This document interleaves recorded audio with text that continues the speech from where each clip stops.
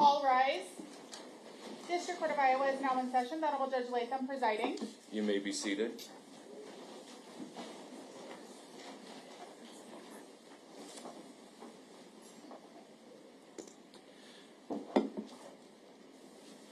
Ms. O'Donnell. Thank you. The state would recall Detorius Langsford. Thank you.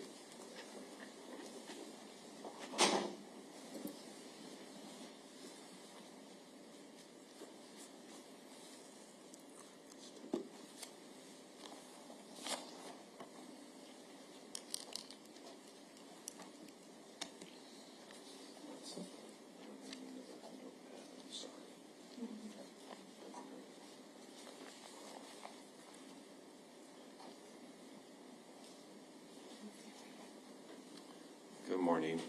If you'd raise your right hand again. That's right. You're good. You're good. Do you swear to tell the truth, the whole truth, nothing but the truth? I swear. All right. Please have a seat.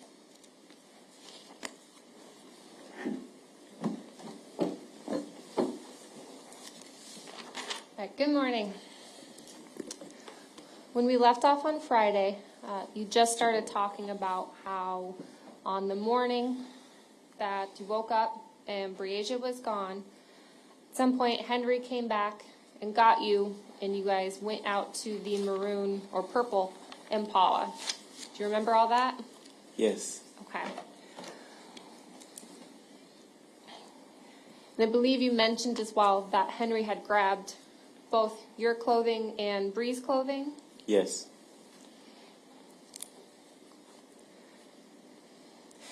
Once you got into that vehicle, what did the two of you start doing? We were just driving. That was the only thing. You were driving? Yep. Did you drive somewhere specifically? It's this guy house that I forgot. I forgot his name. But Okay. You went to a guy's house? yes.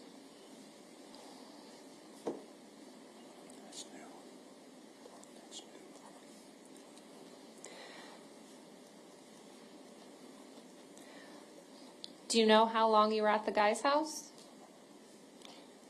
A couple minutes or Now, when you got to that guy's house, did you stay in the car or get out of the car? I was out the car. Could you say that again? I was out the car You were out of the car? in the house. You went inside the house. Yes. What did Henry do? I think he was outside drinking, if I'm correct.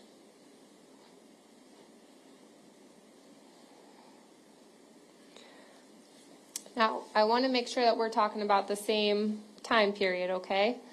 So the morning where you woke up and Bree is missing, right? And then you and Henry get into the purple Impala. So, in the morning. Are you following me? Yes. Okay. So when you and Henry started driving, where do you go? In the Impala, In the Impala. we went on a dirt road. It's like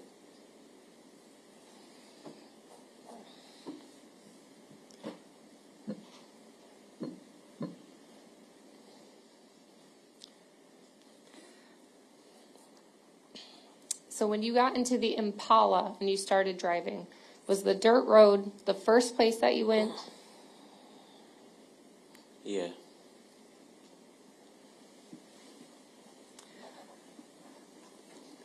The guy's house that you were just talking about, is that somewhere you went in the Camaro or the Impala? I think it was the Impala.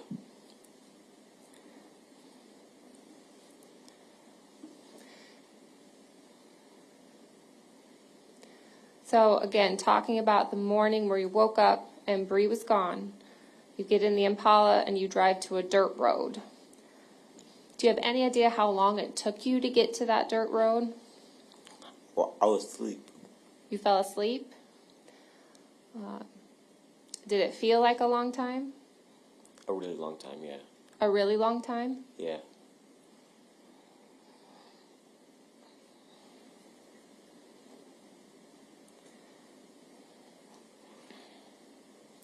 When you got to the dirt road, what happened?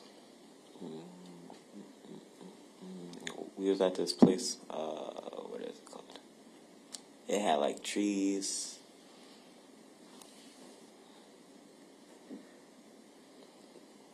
Did the vehicle stop? Yeah.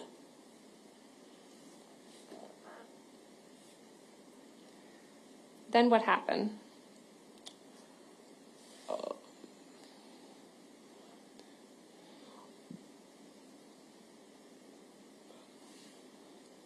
And then we left. Too. Did anybody get out of the car at that time? Henry.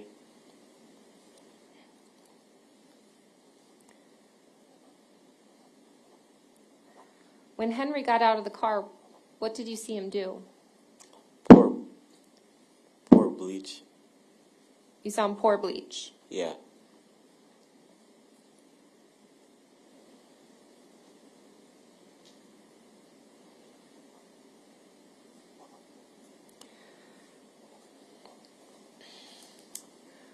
Do you know where Henry got that bleach from? Walmart.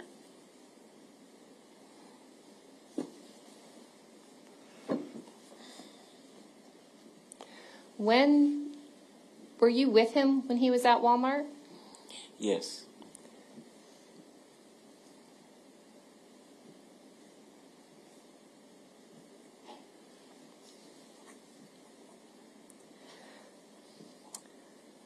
When the two of you left Andrea's apartment that morning, at some point, did you go to Walmart?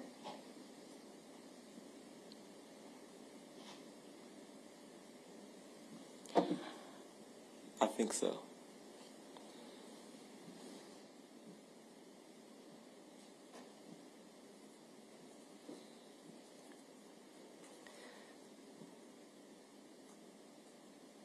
Did it take a long time to get to Walmart? Just a little bit.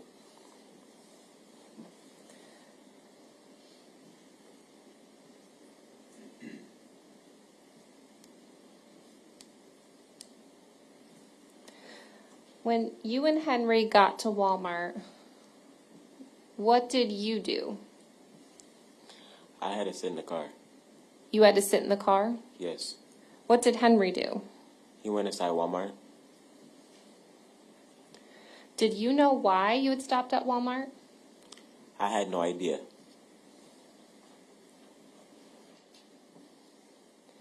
While you were sitting in the car, what did you do? Put his battery back in his phone and was playing the game.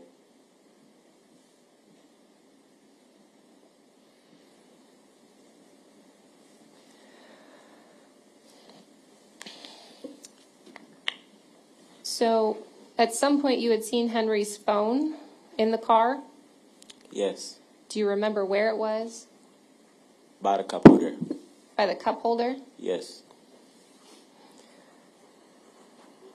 You said you had to put the battery back in the phone, is that right? Yes. Where was the battery?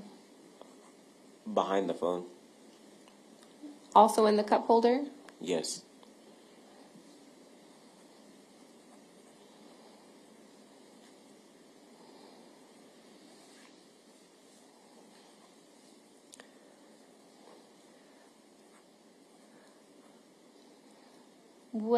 Do you remember what game you were playing? No. Just a game on his phone? You said, is it on his phone? A game on Henry's phone? Yes.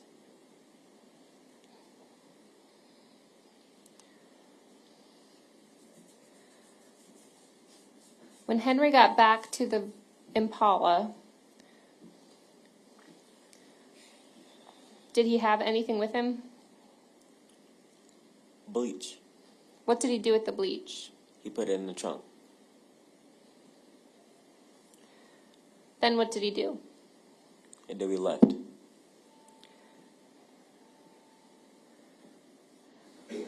What did you do with his phone when he got back into the car? I hurry up and put it back. You stopped playing a game? Yes.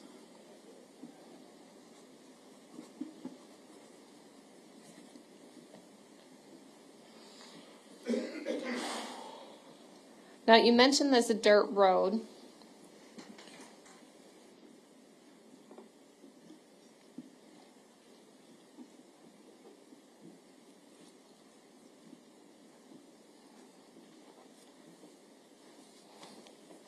Did you do anything else to the phone before you put it back? I took the battery out.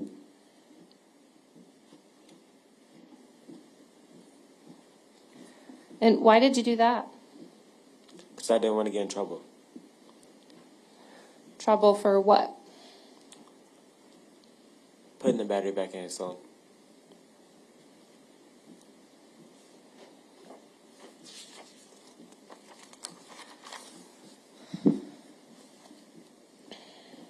So after you left Walmart, is that when you went to this dirt road?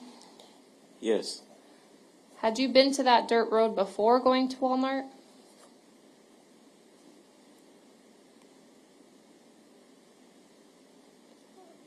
Can you repeat that? How many times did you go to the dirt road? Once. And was that before or after you went to Walmart? After we went to Walmart.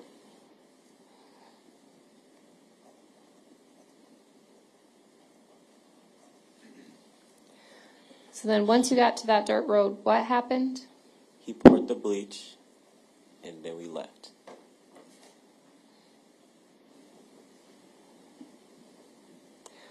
Where did he pour the bleach? By some bushes.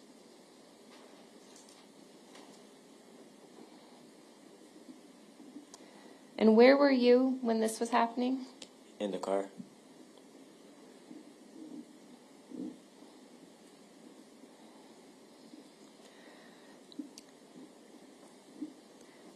What did he do with the bleach containers after he poured the bleach? He put it back in the car.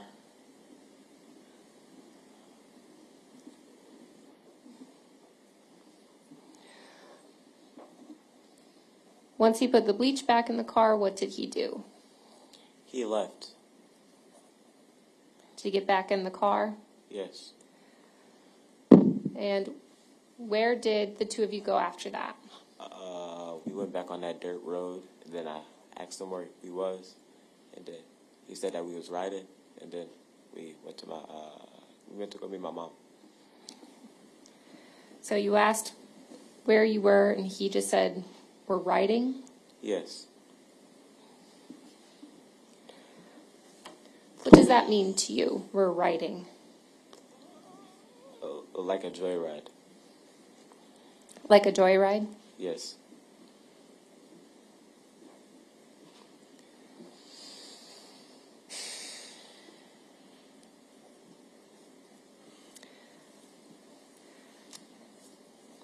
Now, after you left that dirt road, at some point, were the two of you back in Davenport? Yes.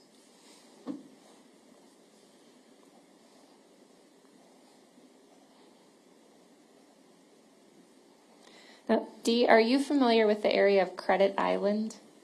No.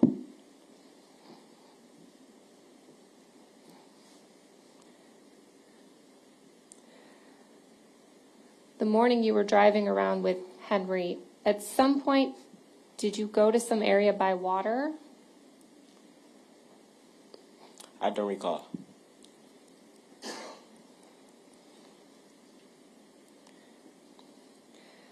At some point, did you go to Henry's RV? Yes.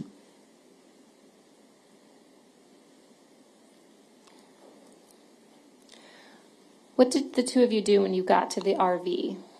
He opened the trunk of the purple Impala, and he grabbed out a bloody knife.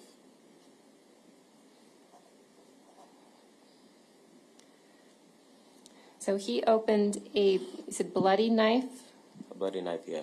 from the trunk of his Impala. Yes. What did that knife look like? A machete type.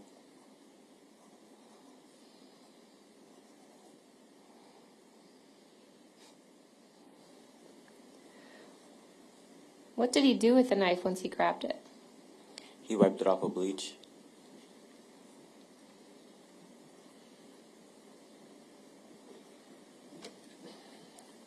Where were you when you saw him do that?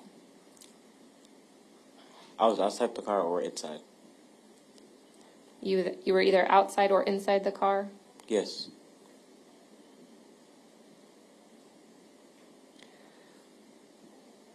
After Henry wiped off the knife with the bleach, what did he do with the knife? He put it in his RV.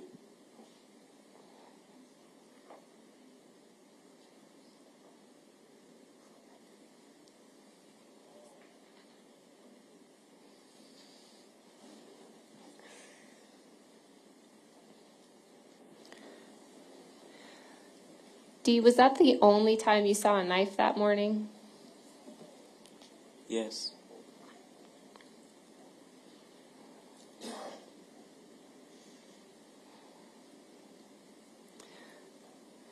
You said he put the knife in his RV? Yes.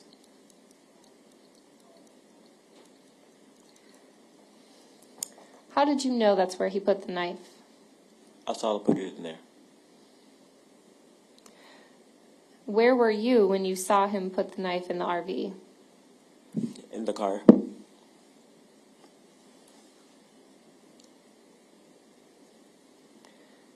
Were you able to see into the RV from the car?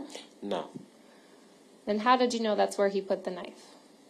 Because he walked in there with it and he came back out with nothing.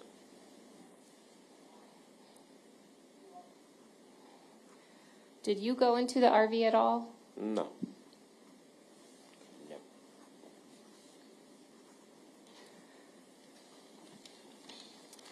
Dee, at some point, did you see Henry with a fishing pole that morning?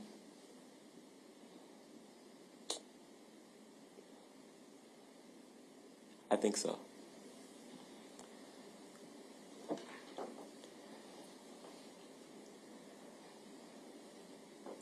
Do you know where you were when you saw him with the fishing pole? In the car. Was Henry inside of the car with the fishing pole? No, he was outside the car.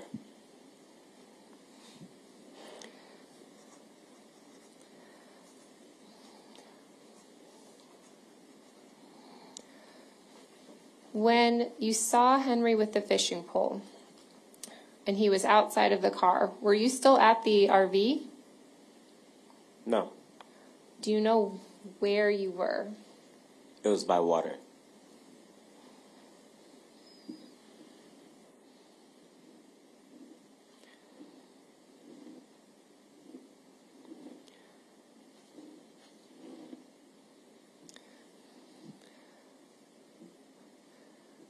What did you see Henry do with the fishing pole when he was outside of the car? Somewhat fishing. He was somewhat fishing? Yeah. What do you mean by that? He was half fishing. Like, So did he walk up to the body of water? just a little bit.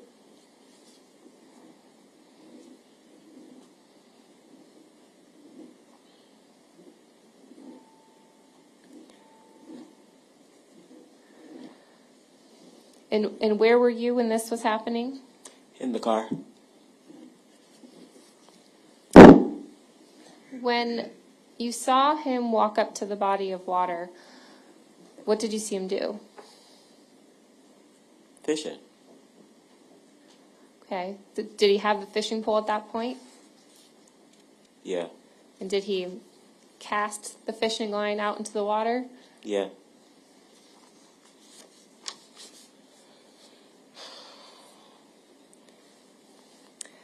While you were by this body of water, was there ever a point in time where you could not see Henry? No.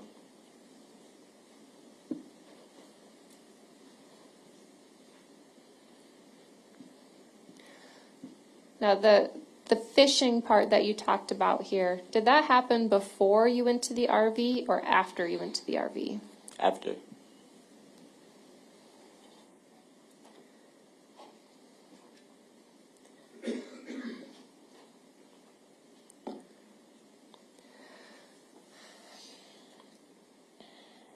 Now, you mentioned that at some point you met up with your mom that morning. Is that right?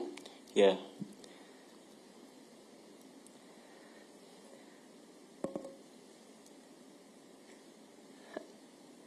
How did that happen? She saw him in traffic. Had Henry or your mom spoken on the phone at all that morning? Yes. And were you in the car when that conversation took place? Yeah.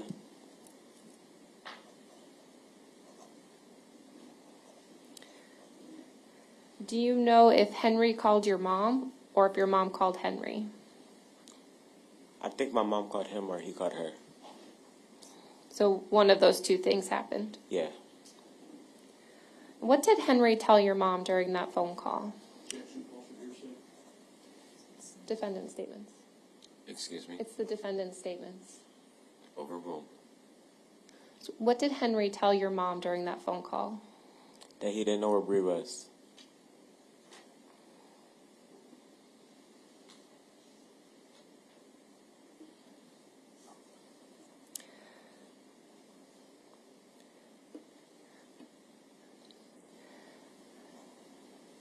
Did he say anything about having been out searching for Bree?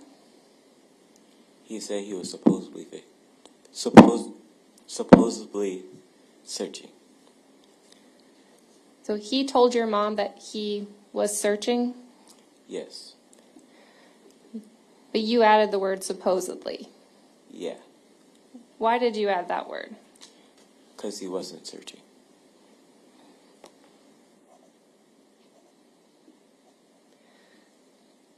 Dee, the whole time that you had been driving around with Henry, did it appear that the two of you were looking for Bree?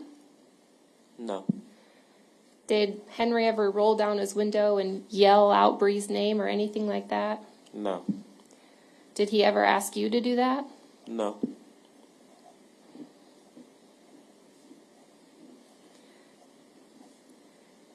Did he ever knock on anybody's doors to see if they had seen Bree? No.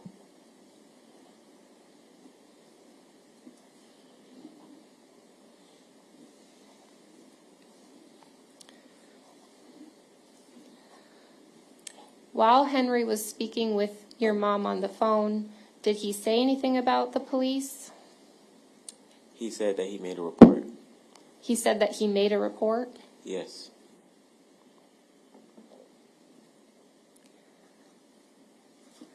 While you had been with Henry, did you ever see him make a police report? No.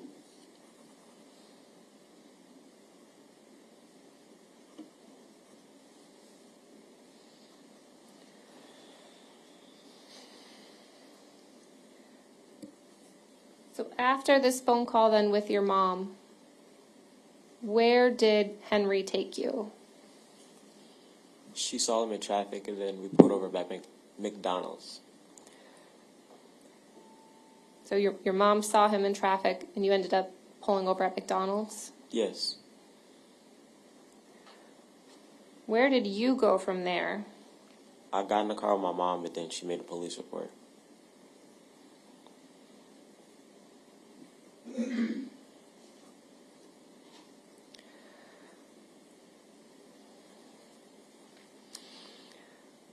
Where did you and your mom go at that time? To the police department. Did you go back to the area around Andrea's apartment at all that morning With my mom? with your mom? No. But you do remember going to the police department that day? Yes.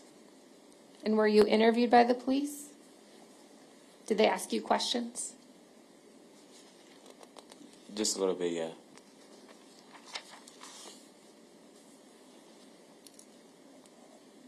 Did you answer their questions? Yes.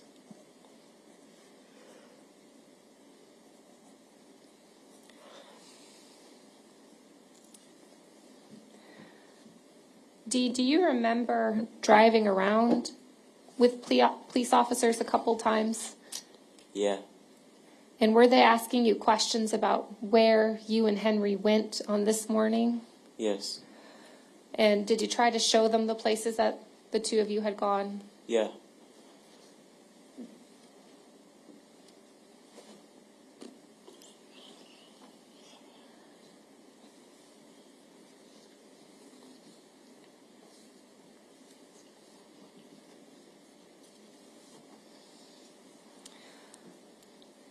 And did that include areas by where your dad's RV was parked?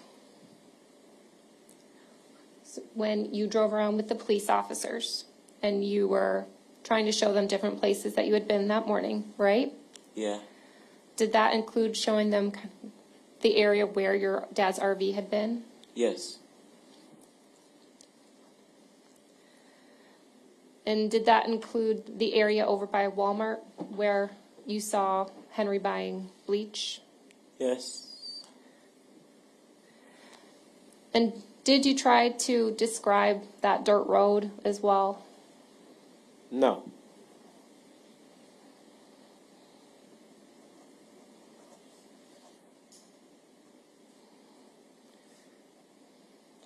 Did you try to describe the area where you saw Henry with the fishing pole?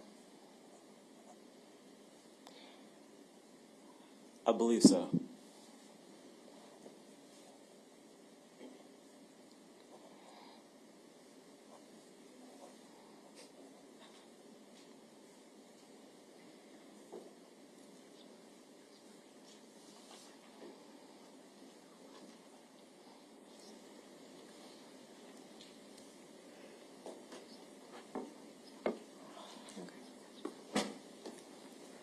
All right, thank you, Dee. I don't have any further questions at this time. Mr. Freeze? Is it okay if I call you D too? Yes. Okay, D. You doing okay? Yep. Tell the court, just for the record, who Henry Dinkins is to you. My father. Okay. You're angry at your father, right? Yes. And you're angry at your father because you think he hurt your sister, right? Yes. And you're convinced of that, right? Yes. And you're here today to offer testimony to make sure that he is held accountable for doing that, right? Yes. And you're going to say whatever you need to say to make sure that happens, aren't you? Yes. Okay. And the reason I ask you that is you're telling us some stuff today, and you'll agree with me on this. Tell me if I'm wrong. That we're hearing for the first time today, right? Yes. Like when you and your dad left in the Impala that day, you went driving and went to a guy's house first. The first time that you've said that on the record is today, right? Yes. Never told it to the police before, did you? No. It's today. This is the first time this story comes out in public, right? Yes. And you'd agree with me that you've been interviewed by the police several times, right? Yes. You'd agree with me that you and I had a chance to talk in this courtroom, and I took your deposition, right? Yes. You remember that day? Yeah. Remember you sat in that chair right where you're sitting now? Remember that? Yeah. And there was a person here who was a court reporter who swore you in, right? Yep. And you were swore to tell the truth, right? Yes. And I asked you all kinds of questions about what happened the day Briasia disappeared, right? Yes. Remember that very clearly? Yes. Okay. Because that was the only time you've ever had to give a deposition or testimony ever in this case, right? Yes. And you never once told me, when I asked you what happened that day, that you went to some guy's house first after leaving Andrea Culberson's apartment, right? Yes.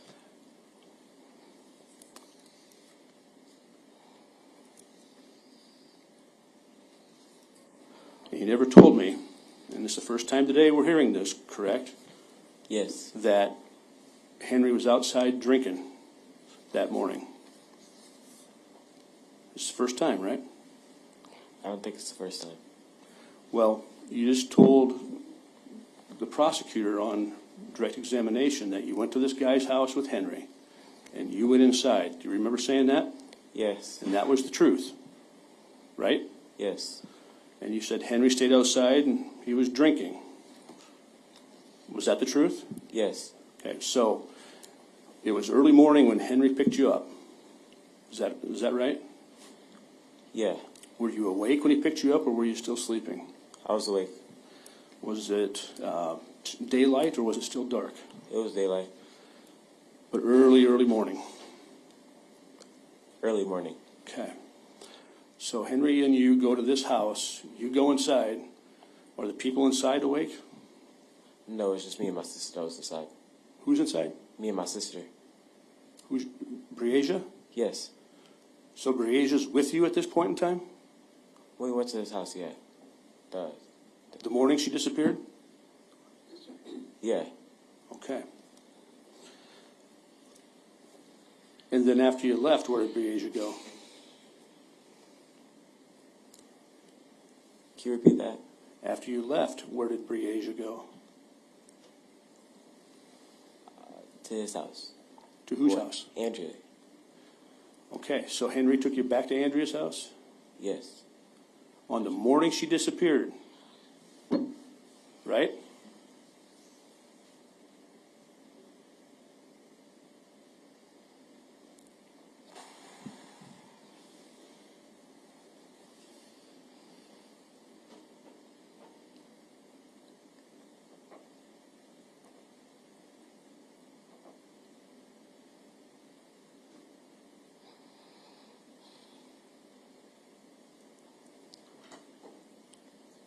Can you repeat that, please?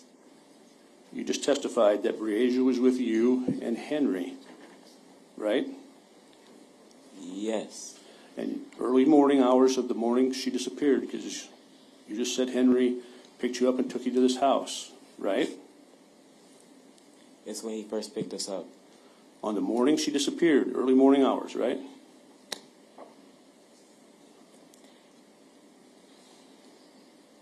Sure, yeah. Well, I want you to be accurate. I want you to tell the truth. I am. Okay, so that morning, you and Henry and Briasia go to this guy's house. Yes. And you and Briasia go in the house. Yes. And then, what are you and Briasia doing in the house? Playing games.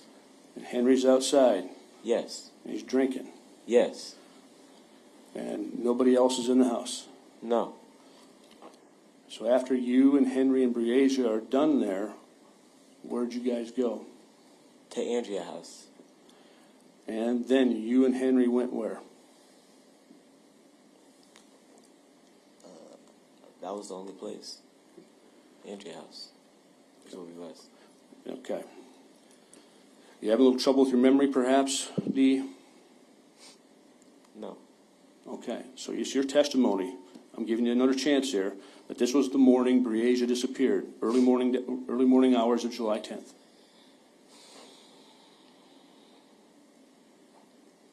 Yes. Okay. Well, then, you just testified to the prosecutor is that after you left this guy's house, the first place you went was to some dirt road. Remember saying that? Yes, I do. Today's the first time we hear about that too, right? Today's not the first time. You never said it to me when I took your deposition last summer, did you? I said it, but I didn't say it to you. Who'd you say it to? One of his other lawyers that was here before you. Who's that? I don't know. Okay. And you went to this dirt road and you said that you saw him pouring bleach.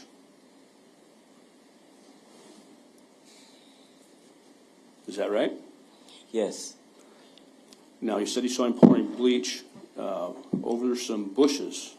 That's your recollection? Yes. Now, this was after you went to Walmart? Yes. Now, the Walmart you went to was in a whole different town, right? Yes. Because you fell asleep on the way there. Yes. Okay. Now, he went to Walmart first to get the bleach, Yes. and it's your testimony that then you went to a dirt road, Yes. and he took that same bleach and poured it over some bushes. Yes. And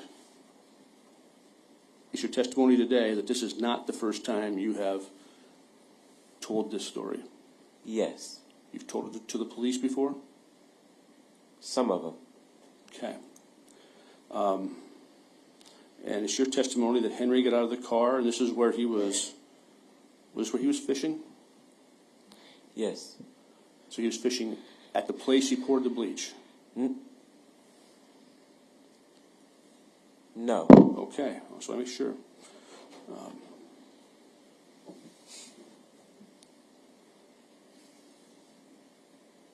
It was daylight at this point, right? Yes. Okay. You never got out of the car? No. I stayed in the car. And how did you see him pouring bleach over the bushes? Because you can see through the back windows. Okay. Did he have to walk in the bushes a ways to pour this bleach, or did he just walk around? It was over a hill. Like, there was like a flat road, and there was the bushes right there, down there. And he poured it. So Henry's car is on the road, right? Mm-hmm. Yes? Yes. And he had to walk over a little hill, right? Yes. And then he just, from the road, poured the bleach in the bushes? Yep. Okay.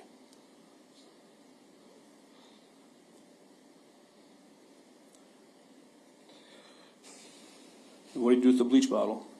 He put it back in the car. Pop the trunk and put it back in the car? Yes. Now, you were at Walmart and Henry went inside. You said you got hold of his phone and put the battery back in the phone, right? Yes. You know what kind of phone he had? No. I mean, some phones are pretty hard to get the battery in and out of, right? Yes. But this one wasn't? Uh-uh. No? No. Did that phone have a passcode on it? No. What game did you play? I don't know. It's like Candy Crush type. Okay.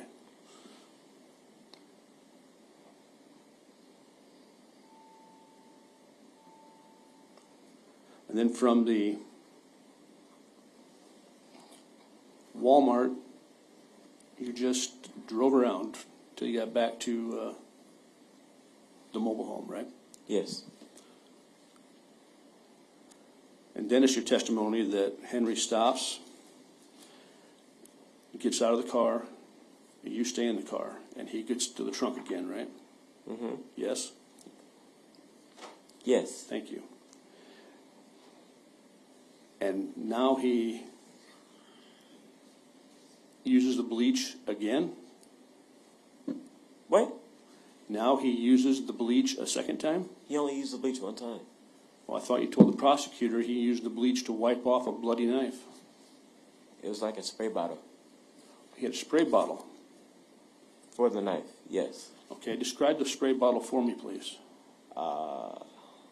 It says cleaning, and it says bleach, and it's a spray bottle. What color? White. Okay. He had a rag in the trunk? A white. No, it was an RV. I understand.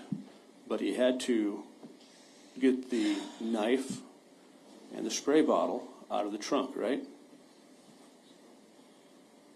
Yes. So he would have to get a rag out of the trunk as well to wipe down the knife, right? He wiped the knife at the RV. In the RV? Yes. Okay, so how'd you see him wipe down the knife if he was in the RV? He was standing in the middle. The door was open? An RV? Yes. Yes.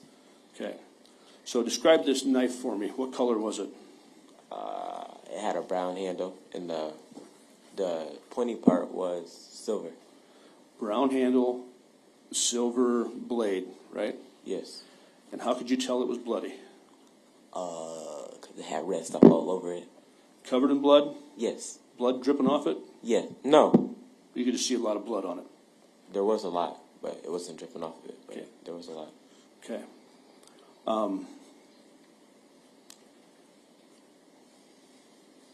So Henry sprays this bloody knife down right in front of you. That's your testimony. Yes. And he's, what, 5 feet from you, 6 feet from you when he's doing this? I don't know how many feet. Okay, well, you're in the passenger seat, right? Yes. And you can see Henry very clearly, right? Through the back window, yes. Yep. He can see you, right? No. You can see him, but he can't see you? Yes. How do you figure that? My seat was leaned back. Like, Okay. And it's your testimony that this bloody knife then, Henry takes a spray bottle, cleans it off, wipes it down, and takes it into the RV, all within, I'm going to say 10, 20 feet of you, right? yes. Risking the fact that you may see it, right? I think so. And it's your testimony that your dad came back and picked you up and took you someplace where he covered up some crime scene and sprayed bleach, right? Yes. And your dad came back and picked you up and sprayed down a knife, which may be evidence of a crime, in front of you, right? Yes. Okay.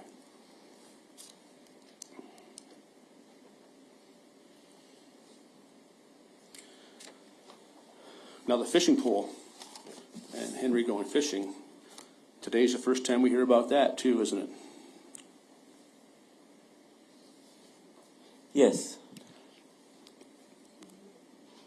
Is that just a detail you happen to remember between the last time we talked and today? No, I remember everything. Okay, so you chose not to tell us when we were I asking you barely questions? talk. Excuse me? I barely talk. You barely talk. Yes. Okay. So when people ask you questions, you just answer them the way you want? Yes. Okay.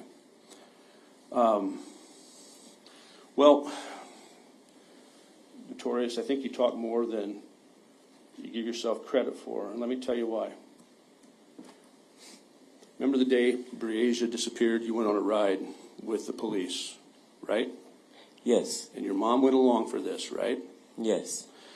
Now, you'd agree with me that your memory, the day Breasia disappeared, was probably better than your memory is today.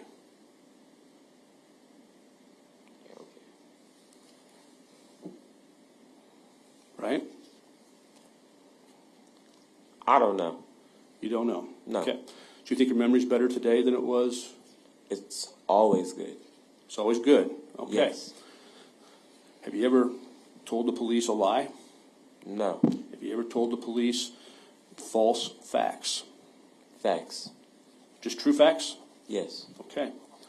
Well, do you recall the police driving you around that afternoon, between 3, 4 in the afternoon, and they took you down near the water by Credit Island, you and your mom? Yes. And they took you by a bait shop, and you said you remembered the bait shop.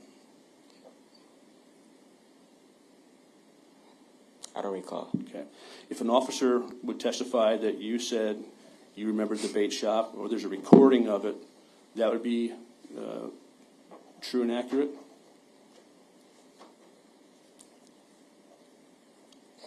Yes. Okay. You recall that the officers went to a lagoon area, Oh, what? a pond area at your direction, and the police said you said that Dad parked in the gravel parking lot and went fishing? Yes. That's true, right? Yes.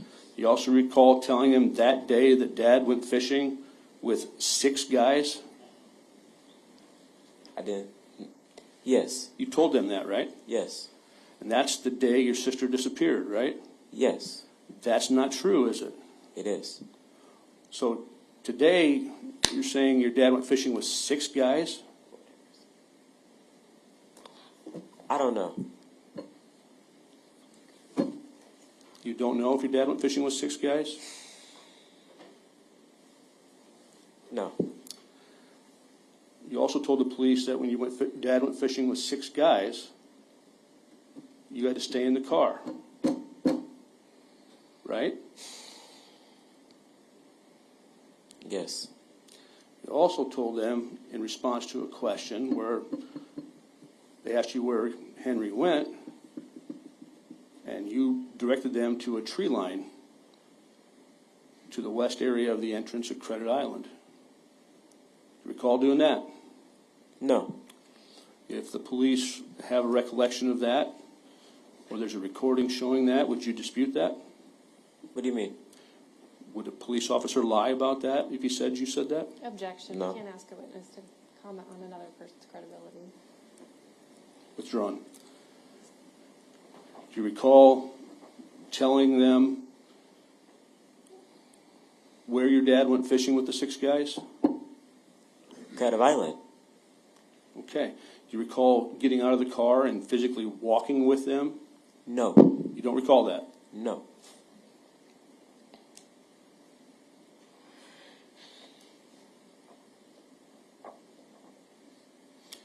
You don't recall walking into the tree line, stopping, pointing to the ground, and said, Dad was standing right here?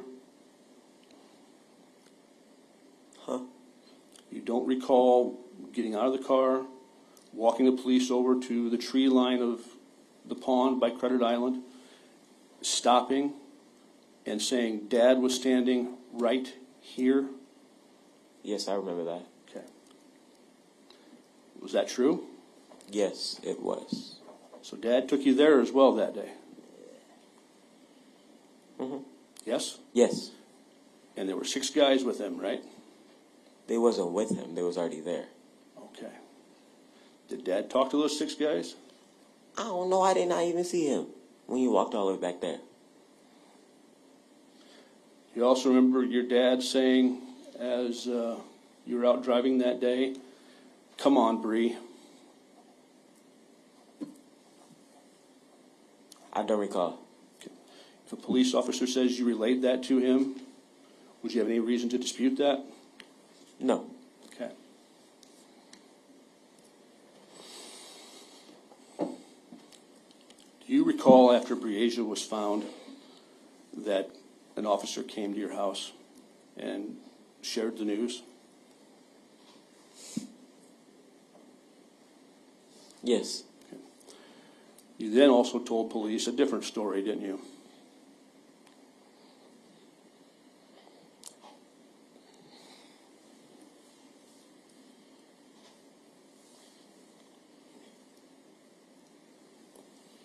I didn't tell no cops no different story.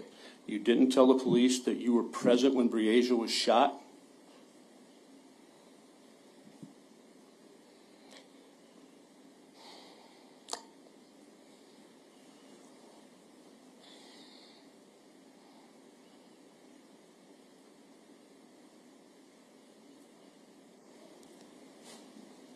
I don't know.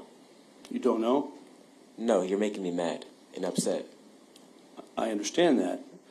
You don't know or you don't recall? I don't recall. You don't recall telling the police that you and Briasia and Henry and Andrea Culberson were all out at the location where she was found and Henry shot her? I didn't say Andrea was with us. Well, who'd you say was with you? Him, me, and my sister. Oh, so now you recall, Huh. right? No, I don't. I don't know anything. You just don't want to answer, do you? I do, but you're... What do you recall?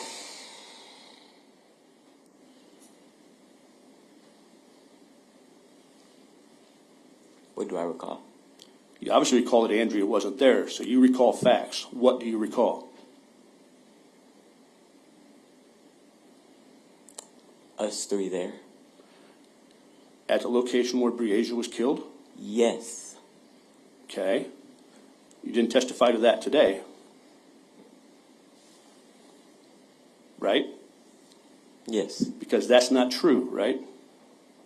If you say it's not true. I'm asking you. I guess. I guess, or either it is or it isn't. Either you were there when she was killed or you weren't. I said, I guess. I don't accept that answer, sir. Either you were there when she was shot or you weren't. I was there. Damn. So you were there. Yes. You saw your dad shoot Breasia Terrell. Yes. Okay. And how come you didn't say that when the prosecutor asked you?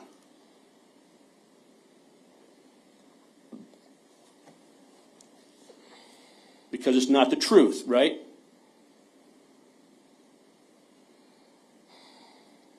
Everything I say is true. Okay, so the whole story about the bloody knife and going to Walmart, you just conveniently left out the fact that you saw your sister get shot when the prosecutor was asking you? I didn't leave it out. I didn't speak about it. I hate speaking about it. Did you and the prosecutor talk about this ahead of time? In private, yeah. And you just told her not to ask you about it because you don't like to speak about it? I didn't tell her not to. Okay. Well, your testimony today is you saw Henry Dinkins shoot your sister. Yes. What kind of gun did he use? I don't know. How close were you to the incident? A couple feet. Okay, was it a pistol or a long gun? How am I supposed to know what it is? You were a couple feet away. That's I how you're maybe supposed to know, saw it, sir. but I don't know what it is. Okay, what color was the gun? Silver.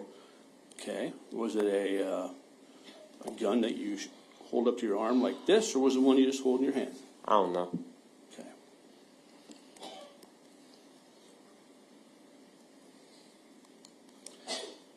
Isn't it true that you only come up with this story after you heard someone else talk about it? No. Okay.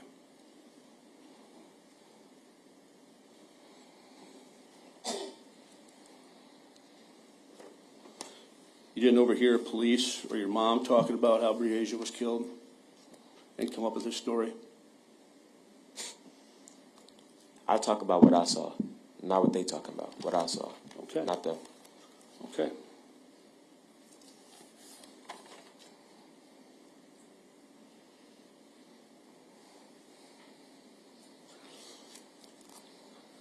You didn't make this report about what you saw until after Breasia was found, right?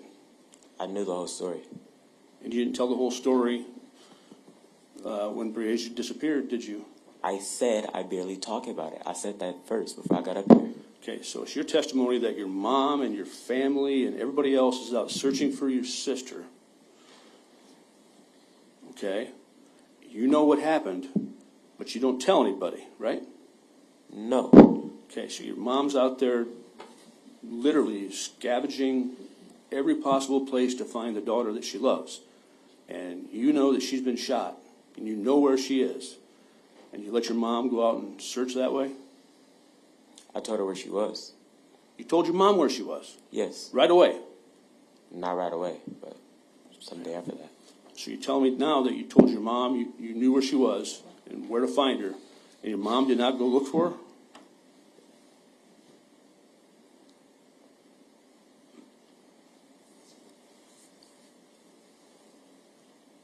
She did go look for her. And didn't find her? At that same place. She did. Oh.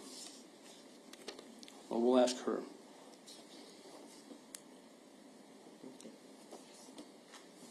That's all I have. Thank you. Ms. O'Donnell. Thank you, Your Honor. Bree went missing about 3 years ago, right? Yes. You would have been 8 years old at that time. If you're 11 now, 8 years old back then. Yeah. And you talked about going over to a guy's house, and that Bree was with you when you went over to that guy's house. Is that right? Yes. Did that happen when your dad first picked you up from, when Henry picked you up from your grandma's house? Yes. So he picked you up from your grandma's house, and then you went over to a guy's house. Yes. And what did Henry do while you guys were at that guy's house? He was outside and we was inside. So that happened before you went over to Andrea's apartment. Yeah.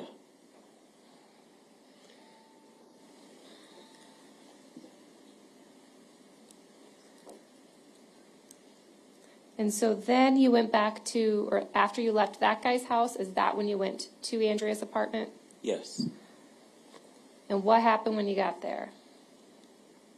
We was playing games. And where were you when you played games?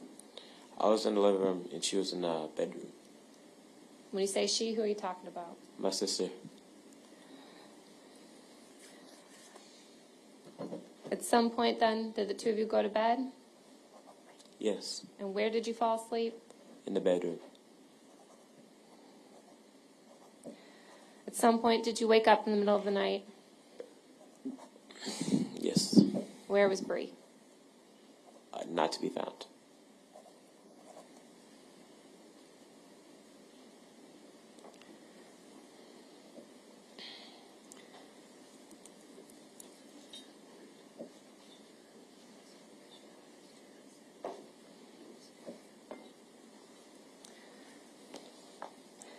Now, you were asked a lot of questions about fishing. Remember those questions?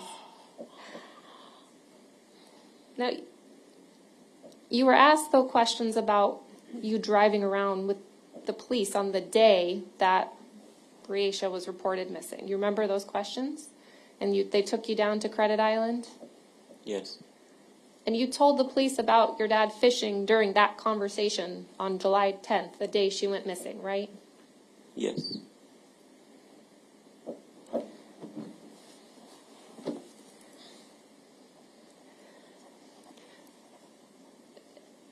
Now, you mentioned, or you were asked some questions about some other guys that may have been fishing as well. Did you actually see any other people fishing?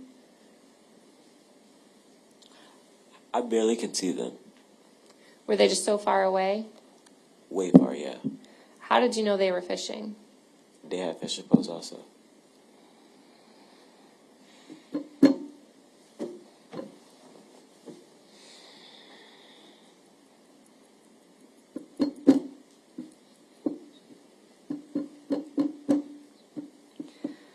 And did Henry say anything about fishing that morning? No. But you saw him with the fishing pole? Yes.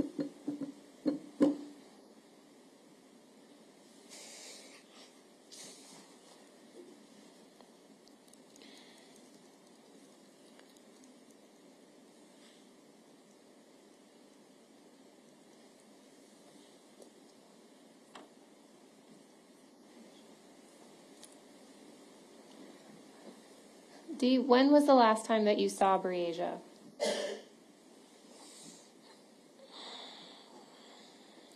We was at Andrea's house. And was she in the bedroom at that time? Yes. Did you ever see her again after that? That last time. The last time? Yeah. When was the last time?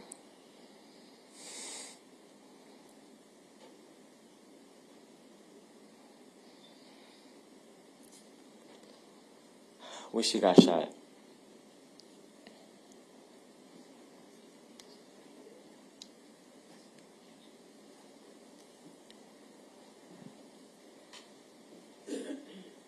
Were you afraid to tell people that you saw her get shot?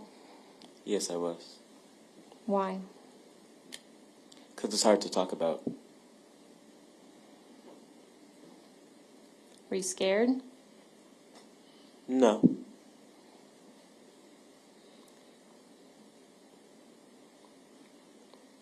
Were you worried you might get in trouble? Somewhat like that.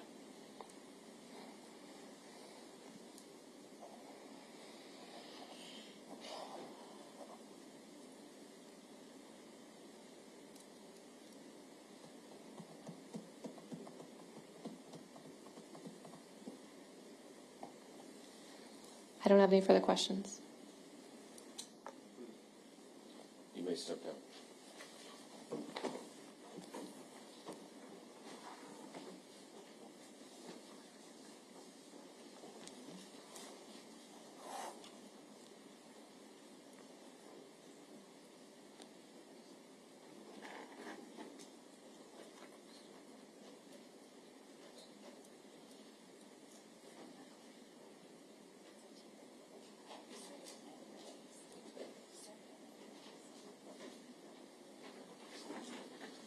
Ms. Cunningham, you may call your next witness.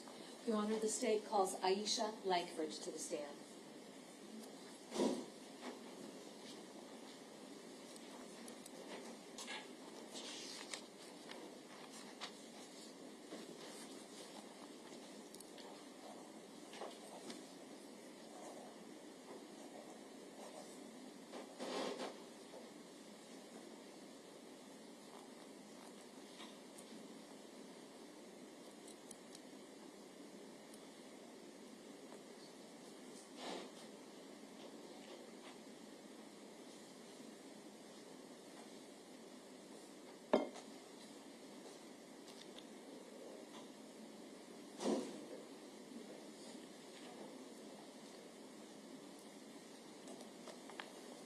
Please raise your right hand.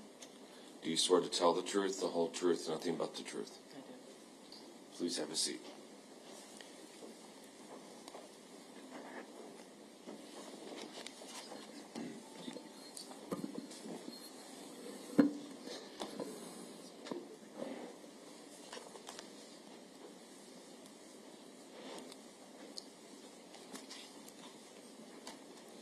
Please state your name for the record and spell both your first and your last name. My name is Aisha Langford, Aishia. Last name Langford, Lankford. Okay. Miss Langford, how old are you? I'm 31. Okay. Do you have any children? I do. I have 3 children. And we're using initials for your oldest child and your youngest child. What are the initials of your oldest child? Initials is CLS. Okay. And what was CLS's age back in July of 2020? CJ would have been about 14, I want to say, I believe. Okay. What's his date of birth? It's, November 28th, 2006. 2006. All right. And so then actually he hadn't yet had his 14th birthday if we're talking about July of 2020. Would that be fair to say? Yes, that's fair to say. All right. So the child would have been 13. Yes, ma'am. All right. And then what is the name of your second child? My second child is Breasia Terrell. The initials? No, we're using Breasia's name, but just for the other 2 children, we're using initials. And then what is Breasia's date of birth? Her date of birth is 12/4/2009. How old was Breasia then as of July of 2020? She was 10. All right. And then finally, your youngest child? Name or just initials? Just initials for him. DRL. Okay. And then what was DL's age back in July of 2020? He would have been 8. All right. Now let's talk about the personalities of your children. Your oldest child, how would you describe him as an individual? It's CJ. Well, for the most part, he's very active. He's smart. He's very helpful and a funny guy. All right. And then Breasia? She was a truth teller, very caring. She helped out a lot, secondary mom in the house for the most part. She was real good. She was very loving. All right. And as the only female child, in terms of how she would conduct herself relative to her brothers, how would you describe that? Rough, but more like, I'm the other mom here when mom's not. Not around? Yeah. Absolutely. And Breasia, did she have any type of disabilities? She had something going on, I want to say with her right eye. It was like a lazy eye, so she was like losing a little sight out of that one. Okay. And then how about with respect to her hearing? Yeah, it was messing up here and there. Also on that, I want to say that right side as well. She couldn't really hear a little bit. All right. And then how would you describe your youngest son, DL? The Taurus. He's piece of work, but he's amazing. He's very caring, still loving, and very helpful. And he's a big protector for the most part. Okay. Now, as for the children's grandmother, what is the name of the children's maternal grandmother? Donita Gardner. Could you spell Donita Gardner for our record? Of course, it's DONITA GARDNER. DNER. Okay. And then is Mrs. Garner actively involved as a grandmother in the children's lives? Yes, ma'am. And was she definitely involved in the children's lives during the time frame of July of 2020? Yes, ma'am. All right. Now, let's talk about the father of DL. What is the name of the father of DL? Henry Dinkins. Is Henry Dinkins present in court today? Yes, he is. Could you please point him out and describe what he's wearing for purposes of the record? He's wearing this manila-looking shirt, I guess, sitting right next between his little lawyers. Your Honor, may the record reflect that identification. The record so reflect. Okay. And was Mr. Dinkins the father of either CS or Breasia? No, he wasn't. Okay. Now, how old were you when you met Mr. Dinkins? I was about 18. All right.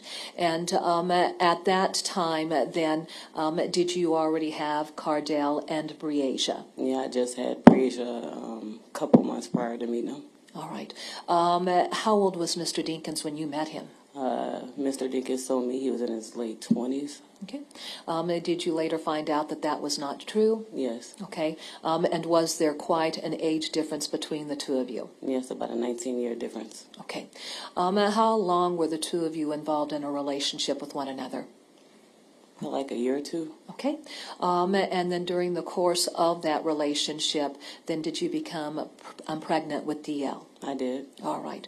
If you were to describe Mr. Dinkins' involvement with Breasia's life during the period of a year or so that you were dating him, did he really have a lot of involvement with Breasia? He was around. He helped out and looked out for him and everything like that. Okay. Did you consider him to be a father figure of Breasia? Yes, for the most part, yes. Okay. But then was there a period of time that he was no longer actively involved in your life? Yes, when he got incarcerated. Oh, okay. All right. All right. So then stepping out beyond that, how long did your relationship last with Mr. Dinkins after you conceived DL? Probably a few months, maybe. Okay. All right. Talking about the course of the 8-year period of time up to July of 2020, was Mr. Dinkins a regular figure within your life or the children's life? Not necessarily, no. Okay. All right. Did Breasia consider him to be a father figure at all? For the most part, yes, she looked up to him. Okay, all right. Was Mr. Dinkins somebody that was actively involved in Breasia's life over the course of her 10 years? No. Was it something that was very sporadic? And what does that mean? I'm sorry. Just, occasionally, there'd be occasional contact throughout yes. the course of her 10 years. Yes, ma'am. Okay, all right. Now, let's talk about the summer of 2020. Had Mr. Dinkins been a part of your life or the children's lives leading up to the summer of 2020? Yes, we used to do barbecues down at the river. He would come down, so he would spend time with Detorius more.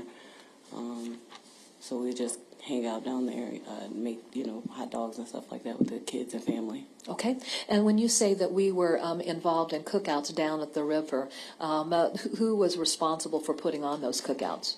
I mean, it was just something that we all just come together, and it was just something that just kind of took place when we got down there. Okay. Was it like your circle of friends and people that Mr. Dinkins would have known? Yes. Okay. And then during June of 2020, did you have some contact with Mr. Dinkins by virtue of those cookouts down by the river? Yes. All right. Was DL down at those cookouts? Yes, he was. Would CS have been down for the cookouts? Yes, he was. And then would Breasia have been down there for the cookouts? Yes. Now, did you ever meet a woman by the name of Andrea Culberson? I did. When did you first meet Andrea Culberson? I met her in the grocery store back in June with Mr. Dinkins. All right. Did they happen to be at a grocery store that you had gone shopping at? Yes, me and my mom had went shopping, and I had ran into him, and he had introduced us. Okay. And so then during that month of June, when you talked about there being some cookouts, had Andrea Culberson been down to a cookout, at least one cookout, there that summer that you had occasion to sit and visit with her? Yes, she was down. Okay, and then as far as just your opportunity to meet and visit with Miss Culberson down at the cookouts, how would you describe the two of you, as far as hitting it off and, really identifying with one another? I mean, for the most part, I thought she was okay. We were just talking and things like that, and just getting to know one another. And I didn't see anything different with her. Like, she seemed like a nice person. Absolutely. Now, I want to direct your attention, if I could, to events of July 8th of 2020. Okay. Does that set the stage for events that played out on July 9th and July 10th of 2020? Yes, ma'am. Okay. Describe what you were doing that day that really set the stage for events that developed on July 9th and led into what occurred on July 10th of 2020. Well, July 8th, I was trying to get a hold of Mr. Dinkins' number because I knew he might have had some landlord numbers or whatever. And we were driving to a friend's house, and I had saw him at the Quick Shop on 53rd. Okay. And the tourist said, "That's my dad." So I had pulled over, and we were talking. We exchanged numbers. He told me that he would take the tourist for a couple of days for me. Okay, and then so by virtue of that, were there concrete plans that were established there at the Quick Shop as to when Mr. Dinkins would be picking up DL? Yes, he said that he will come get the tourist on the 9th, and I said, well, just let me know so I'm able to call my mom because I had to work. Okay, all right. Relative to those plans, who did those plans include of your children? It included the tourist. And that was the only child to go? Yes. Okay. Did you have any intention for Breasia to go and spend a few days with Mr. Dinkins? No. All right. And did you even feel comfortable with Breasia going and spending a few days with Mr. Dinkins? Yes. Okay. But that was not the plan? No, it wasn't the plan. Right. Where were you employed? I was employed at Checkers Rally on East Locust. All right. So just to set a perspective, are you familiar with Sudlow Junior High there on East Locust? Yes. Okay. Yeah, across the street, yes. Okay. Is Checkers located within that vicinity? Yes, ma'am. All right. So if Sudlow would be on the north side of, Locust Street, is Checkers on the opposite side, on the south side of Locust Street? Yes. Okay. What hours did you typically work at the Checkers there on East Locust? Typically, I worked at 11 to 4. All right. Were you scheduled to work on July 9th of 2020? Yes. Okay. And what was your scheduled hours, if you have some recollection? I had to work 11 to 4, but I had stayed an extra hour because staff hadn't made it in yet. All right. So then you worked a little bit later than that afternoon? Yes. Okay. Okay, so let's go back to July 8th if we could. Now, you've run into Mr. Dinkins there at the Quick Shop. Is that correct? Yes, at that point in time, then, did the two of you exchange numbers? Yes. All right. Did you not previously have his telephone number within your phone? I had his phone number, but I had rebooted my phone because me and an ex-girlfriend broke up, so I had switched my number and things and rebooted the phone. So I didn't have his number, it didn't save, and my mom couldn't pull it up or remember it. All right. After you received his number then on that date, did you add that to your contact list? Yep, I added the tourist daddy on as my contact, yes. All right. So if you were to receive a call from Mr. Dinkins' telephone number, the name that would populate on the phone would be what? The tourist's daddy. Okay. Now, Your Honor, may the record reflect that I am showing counsel what's been marked as State's Exhibit 96-1, consisting of pages 1 through 7.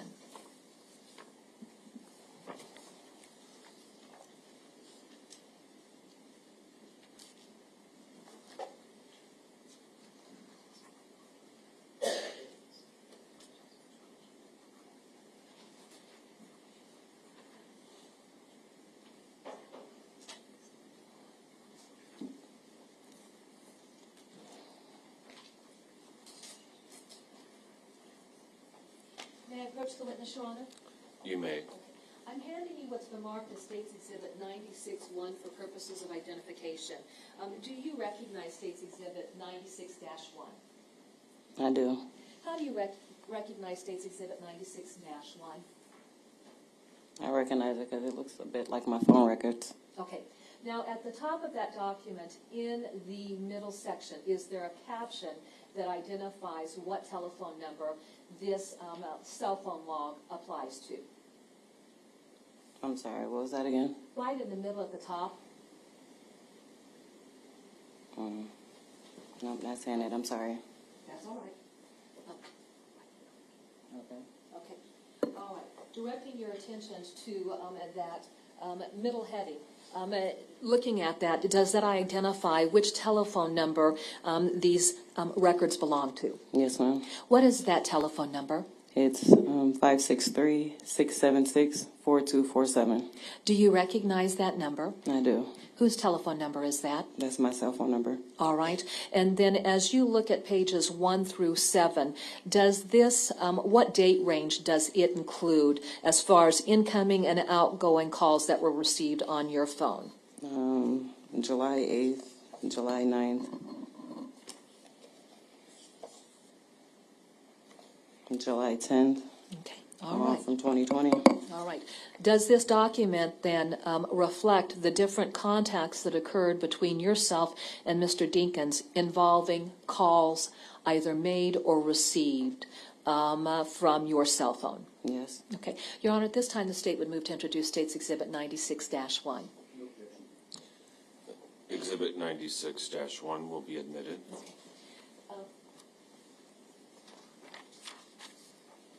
Now, what I'd like to do, have we taken and highlighted portions from State's Exhibit 96.1, which will make it easier for us to identify the calls that we're going to be talking about?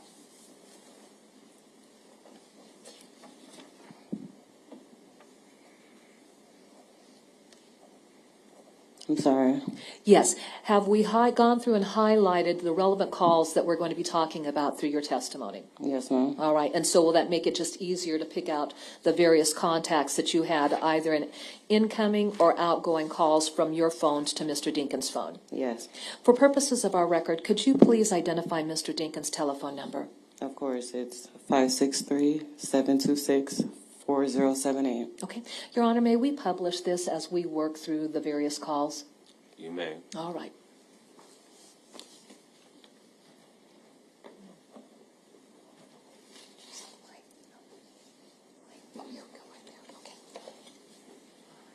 Now, starting with page 1. Let me start with page 1 here. Okay. And as we look at page 1, let's go through our first series, if we could.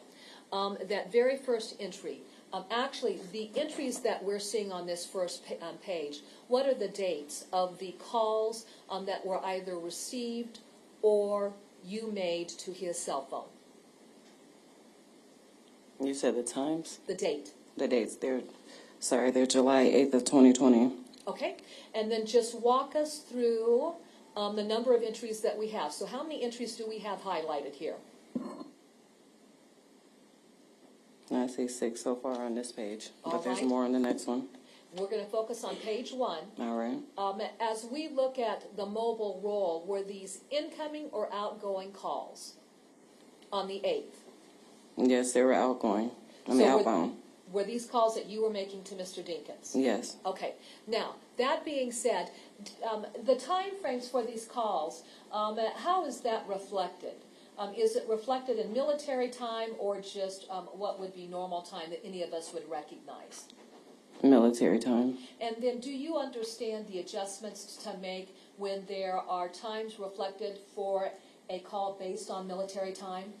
I'm not familiar with that, no. Well, say, for example, if we look at that first call that you made, what is the time that you made that call?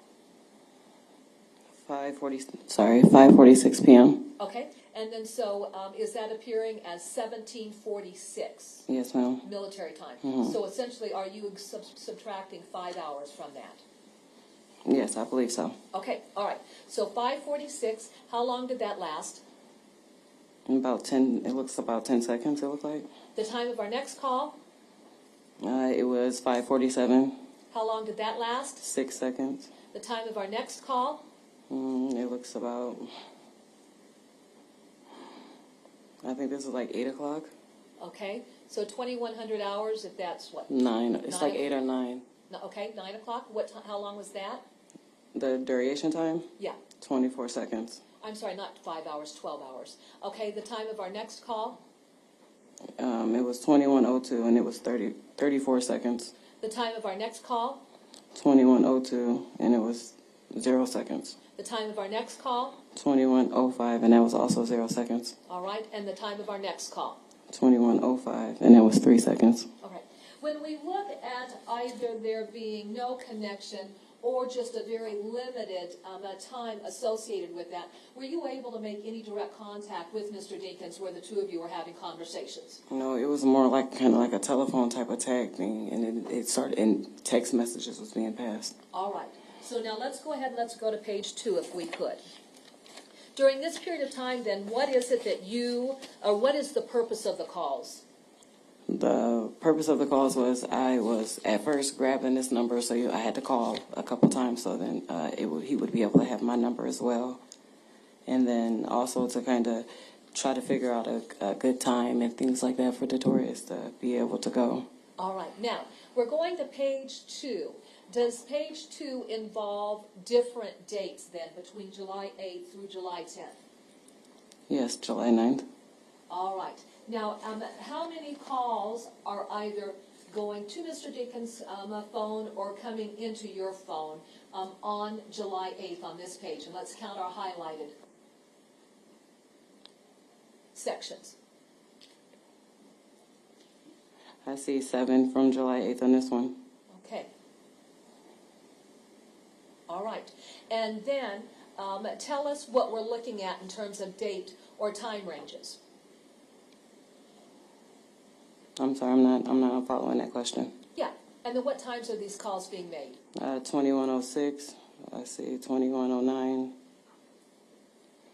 21:09, 21:09, 22:52, 22:54, 22:55. Okay, so 2,100 hours military time equates into what? If we minus 12.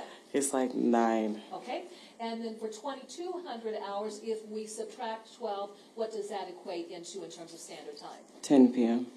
Were these incoming or outgoing calls that you were making? These are outbound calls. And then during this series of calls on July 8th, explain what it is that you are trying to establish. I was trying to establish how long the tourist would be with them and when he was going to be able to pick them up and the location of his pickup. All right. As we look at the duration of those calls, in the duration of those calls, were you able to make contact with him through, any type of telephone conversation? I don't recall, but there's a few of them like 32 seconds, 40 seconds, and things like that. Okay. And are there several that are 0 seconds? Yes, ma'am. All right. Now, let's go to our next date range. July 9th. Okay. How many entries reflect contacts either between yourself or Mr. Dinkins during the date of July 9th? Looks about 7 on this one. Hold on. Okay. All right. Now, you indicated that you went to work at what time? I had went to work about, I don't even recall the exact time I had went to work on the 9th. I'm sorry. All right. Your typical schedule, though, starts at what time? My typical schedule started at 11, but there was times where I was going in early. Sometimes it would be like 10, sometimes 11 or earlier. All right. And if you went in earlier, what would that be attributable to? I'm sorry. If you went in earlier, what would that be attributable to? I'm not understanding that question. Sure. If you went in earlier, what would be the cause of that? Because we were short-staffed. Gotcha. All right. So then take us through our activity on July 9th. Are there any inbound calls that are coming from Mr. Dinkins' telephone number? Sorry.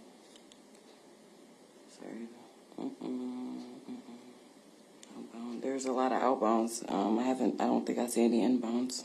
Okay, go to our first entry on July 9th. Is that an inbound call from Mr. Dinkins? On July 8th, you said? No, I'm looking at July 9th. And let me approach. Going down here.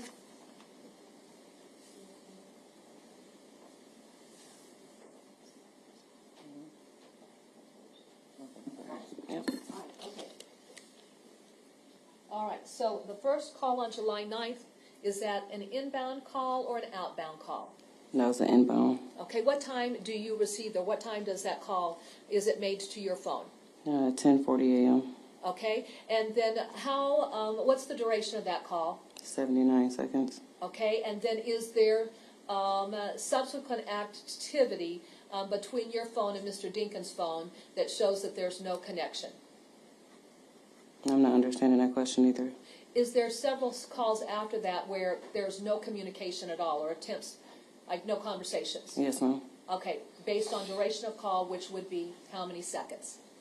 Like 0, it looks like. All right. Now, in that first call for 79 seconds, do you know if you had a conversation with Mr. Dinkins or not? I don't recall. All right.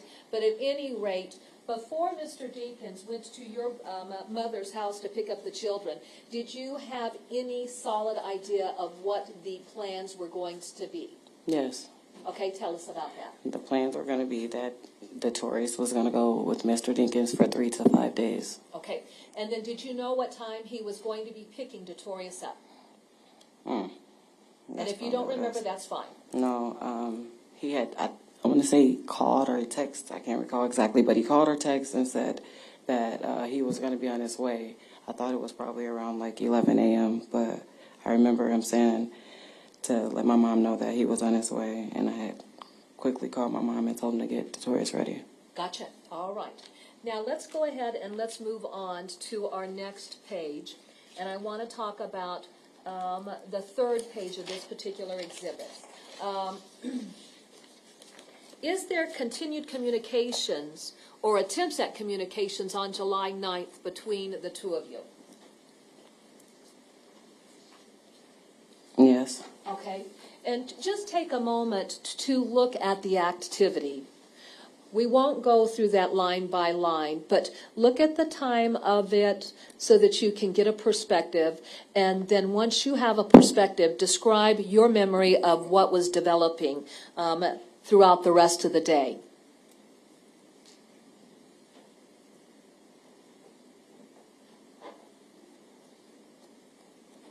Okay, so it looks like I called, there's an outbound call at 3:31. All right? And then as we move later into the afternoon, is there more definitive contact where you can see that there were conversations that were lasting for at least a little bit of time? Yes, I also see a few outbound calls, around 4:05, 4:17 for 34 seconds to 31 seconds. Yeah. And then as you move later into the afternoon, after you would have gotten off work, do you see communications? Yes. And how long are those communications lasting? The inbound call looks about 83 seconds. One was 188 seconds. All right. Tell us what happened after you got off work. Well, I got off work because I remember telling Dinkins that I was going to grab some clothes and jump in the shower and head that way. Okay.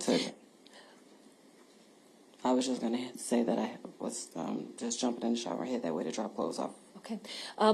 Did you receive any calls that day from your mother to indicate that another one of your children went with Mr. Dinkins other than just DL? Yes, after we had got done with the rush, maybe it was probably after 2 p.m., 3 p.m., she was saying that Breasia had went along, and then I had got the text stating that she was with Dinkins. Okay. Were you surprised by that? Not necessarily. All right. Then as a mother, once you learned that Breasia had gone along, did that alter what you were going to do by way of going over to the residence where the children would be located? Yes, I just made sure that I grabbed both of them night clothes and clothes for the next day. Okay. All right. Now, when you got off work then, describe what you did. So when I got off work, I drove to my mom's house on 63rd Street, and I got in the shower, and I made sure that I grabbed a bag and I packed up some clothes, and then I had gotten contact, with Mr. Dinkins to figure out exactly the exact location of where he was, so that I was able to get those clothes dropped off because I seen that there was a storm coming. All right. I'd like to direct your attention to State's Exhibit number 38. I'd like for you just to come down and I want you to examine this particular exhibit. And then if you could, tell us what was the address of your mother's residence? Go ahead and go back there and state that into the microphone so that we can hear that. It was 614 West 63rd Street. To give us perspective, where is that located here in Davenport? Off Brady. Off of Brady? Mm-hmm. When we think of like the northern or the southern part of Davenport, is it located near I-80? Yes. Okay, and then is it more on the western side or the eastern side toward the Bettendorf border?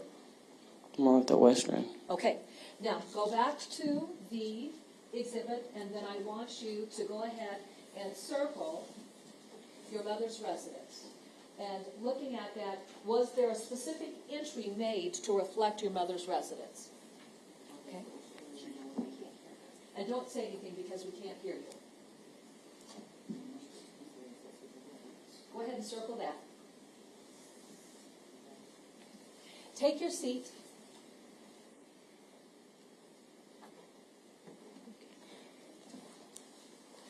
Is there a specific descriptor on State's Exhibit number 38 that identifies the location of your mother's address?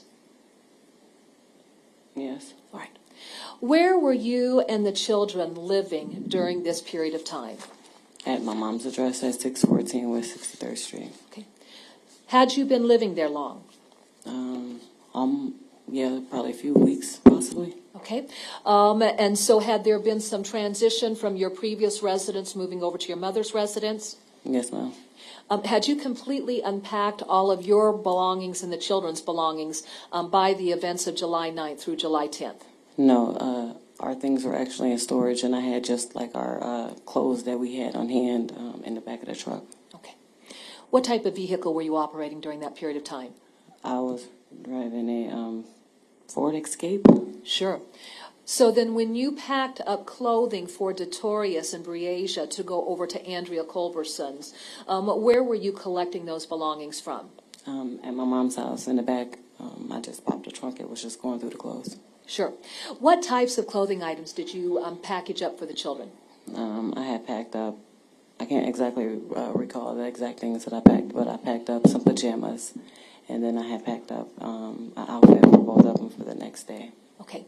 Did you specifically include pajamas for each of the children in the bag of clothing that would have gone over? Yes, ma'am. Now, was it simply one bag of clothing, or was there multiple bags of clothing that went over, if you recall? It was just one bag. One bag of clothing.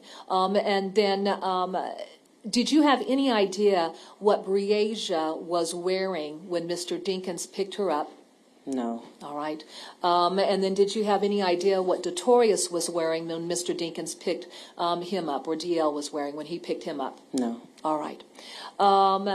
Does that later factor into some discussions and potential confusion that you had with the police department about what Breasia would have been wearing when she came up missing? Yes, ma'am. Okay. Let's talk about footwear. At the point that Breasia came up missing, was law enforcement interested in identifying what clothing and shoes she would have been wearing? Yes, ma'am. what information, if you recall, did you provide them about potential clothing and or footwear that Breasia would have been wearing? Like the shoes and things. Well, once I was able to look in the back of the trunk and see the shoes that possibly was missing, because my mom wasn't quite sure. So that's when I was like, okay, I remember her having, you know, the white flip-flops, a pair of pink flip-flops, and then she had a pair of slides. They were white, and it had aqua blue trimming, and then the bottom it was like a soft cushion part, and it was an aqua blue as well. Okay. Were those the three descriptions then of possible shoes Breasia was wearing when she would have gone over to the Dinkin residence to spend that couple of days? I don't recall off the top of my head. Okay. At any rate, let's go ahead and let's talk about that. So then you get off work. Yes, ma'am. Pick up from the apartment. Where do you return to? I returned, I had went from Checkers back to my mom's house at 614 West 63rd Street. And I took a shower like I said I was, got the kids' clothes, and then got in contact with Mr. Dinkins to figure out where he was. And I started driving that way when he was giving me a good description of the area I was supposed to be going to. What description did Mr. Dinkins provide to you that prompted where you first went? Well, at first he said Jersey Ridge, and I'm like, oh, Jersey Ridge? I was thinking there's like another apartment complex over by Capri College, so I was going to head that way. And he's like, no. He said it was like going towards that Walmart or something like that, and I was like, okay, all right, I think I know where you are. All right. Did you end up going to the Jersey Meadow apartment complex located right next to Costco there on 53rd? Yes, ma'am. Okay. When you went over to the apartment complex, was this an area that you were familiar with? Yes, I worked in the area. Okay. Now, this particular apartment complex, did you have any friends or family that lived there? No. Okay. Other than going over that day, was this a location that you had ever gone and spent time at before? No. Had any of the children ever been over to this particular apartment complex to spend time? No. Would this have been an apartment complex that DL would have been familiar with? No. Would this have been an apartment complex that Breasia was familiar with? No. Was this an apartment complex that CS was familiar with? No. Before we talk a little bit further about that, I want to talk about sleep patterns, Okay. just between you and your three children. How would you describe your sleep pattern when you go to bed at night? I'm out like a light. All right. If you were to describe CS's sleep pattern, how would you describe that? Like, you know, the same. We both, once we're down. How about Breasia? Yeah, when she's down for the most part. Yes. Okay. And then DL? Same. All right. Was Breasia ever known just to wake up and wander off? No. Okay. Was Breasia ever known to engage in sleepwalking? No. Okay. Was Breasia a child who, would just take off on her own? No. Okay. And if Breasia was in a location that she wasn't familiar with, would she be the type of child that would leave that location, just to search out mom or grandma? No. Okay. If Breasia didn't feel comfortable in a location that she was at, what would she do? She would try to first contact my oldest sister or myself, or a number, or just someone that she knows, so then, they're able to figure out, so they're able to figure out exactly where she is and things. Okay. All right. Now, let's go ahead and jump back into where we were at relative to your questioning. So once you gathered the children's clothing, did you respond to the Jersey Meadow apartment complex? Yes. Okay. Did you reach out and try to communicate with anyone to let them know that you were on your way? I had reached out to Dinkins and told him. Okay. And when you say Dinkins, who do you mean? Henry. All right. Did either Breasia or Detorius have a cell phone with them that they would have been able to take to the apartment? No, they didn't have a cell phone with them. Okay. So then as far as your ability to communicate with anyone, whose phone would you have to telephone? Henry Dinkins. All right. Did Mr. Dinkins have your telephone number before the children went to spend time with him on July 9th? Yes, ma'am. Okay. How are you sure of that? Because I gave it to him, and he also had my mom's number as a backup, so he had contact. Okay. Describe what happened then when you went over to the complex. I sat out there. I talked to Briasia for a little bit because she was holding her dog. She was trying to go in with the dog and things, and she was letting me know that she was learning how to be an AT&T agent, and she was really excited about it. Okay.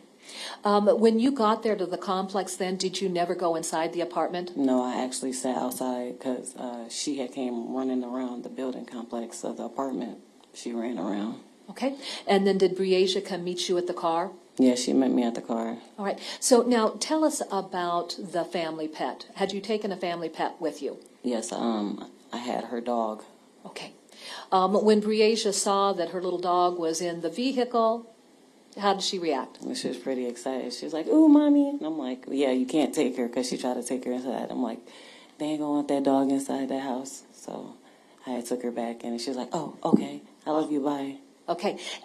Was the clothing handed off to Bree to take into the apartment? Yes, it was. And then did you have any direct contact with Mr. Dinkins or Andrea Culberson when you dropped the clothes off there at the apartment? No, I just headed home. All right. Let's discuss the weather. Okay. Tell us about the weather conditions that evening. What time do you believe you would have dropped clothing off there at the apartment complex? Around about maybe a little before 6:30 or a little after 6:30-ish.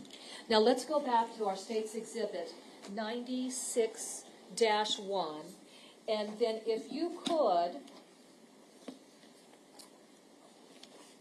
staying with page 3 of this exhibit, our last 3 entries, tell us what those time frames are for ingoing or outgoing calls, and let's be specific. All right, the first entry, is that an inbound call or an outbound call? First entry here is inbound call. So who would have been making the call? It would have possibly been, I'm not exactly sure. Well, if you look in the left column, it will say calling number. What was the calling number? Calling number was Dinkins' number. All right. How long did that call last? It lasted 123 seconds. And then what time did that call come in? About 6:03. All right. And then our next entry, is that an inbound or an outbound call? That's an outbound call. Who's making that call? I'm actually making that call at this moment. And what's the time frame of that?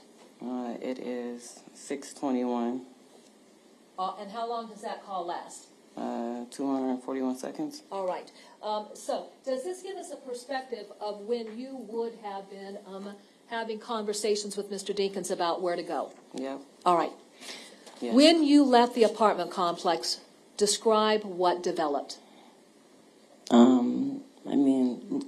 Leaving the Jersey Meadows apartments. Correct. Well, I was gonna go to a friend's house because I thought I would have been able to beat the rain, but because it was just drizzling out, and then it started coming down, so I started coming back towards my mom's house, and I ended up getting caught, and I couldn't see, so I ended up pulling over until it slowed down a bit, and I called my mom and told her that I pulled over because the rain was coming down too bad, and I couldn't see.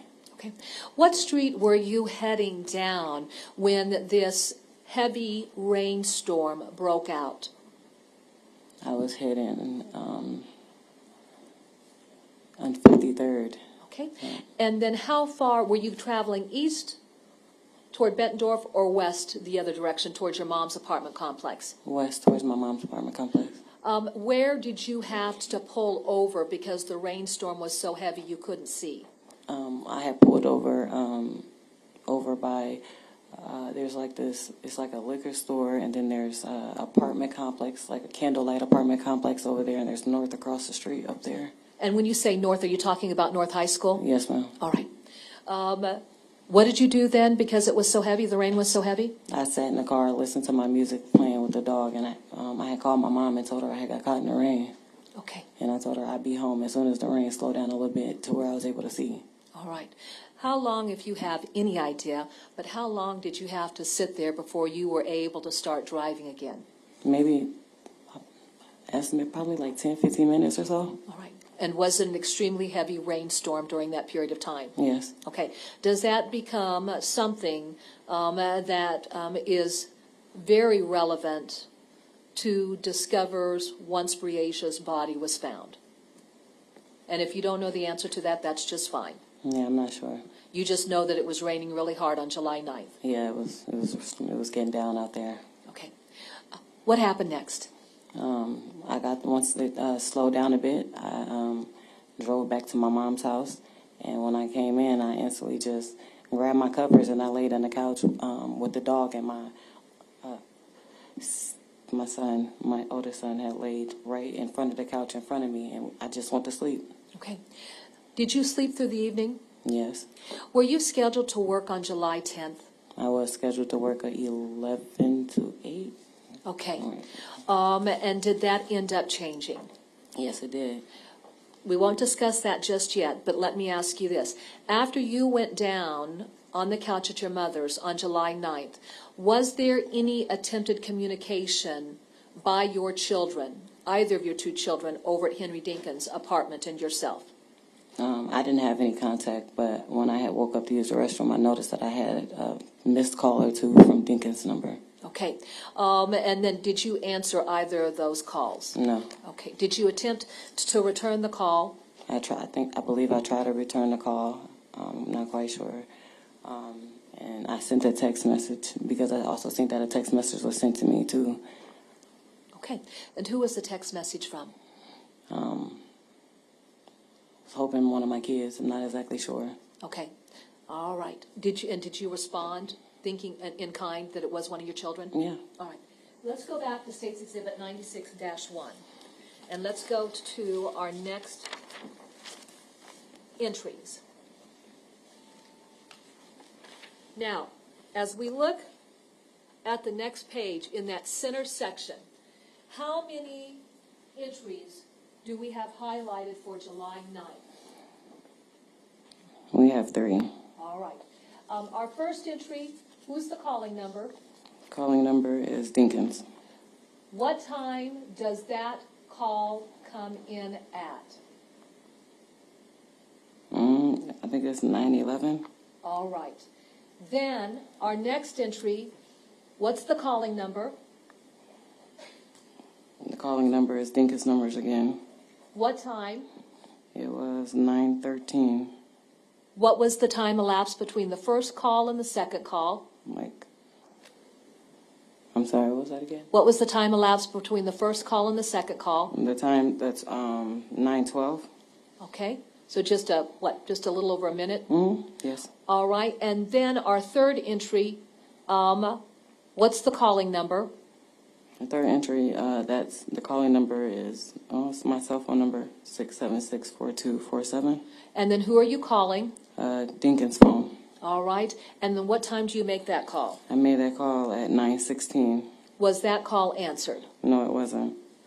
So therefore, then, is it important to look at text communications that occurred relative to your cell phone? Yes. Okay. Let's go ahead and let's set that exhibit aside for the time being. Okay.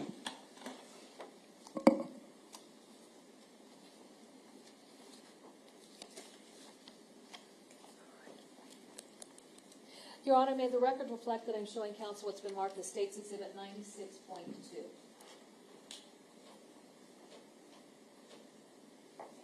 May I approach the witness, Your Honor? You may. I'm handing you what's been marked as State's Exhibit 96.2, and I'd like for you to take a look at that document. For purposes of our record, this consists of 3 pages, Your Honor.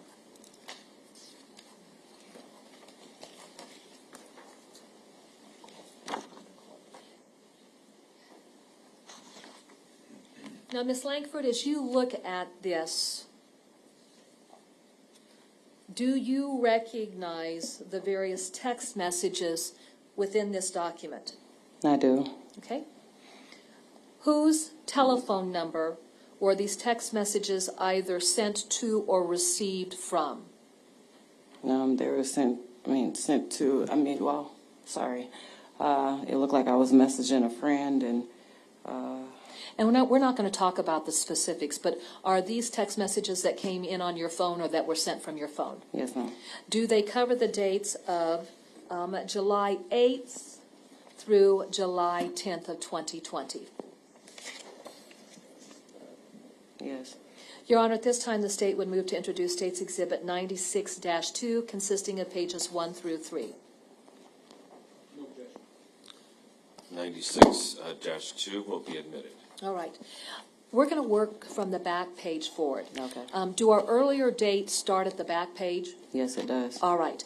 Now, Your Honor, may I publish this? You may. Okay. All right.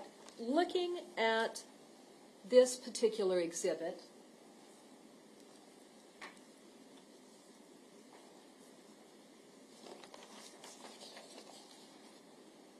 how many entries do we have on page 3? We have 2. Okay, let's look at our earliest entry. What's the date and time for that text message? It is July 8th, 2020 at 10:55 p.m. Now, do you see just below that what would be a UTC time? Yes. Okay. And then do you see a -5? Yes, ma'am. All right. Do you understand UTC time? No, ma'am. That's all right. I'll have an officer speak to that. But is it documenting a time based on UTC time? Yes. All right. Who is the text from? Dinkins. Okay. And what does that text say? It says call me. All right. Now, let's go to the next entry. What's our date for that? The next date is July 9th, 2020 at 10:45. Who is sending that text? Dinkins. All right. And what's the nature of the text? It looks like we were establishing exactly how long the tourists would be there. And what does Mr. Dinkins indicate as far as the time frame that he was going to keep DL? I'm keeping him for 3 to 5 days. Okay. Let's go to page 2 of that document.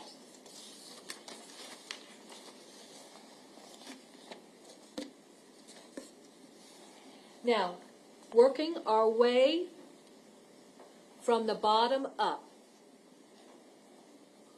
what's the nature of the text communication that's occurring between yourself and Mr. Dinkins?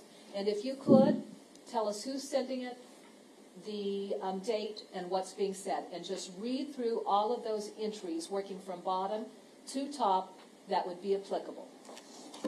Okay, so I got a sent message from Dinkins, July 9th, 2020 at 11:28 a.m. That's UTC time? I'm sorry. Yes, UTC time. Sorry.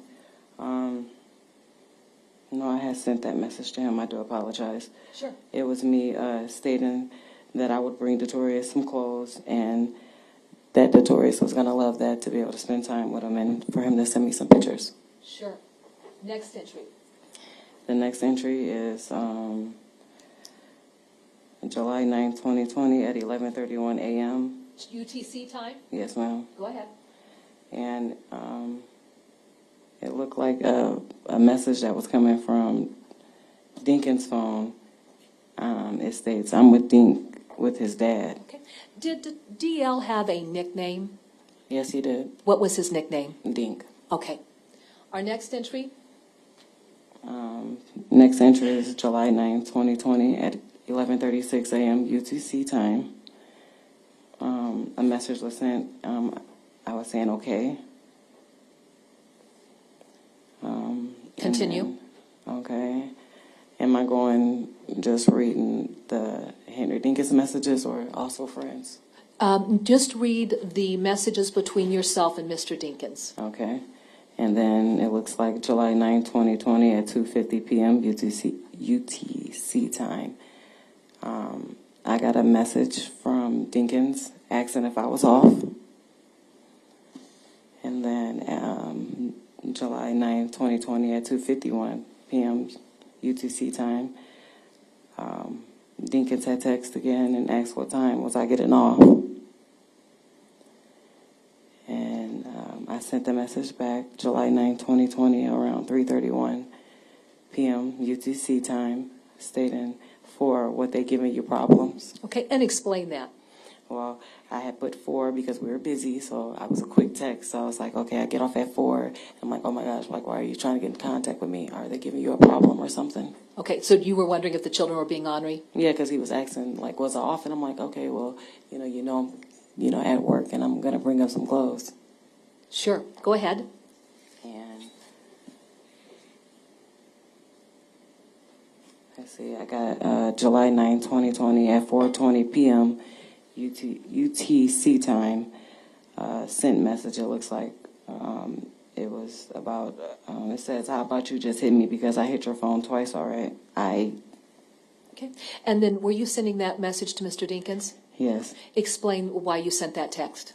because I want to say that he may have called me or something. Not exactly sure. I can't say for sure, but may have called or something that he wasn't answering, and I was at work, and I'm just like, just hit me whenever you're able to get the chance to. What's our next entry? Next entry is inbox July 9, 2020 at 5:26 p.m. UTC time. Dinkins texting me telling me that it should ring. Okay, and then from there? I sent message at 5:26 p.m. UTC time. I told him okay. And then it looks like July 9, 2020 at 9:13 p.m. UTC time. A message said, "Good night, Mom." And then do you respond to that message, good night, Mom?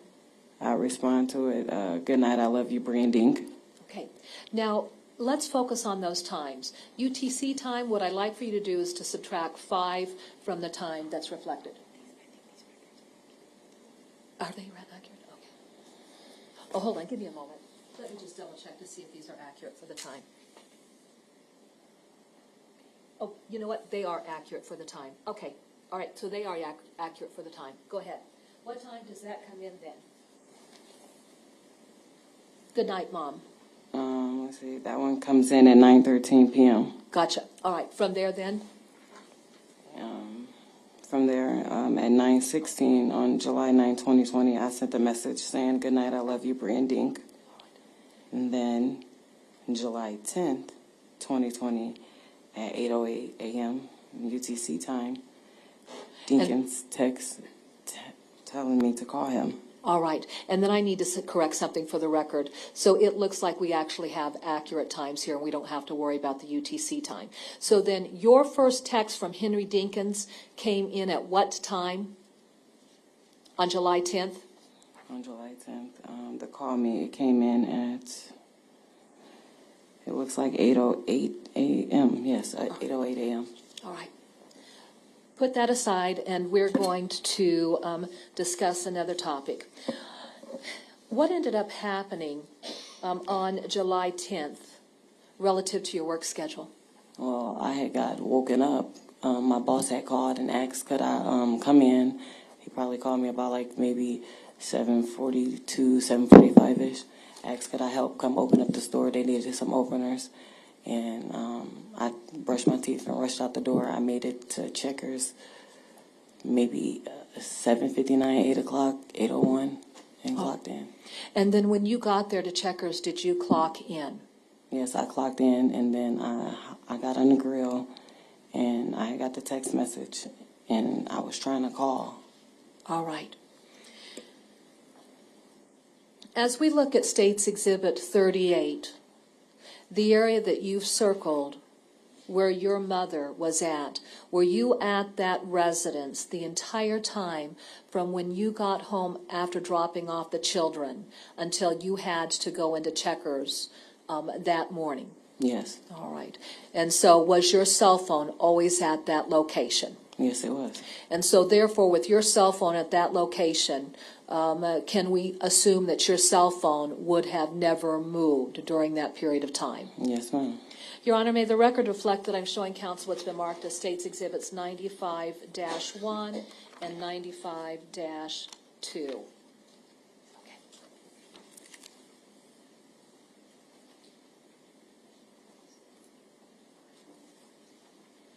May I approach? You may. Ms. Langford, I'm handing you what's marked as States Exhibits -95-1 and 95-2. I want you to look at those exhibits and tell me if you recognize them. Yes, I recognize it. Okay. Just in general, what does this group exhibit consist of? My work schedule for the week. Okay. Would that encompass the date of July 9th of 2020 and July 10th Yes. of 2020? Yes, ma'am. You want me to read the times? Yeah, and just give me a moment if you could. Okay.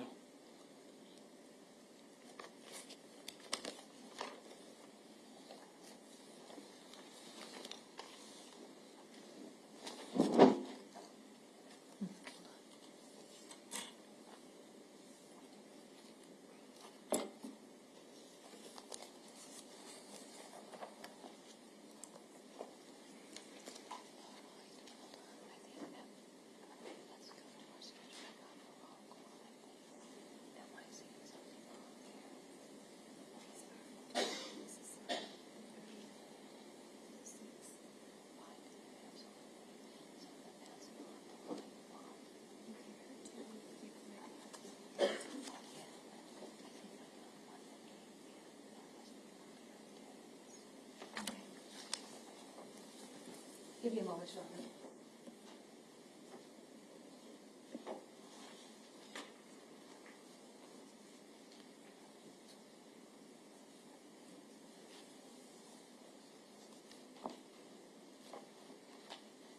Ms. Langford, we're going to set that aside for the time being. I'll come back to that particular exhibit. I've got to do some checking on something. But at any rate, did you have a work schedule that showed that you were working on July 9th and July 10th? Yes, ma'am. All right.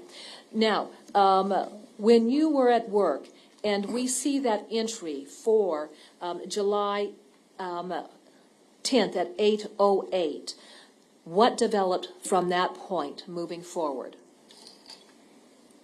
At work? Or Yeah. just the day periodically? Well, so at 8:08 I had got a text that said call me. I was trying to call Mr. Dinkins' phone. No answer. I want to say I called him twice. And then I sent a text message. And I told him that I wasn't going to play telephone. Call me when you get this message. I'm at work. And seconds later he called me right back. And he asked me, was Bree with me? And I said, what you mean, is Bree with me? She wouldn't stay the night with you. I'm at work. That would make sense. And he was like, well, I just woke up and she's gone. I want to be very clear about that. Did he tell you that he just woke up and discovered that she was gone? Yes, he did. Did that conversation then occur after that first contact in your phone log showing that he called you at 8:08 a.m.? Yes, ma'am. When he told you that he just woke up and that Bree was gone, what was your reaction? It was more just a feeling. The feelings had took over a lot and emotions, and I was just yelling on the phone like, well, did you look around, you know? Because I kind of chucked it off because like, it didn't make any sense. Like, stop playing, you know, like how you just wake up and she's just gone, like she's just not there in the house. And I was asking about, of course, Andrea and Detorius, because they were in the house as well. And he was like, I don't know. I just woke up and she wasn't there. And I'm like, well, have you called the police? And he's like, I'm going down there right now, because he was saying he was looking for her. And I'm like, well, why are you looking for her? And that's when I got the texting family members, let them know that Henry had lost Breasia, and it didn't sound right. And my uncle insisted that I called the police, and I was at work, and I was just crying, and I called the police, and I was trying to describe Mr. Dinkins to the person that I was talking to on the phone, and they stated that there was no one down there that made a call or anything like that. So I had to get off the phone with them because I had to scroll through and get Mr. Dinkins' number because they were asking questions I didn't know. I didn't know what she was in. I didn't know what took place that night.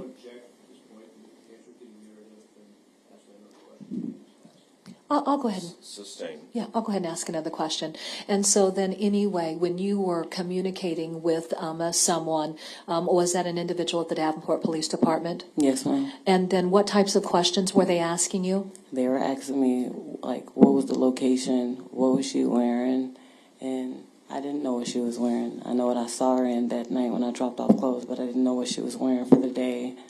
I couldn't be exact of the apartment because I didn't come in the apartment. I just pulled in front, and only he could have answered those, so I gave the lady the number that I had for his contact. Okay. Would that have included the number that is reflected in your telephone records? Yes, ma'am. And then can you read that number into the record once again? Yes. It's 563-726-4078. When you provided that telephone number to, were you talking with a female or a male there at the Davenport Police Department? I think I talked to both females. Okay.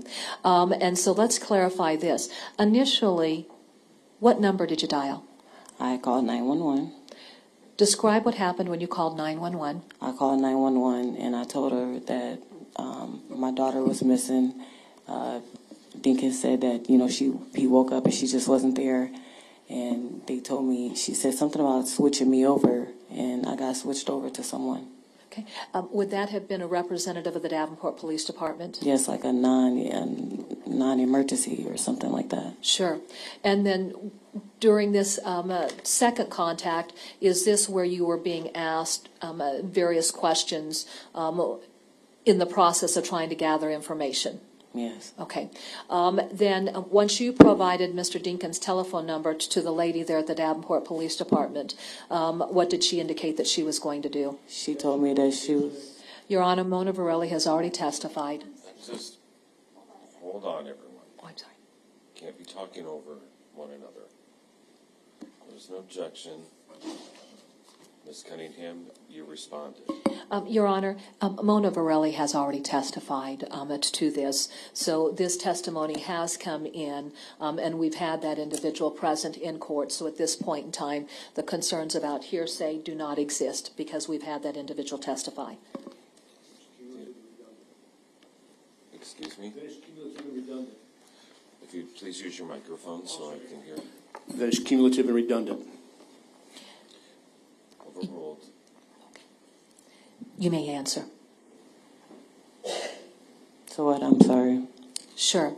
And the lady that you spoke with at the Davenport Police Department, what did she indicate she was going to do? She stated that she was going to get in contact with him to be able to get that correct address because all I had was an apartment, like a name, and because that's all I could remember. And she told me that she was going to call him and she was going to get the information. And I was crying and I'm like, well, what am I supposed to do? What am I supposed to do? And she told me to stay at my job and wait, and someone will contact me or someone will come up to my job.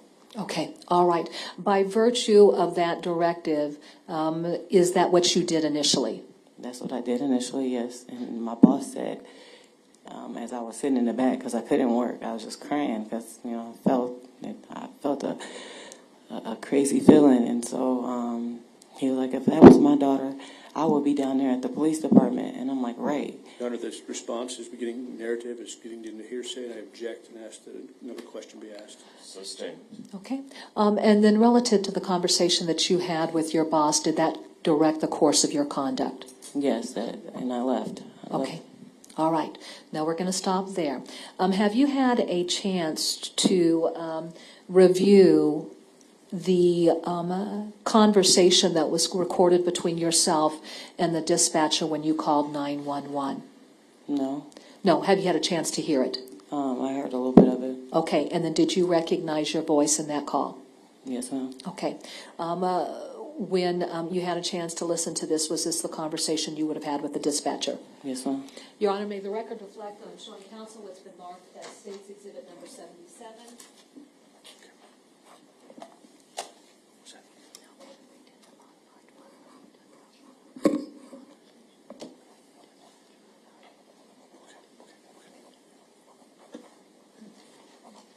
May I approach, Your Honor? You may. I'm handing you what's remarked as State's Exhibit number 77. Is this the exhibit or disc that you had a chance to listen to recognize your voice and know that this was the 911 call? Yes, ma'am. Your Honor, at this time, the State will move to introduce State's Exhibit number 77. No objection. Exhibit 77 will be admitted. Your Honor, may we publish State's Exhibit 77? You may. Okay.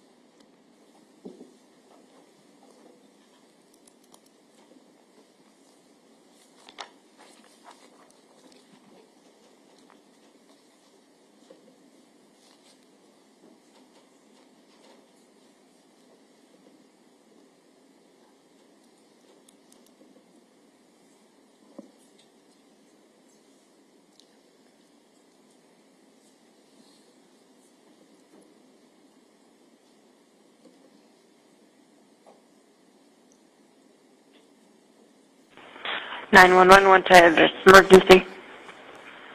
Well, I'm on my way back to my house. I took this rally at 21 East Locust. Okay, you cut out. What's going on? I'm on my way back to my inspectors at 1721 East Locust Street. 1721 East Locust. What's going on?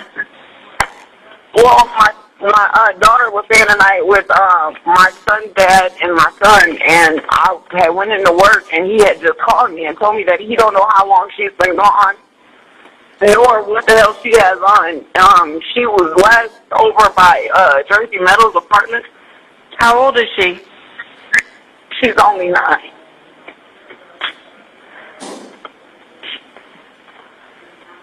Okay, so you want to report her as missing? Yes, because he doesn't know how long she's been gone, nor what she has on, or where she's even going. I haven't even got a call from her or anyone else. Okay, let me give you another number so you can report her. You can file that report. Do you have something to write with? Yes. It's 563-326-7979. Okay. All right? Thank you. Thank you. Bye.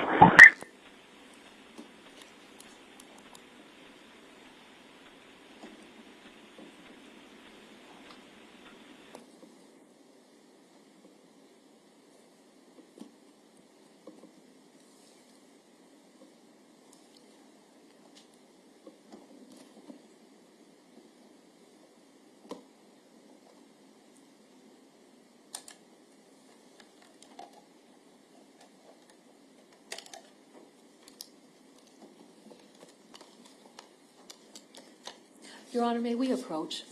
You may.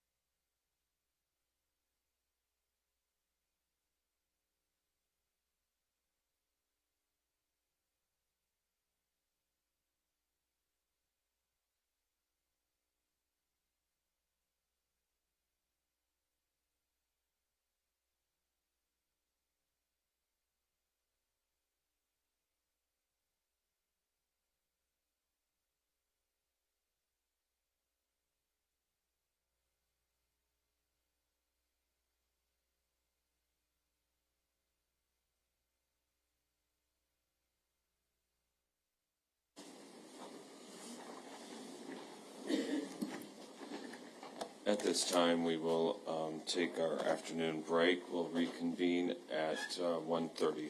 Thank you.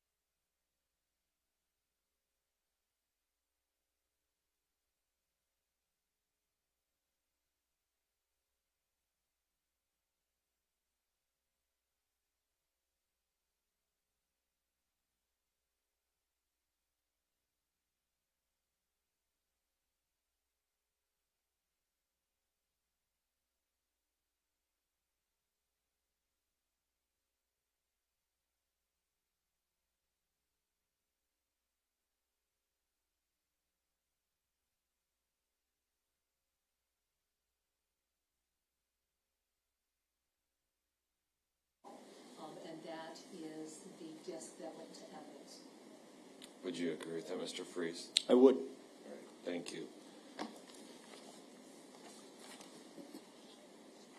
And also, just for the purposes of the record, Mr. Freeze had brought to the court's attention that one of the members of media had taken pictures of Exhibit 38. There was discussions with that member of the media.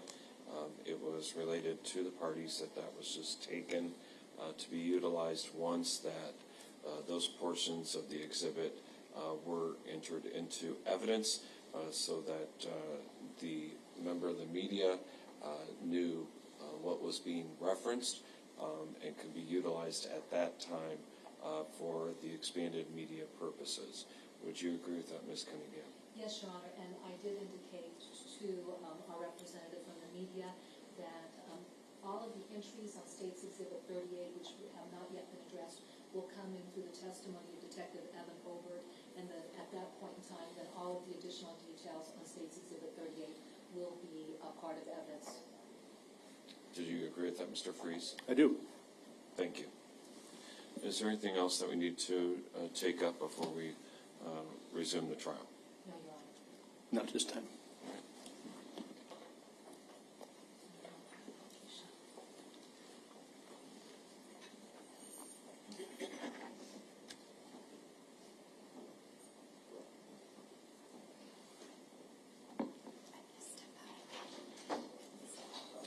No, you're fine. You're fine. Adrian's dealing with a bit of a cold, too.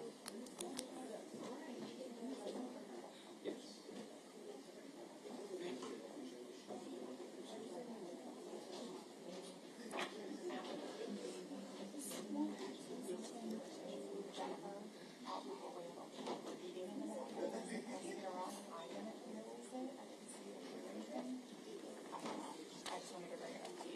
Let's keep our eyes open.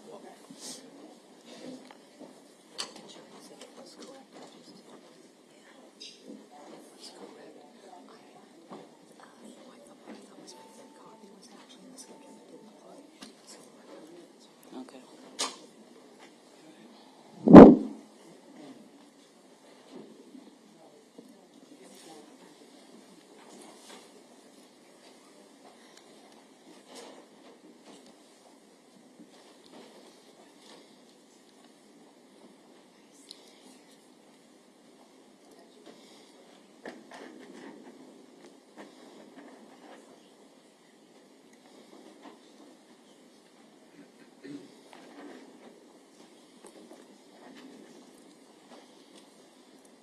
Ms. Cunningham, are you ready to proceed? I am, Your Honor. All right. Ms. Langford, I would remind you that you're still under oath. Okay. You may proceed. Thank you, Your Honor. Ms. Langford, I believe when we concluded your testimony before lunch, we had discussed the conversations you had with the female representative of the Davenport Police Department when you were referred to their general number after speaking with a dispatcher at 911. That being said, let's pick up from there and let's go ahead and we're going to go back to your telephone records if we could. When you received that inbound call on July 10th from Mr. Dinkins at 8:08 a.m., if you could, I'd like to reference you back to State's Exhibit 96-1. Do you have that before you? No, I don't. I just have the schedule.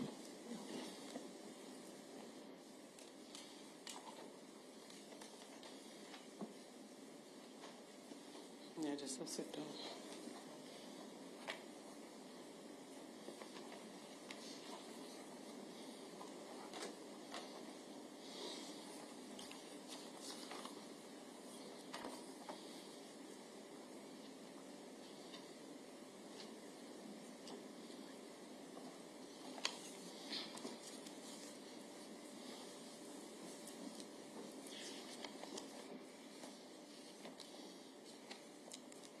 Now on page 4 of State's Exhibit 96-1, toward the bottom, do you see that first call that would have come in from Mr. Dinkins on July 10th at 8:08 a.m. in the morning. Yes. What was the duration of that call? 0 seconds. All right. From that point moving forward then, is there a number of telephone calls that appear on page 4 and going into page 5 of your call record? Yes, ma'am. All right. Your Honor, may we publish this? You may. All right.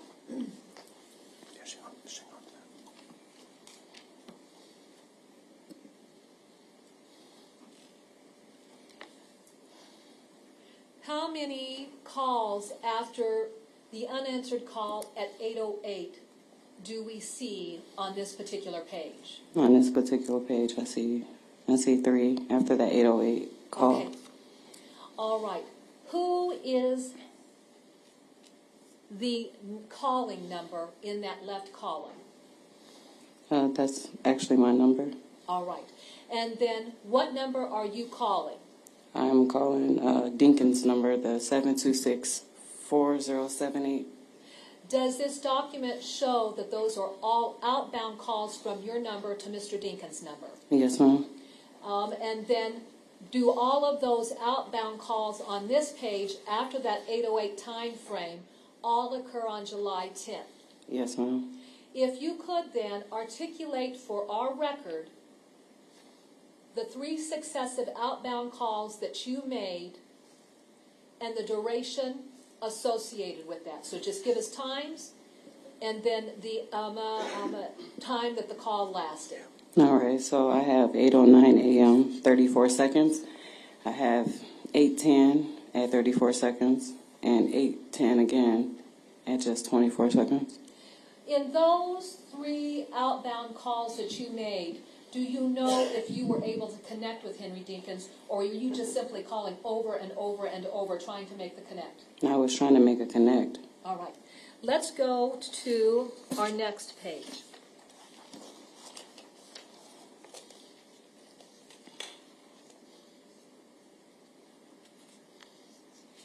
How many highlighted calls then appear on our next page, which I'm going to identify as page 5 of State's Exhibit 96-1, and that would simply be the highlighted calls.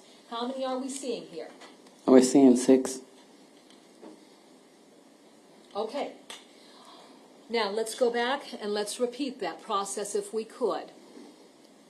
The process of times. Yes. For those 6 calls, who's the calling number in the very first entry? That's my call. I was calling out to Henry. What's the time then that you placed that call to Mr. Dinkins? It was at 8:11 a.m. The duration of that call? 0 seconds. Did he answer? No, he didn't. The next entry, what's the calling number? The calling number is the 563-726-4078. Mr. Dinkins' number? Yes, ma'am. All right. And then what time is that call coming into your phone? It looks about like 8:11. All right. If you were to give us the seconds, your call at 8:11 would be what? 8:11 and what? How many seconds? 120 seconds, that second call. Oh, yeah, no, let me make this clear, just so that we understand the time elapsed.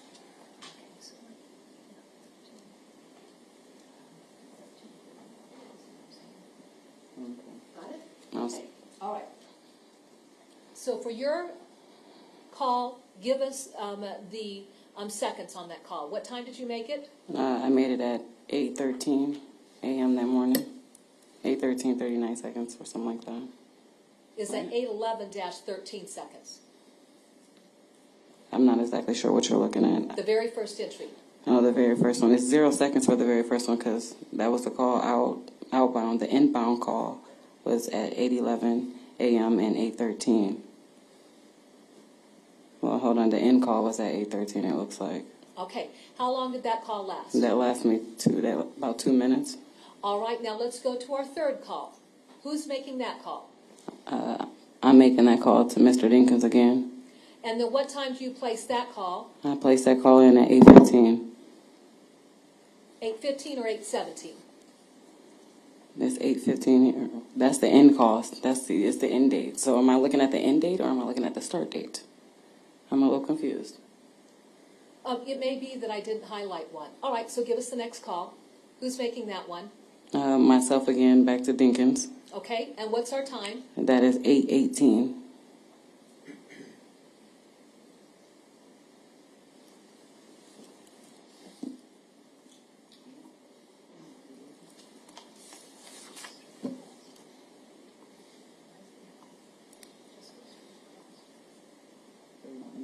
Yes, that's what I want. So the end date time, okay. All right, give me those times. Okay, so All right, so our third entry. third entry was at 8:17. Okay, who's making that call? I'm making that call to Dinkins. Okay, our next highlighted call.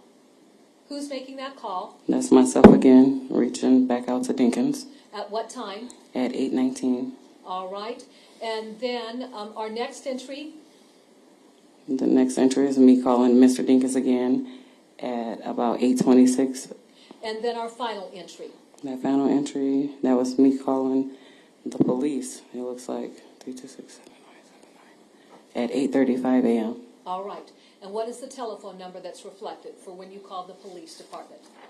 The police department number or mine? 563-326-7979. As we look at the duration of those calls, did you have some conversations with Mr. Dinkins in that series of successive calls? Yes, as to where she might have been and what was actually going on and where was he. Okay. When you were making inquiries about where Mr. Dinkins was at, what was he communicating to you about his location and what he was doing? He wasn't necessarily communicating anything. He said he was out looking for her and he was going to make a police report. Okay. When you spoke with Mr. Dinkins, did it become clear to you that he had not yet reported Breasia as missing?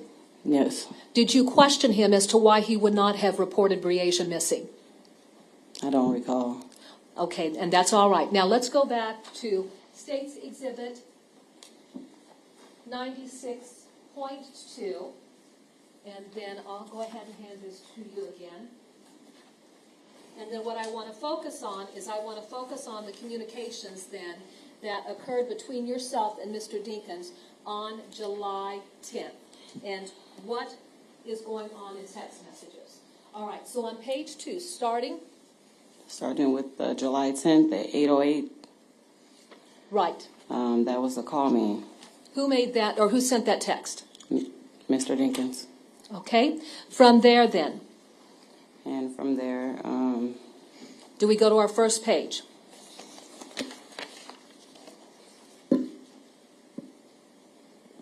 I tried to call him several times and he didn't answer. So then I sent a text message and I just said, just call me. I'm not about to play telephone. What time is that text? It looks like 8:11 a.m. Okay. And then your next communication with Mr. Dinkins.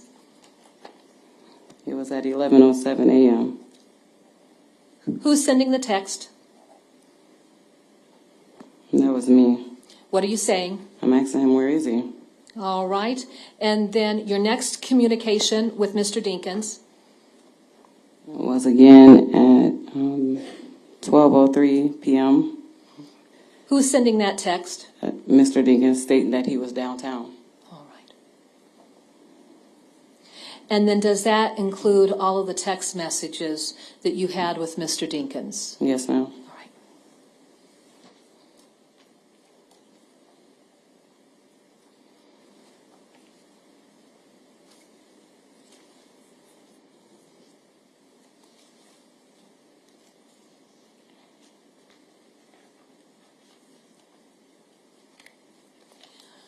I want to redirect your attention to States Exhibit 95-1 and 95-2. For purposes of the record, what is this exhibit? A work schedule from work. Okay. Does this set forth your work schedule for July 9th and July 10th? Yes, it does. Okay. Now, on States Exhibit 95-1, does it indicate what had been your scheduled shift before changes were made? Yes, ma'am.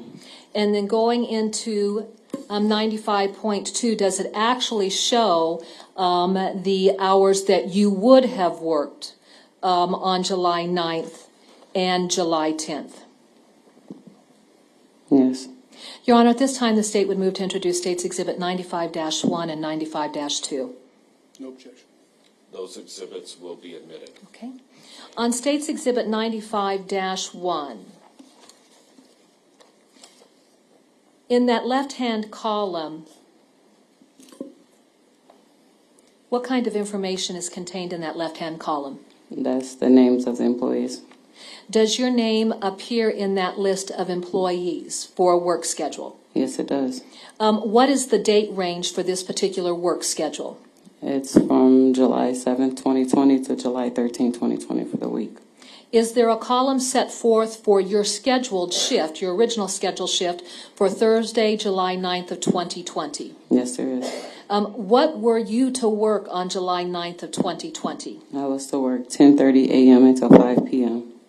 And then is there a column for what was your original work schedule for July 10th? It was for 11 a.m. to 4 p.m. All right. Going to States Exhibit 95-2 then, for July 9th of 2020, does it set forth the times that you would have clocked in and clocked out? Yes. Okay, what time did you initially clock in on July 9th? I clocked in originally at 10:39 a.m. What time did you clock out? I clocked out at 12:59 p.m.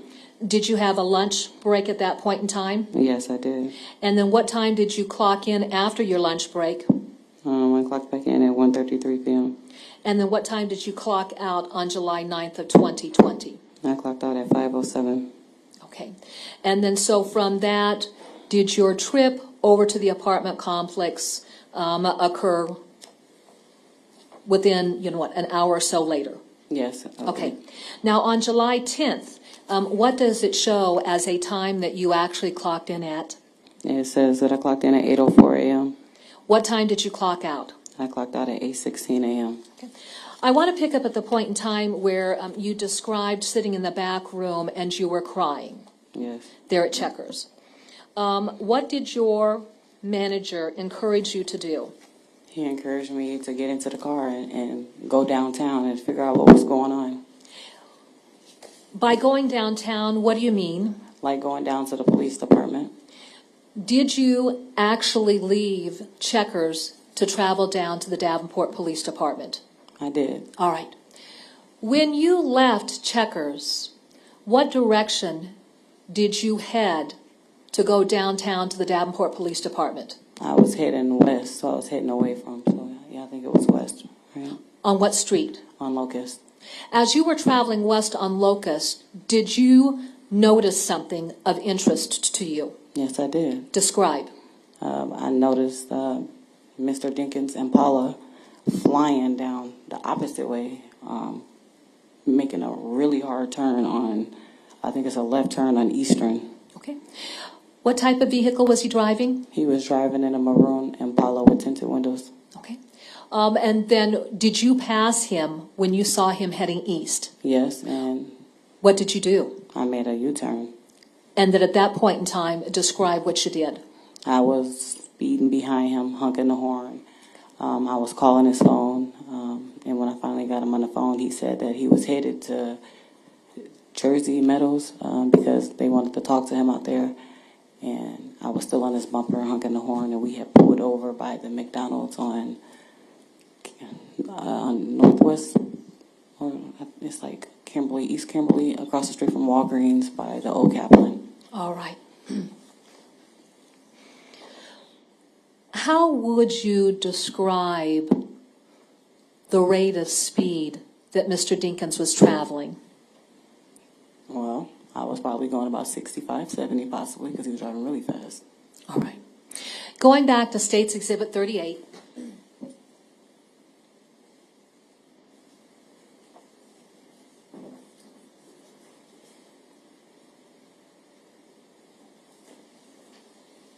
Don't say anything just yet. I want you to come down to this exhibit.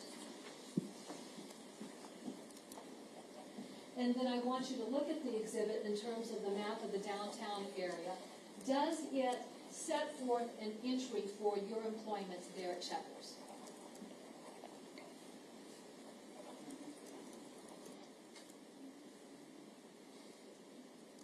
And then do you see an entry for the McDonald's where you would have met with Mr. Dinkins? Okay, don't say anything. What I'm going to do is I'll take you back to the stand, but what I'm going to do is I'm going to have you use a blue magic marker to circle the location of Checkers. Do that. Don't say anything. I'll put you back on the stand so that we can get that testimony through the microphone. Then I want you to take this red magic marker and I want you to circle the location of the McDonald's that you're referencing.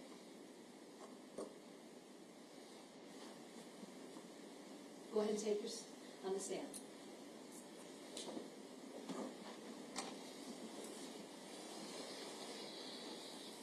My question to you is this.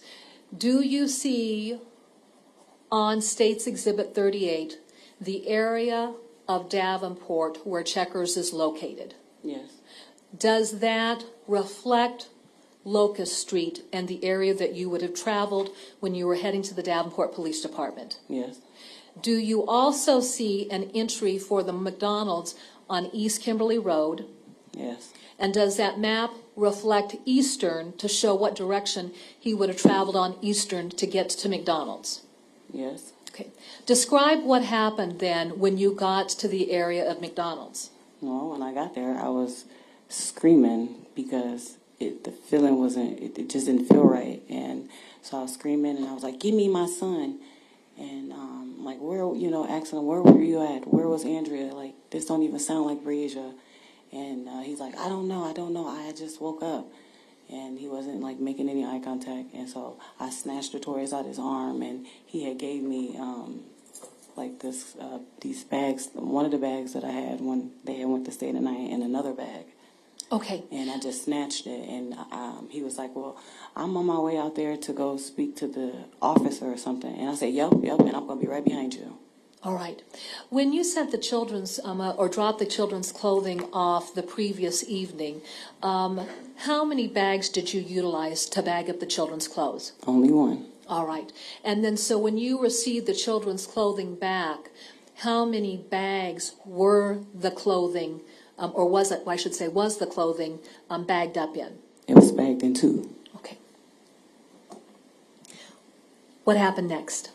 And then I followed him. We drove out there to the Jersey Meadow Apartments, and we were talking to the officer. When you arrived at the apartment complex, was there a patrol officer already on scene? I can't recall off the top of my head. I believe so. All right. Did you have contact with that officer? Like, as far as speaking to him? Yes. Yes, we were out there speaking to him. He was trying to get me to calm down, but I couldn't calm down. All right. Who had the initial point of contact with the patrol officer? I'm not exactly sure who had that initial contact with the patrol. I'm not sure. That's all right. And then while you were speaking with the patrol officer, did Mr. Dinkins ever become a part of that conversation? Yes, he was smoking a cigarette, and he just was, I don't know. I just woke up, and she just wasn't there. I don't know. And I'm like, and I was screaming at him, like, it doesn't make sense, That's not true. He's lying. That's not true. And, he kind of was like, psst. And so I proceeded to cuss him out still. And I left because I'm like, you know what? He's playing games. I don't believe nothing he's saying. You don't have to object at this point. It's narrative and non-responsive. Okay. Sustained. Okay. At that point, then, what did you say? Yeah, go ahead. When I left, Well, explain what you were going to say. as to, If I don't interpose questions and it becomes a narrative, that's objectionable. So then I'm asking a question. So then at that point in time, what did you say to the officer about Mr. Dinkins? Don't object. That's hearsay. I just told him that Just Dinkins a was... moment. Just a moment. Your Honor, she's describing her own statements to law enforcement. Overruled. Yes, I was like, I'm like, I'm not hearing it. He's lying. I know he's lying. It just doesn't feel right. And so, you know, I was still getting upset because he was just so nonchalant. He wasn't answering nothing. So I left. And Again, objection is narrative and non-responsive. Your Honor, she is concluding the thought in terms of what it is that she did. That's Overruled.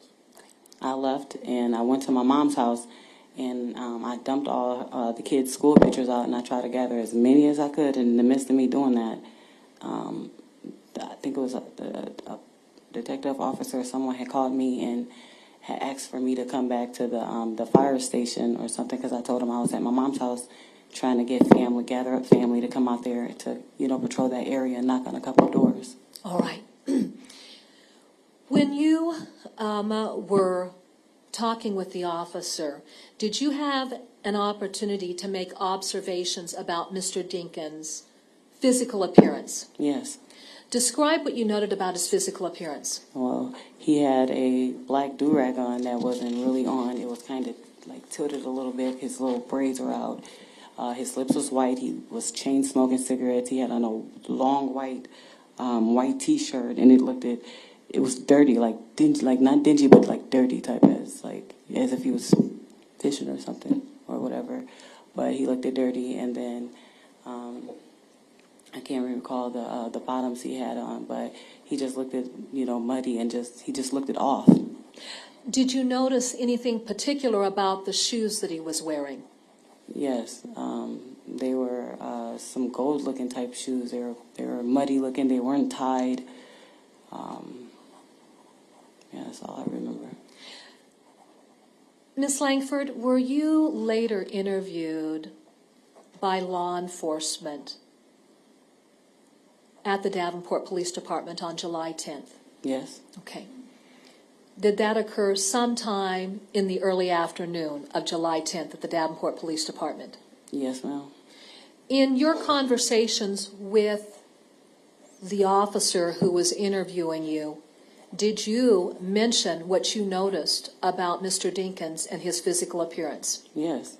Did you also mention what you noticed about his do-rag and, in particular, the tennis shoes? Yes. All right. Your Honor, may the record reflect that I'm showing counsel what's been marked as State's Exhibit number 128.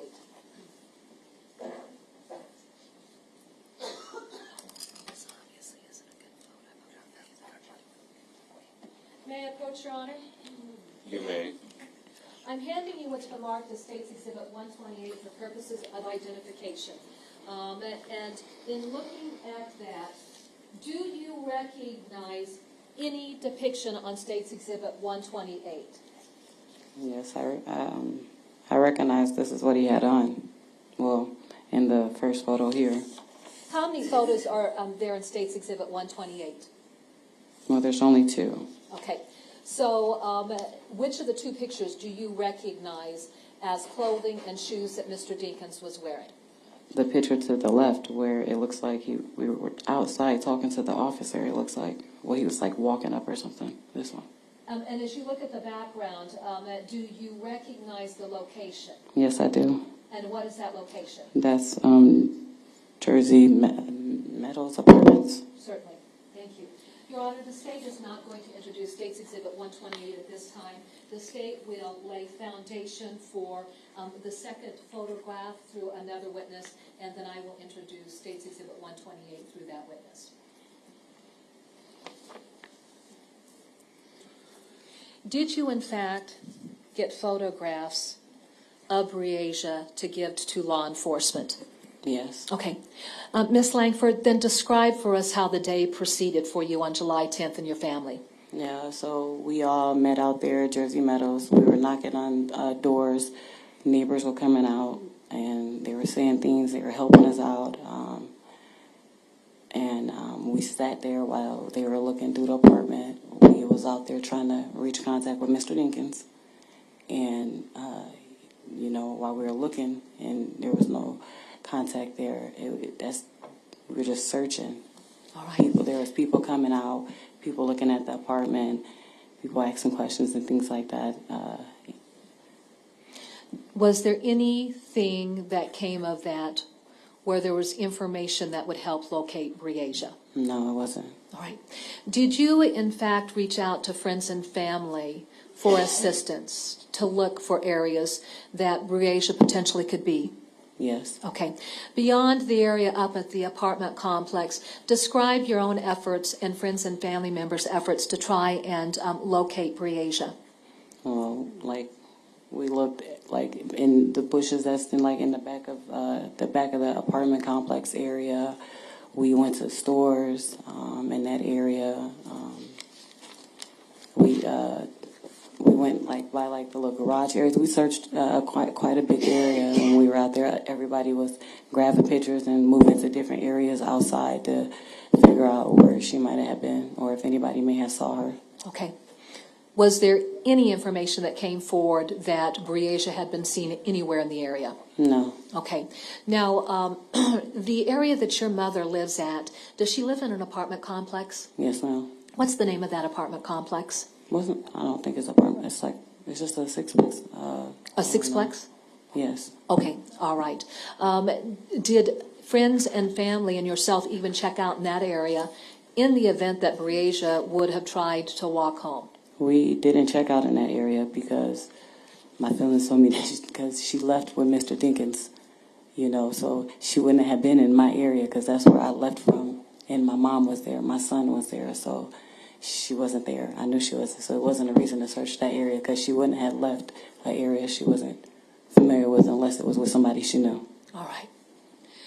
Let's talk about what happened at the Davenport Police Department. When you went to the Davenport Police Department, did any family members go down to the department with you to be interviewed?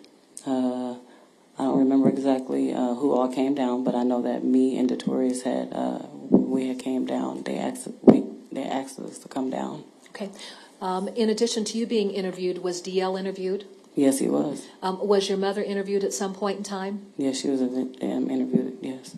And then while you were down at the Davenport Police Department on July 10th, did you have occasion to sit in with DL's interview? Yes.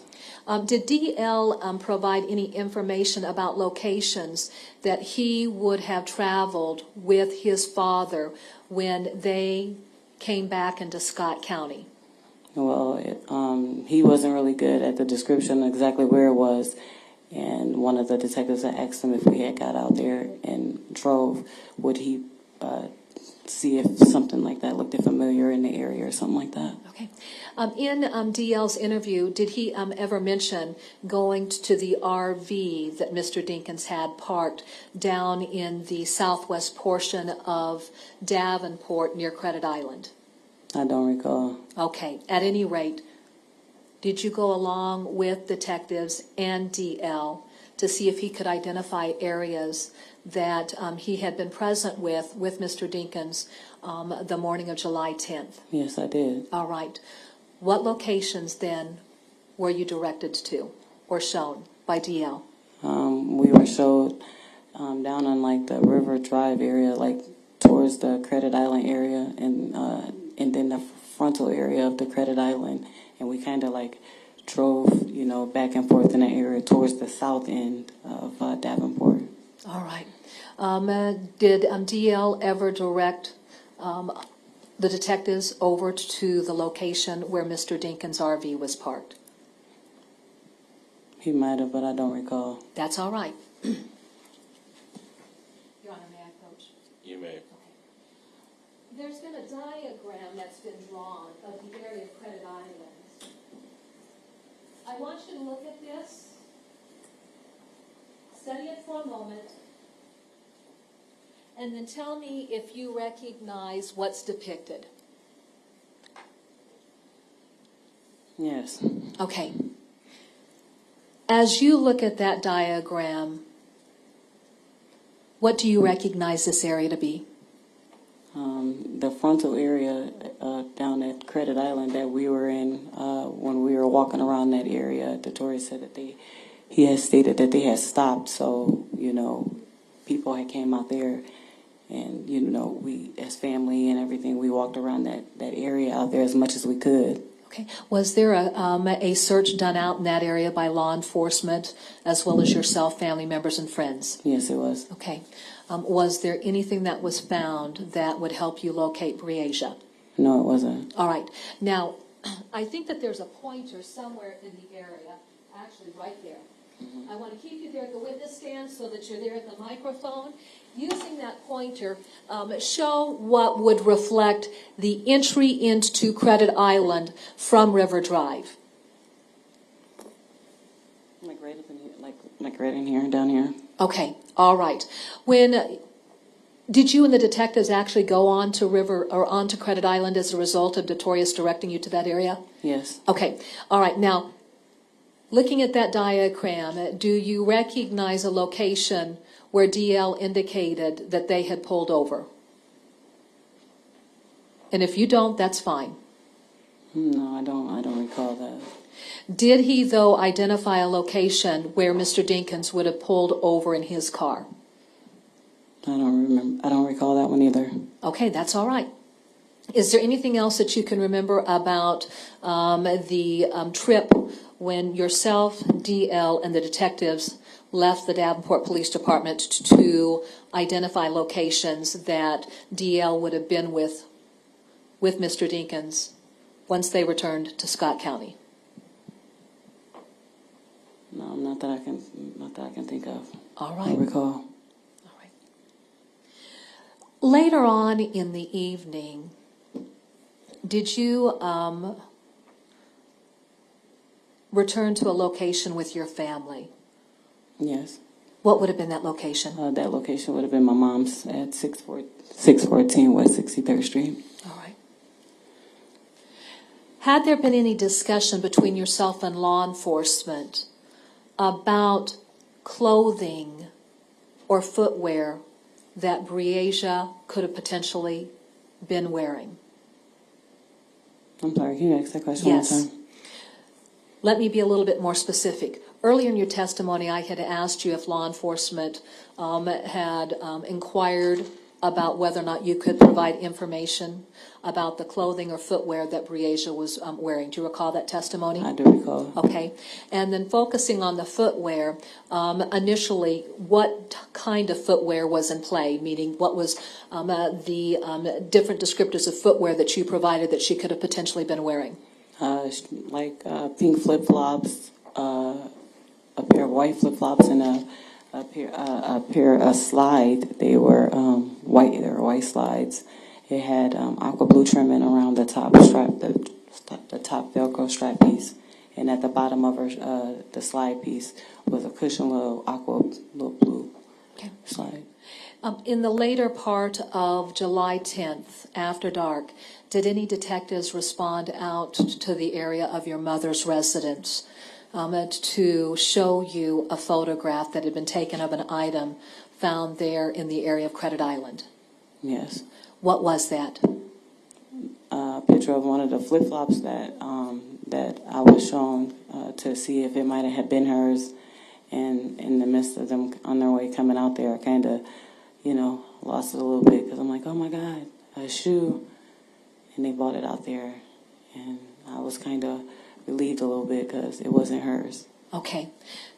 At that point, did you have an emotional breakdown in front of the officers? I did. Okay.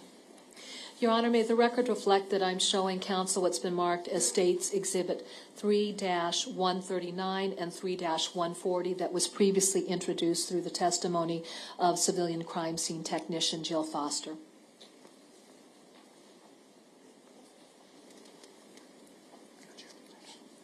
May I approach, Your Honor? You may. I'm handing you States Exhibits 3-139 and 3-140 that was previously introduced as exhibits. Do you recognize the depictions in those photographs? I do. How do you recognize that? I recognized it because those were photos that was shown to me to try to identify if that was a flip-flop that might have been hers. Okay. Describe what happened when you were shown those photographs. They had told me and it wasn't hers, and they had walked off, and it was already dark time, and I just fell out because I'm like, dang, I can't go in we can't stop looking for her. She's still out there. I can't go in. And I just fell out. Okay.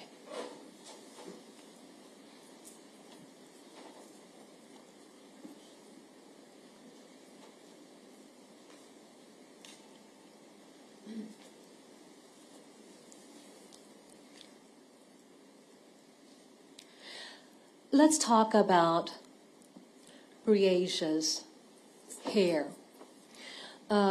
Around the time period of July 9th and July 10th, how had she been wearing her hair? She has some locks in her hair, and my cousin had just put some like cute little pretty shells on it. Okay.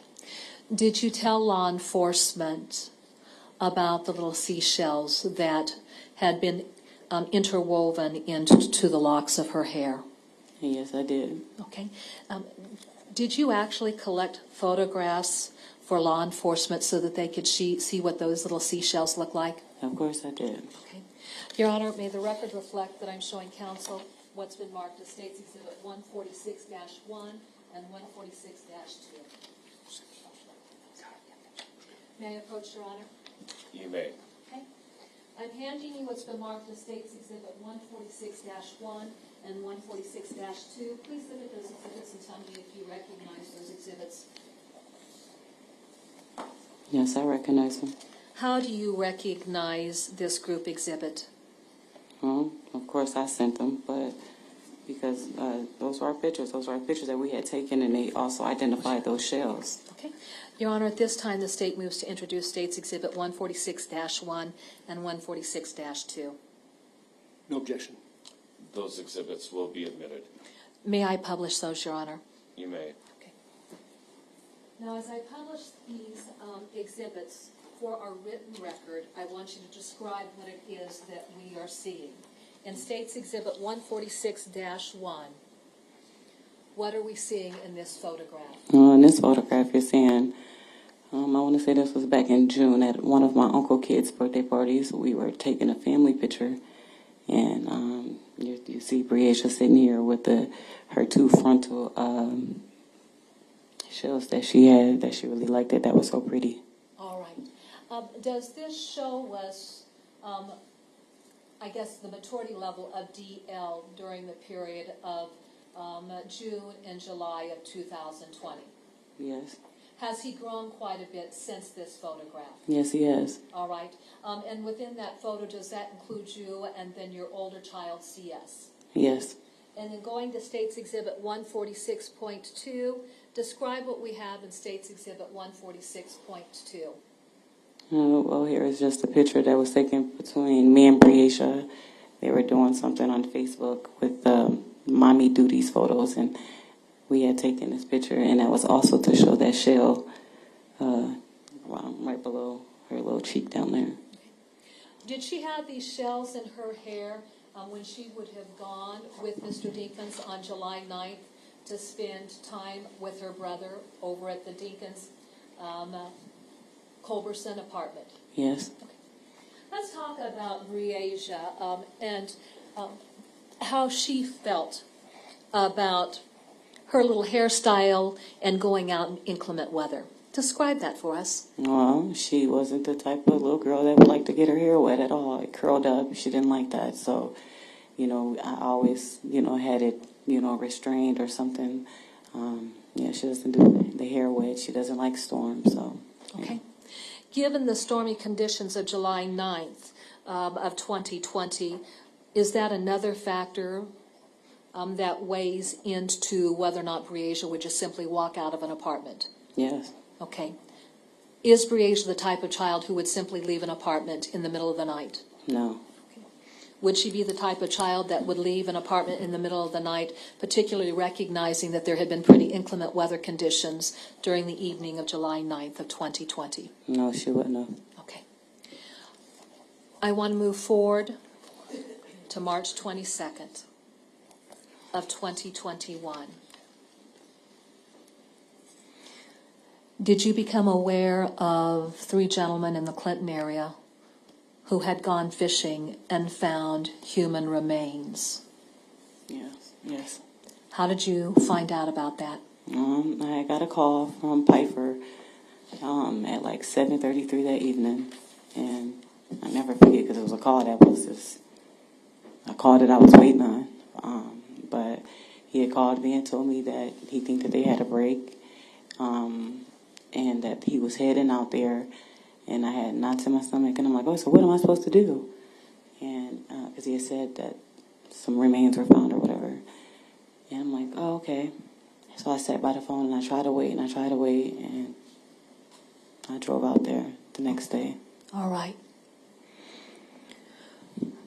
When you drove out on March 23rd, do you know what time of day you would have gone out to that location? It would have been a morning time, so someone had pinged the location maybe around like 7, 8 that morning. I might have left at about 9 because I remember the tourist had to go off to school, and I wanted to make sure he went to school first before I had left to figure out what was going on. All right. When you got out to the location, was there law enforcement out there? Yes. How significant was the concentration of law enforcement officers? I don't understand that question, I'm sorry. Yeah. If you were to describe the number of police officers out in the area, how would you describe that? It was so many. Everybody was everywhere.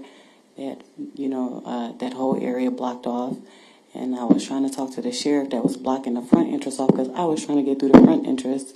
And I was like, well, where's Pfeiffer? Where's Pfeiffer? And he sent me down to some lighthouse, and I had to go to a lighthouse. And I was sitting in there, and I was still crying because it was just the feelings that I had got when I was out there. All right. Describe the feeling that you had when you got out there. Hell, it was a feeling that people told me from the beginning that I would feel it if I knew she was out there. It was like a snug on my heart, like, oh, you found me. That's what it was like. And then with you being out in the area, describe what developed. I stood out in the field. Okay. Did officers share anything with you about something associated with the remains that would be a unique identifier for Breasia? The shell in her hair. All right. Were you shown the shells? Yes, I believe so, yes. All right. Did law enforcement locate clothing out there and any type of shoes? I was shown a shoe, and I was like, oh, that was a shoe. That was a shoe. I kept explaining. That was a shoe. I was trying to say that was missing. Okay. Your Honor, may the record reflect that I'm showing the witness what's been marked as State's Exhibit 4-40.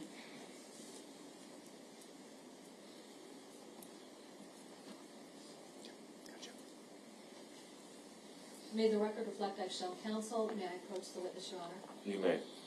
I'm handing you what's been marked as State's Exhibit 4-40. Do you recognize State's Exhibit 4-40? I do. How do you recognize State's Exhibit 4-40? I recognize it because it's my baby shoe. She had asked for it. I tried to describe this from the beginning. Hell, even till now. Your Honor, the State will move to introduce that exhibit, and may we publish it? No objection. Exhibit will be admitted. And is it subject to publication, Your Honor? Excuse me. Can we publish it? You may.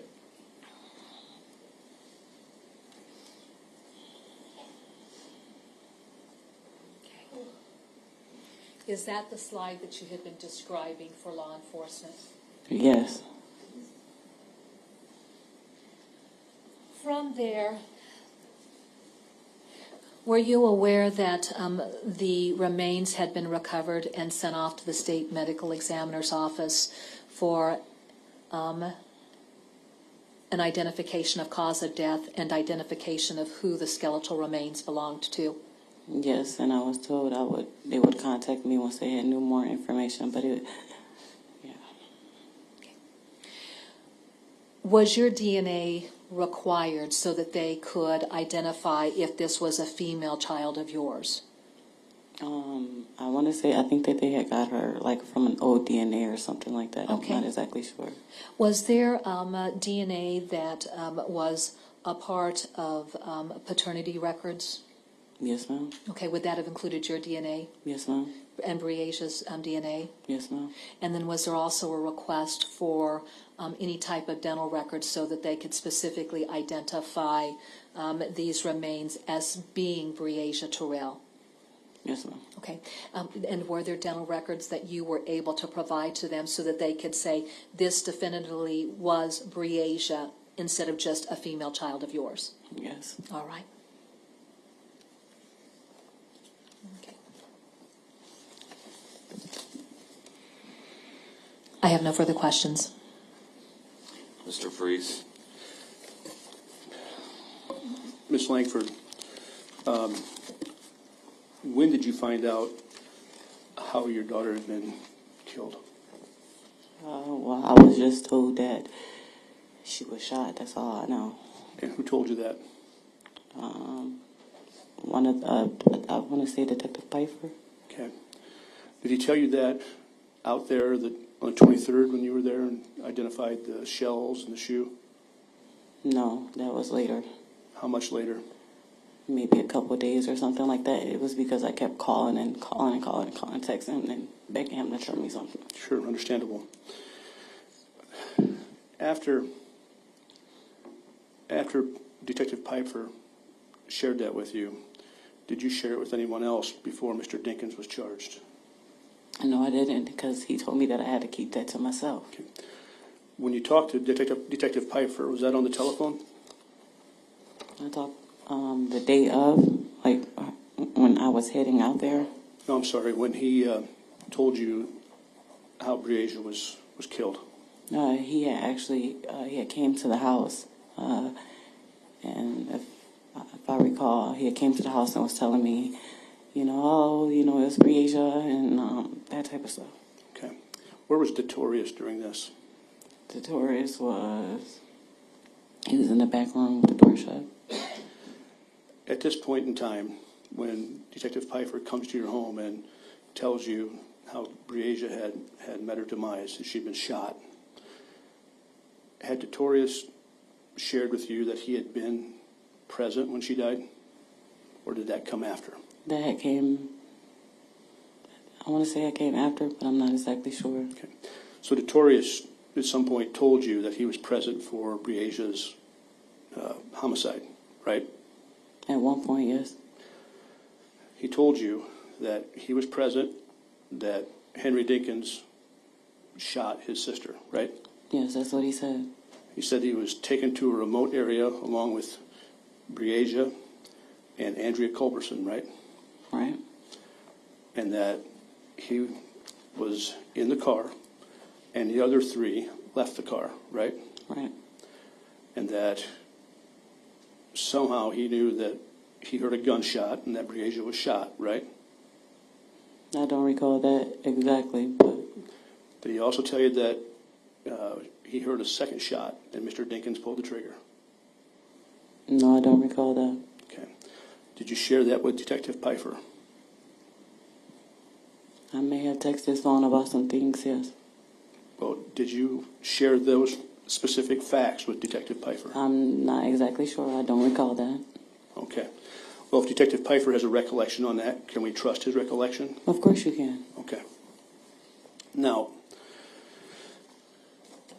the morning, strike that, the afternoon of July 10th, that's the day that Briasia is reported missing, right?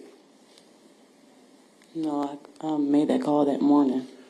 Okay, so July 10th, we can agree, is the date that Briasia went missing. Yes. And you were at the police station that afternoon. We can agree on that, right? Yes, we can. And that afternoon is when you and DL went for a car ride with the detectives, right? Right. On that date, DL never indicated that he was present for any shooting, right?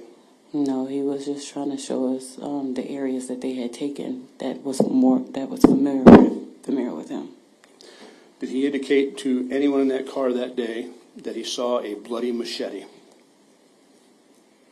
No, I don't know. Did he indicate to anyone that day that he saw a bloody machete getting sprayed off with bleach? Nope, I don't recall that either. Has he ever said that to you? No, not that I recall. Have you talked to your son about this? I spoke to him a couple times, but I was told by the law enforcement to not question him because that was their job. When you were with him in that car ride on July 10th, did he speak at all about being somewhere with Henry Dinkins and Henry Dinkins pouring bleach along the side of a road in some bushes? I'm not exactly sure the situation with the bleach exactly. I don't recall that. Okay. Have you ever heard of him saying to you that Henry Dinkins had stopped somewhere and poured bleach in some bushes? No, he said that he had pulled over to use the bathroom or something. Okay. But if I told you that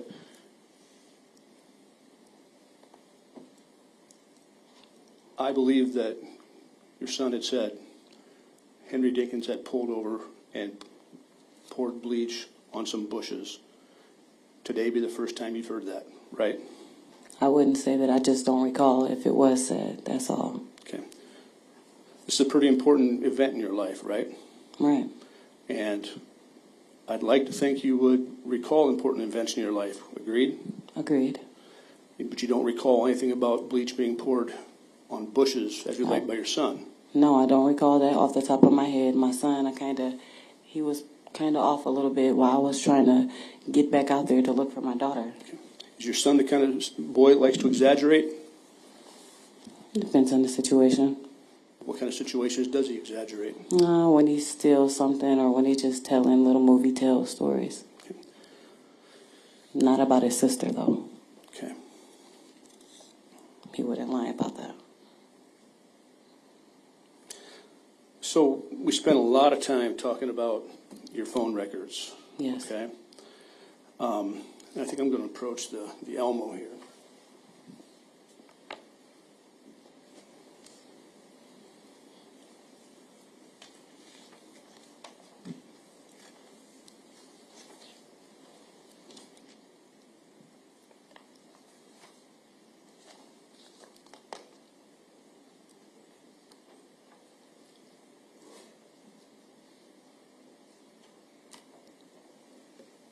I'm showing you now. Okay. You see it there? Yes, I see it. This is State's Exhibit 7-6. Now that is a text conversation with Mr. Dinkins, right? Right. And if I recall correctly, Mr. Dinkins texted you at 8:08 a.m., according to the records, and said, "Call me." You see that? Yes, I do. Does that comport with your recollection? Yes. Yes. And then you responded, "Just call me. I'm not about to play telephone," right? Yes, as I said earlier. Okay. Then at 9:35, you text him a picture of Briasia holding a couple puppies. Yes, I did. Why? I sent that because when I got on the phone with Mr. Dinkins said that he was downtown and he had needed a picture of Briasia. I'm sorry, say it again. Mr. Dinkins had told me that he had needed a photo when I was able to get on the phone with him on one of our calls. He had told me that he had needed a picture of Briasia or whatever, so I had sent that picture because that was her most recent picture that she had with the dogs. Okay, so in one of the phone calls then, he asked for a photo of Briasia. Yeah, because he stated that he was downtown. Mm-hmm. Okay, because if you look down below there, at 11:07, you say, "Where are you?" Yes. And then he responds, "I'm downtown," right? Right. So before that statement where he says, "I'm downtown," he told you he was downtown before. Is that what your testimony is? No, my testimony is I sent the photo because Mr. Dinkins asked me to send it because he was downtown trying to make a report or something like that, and he needed a photo of her, and that's when I sent it.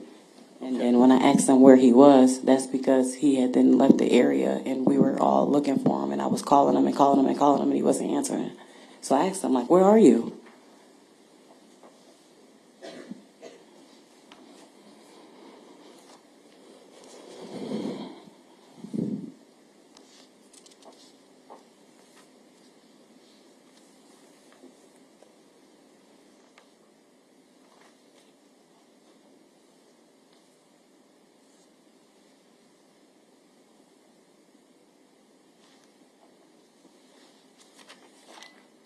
showing you next what's been admitted as State's Exhibit 7-8. Can you see that okay? Oh, yes, I can see it.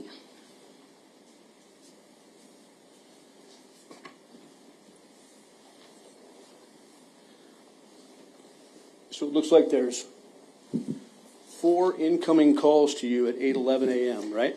You see that? Yes. From Notorious Daddy, right? Yes. So would you agree with me that Notorious Daddy, that's Mr. Dinkins, first of all, right? Mm-hmm. Yes. He called you 4 times, ending at 8:11 a.m., right? Yes. Then you called somebody named Medea, My mom. okay? And then you called Mr. Dinkins at 8:15. Yes. And then you called Bestie Nene. Nene, that was a friend at the time. Nene, I called her. Also, someone that we had needed out there as people that was passing her picture around in the area. Okay, well, at this point, you haven't even called the police yet, have you? No, because I had reacted to Mr. Dinkins was nowhere to be found, and I needed my family to come here. And I had called my uncle. Who's your uncle? Uncle Earl? Yes, that's Uncle Earl. Okay. And I got on the phone with him, and I was telling him that Dinkins said that he was downtown making a police report. And he said, don't believe that. He said, call that shit in, is what he said. Sorry. Okay. He told me to call it in, and that's when that call was made to the police. Okay, so this all happened in 10 minutes. I see the first call from Notorious Daddy at 8:11, and Uncle Earl at 8:19. That's 8 minutes, right? Yes, a lot of things can happen fast when your child missing. Okay. So it took Uncle Earl for you to make a phone call to the police, right? I'm sorry? It took Uncle Earl for you to make a call to the police, right? Well, I tried to trust Mr. Dinkins' word that he was actually looking for my daughter and actually downtown at the police department.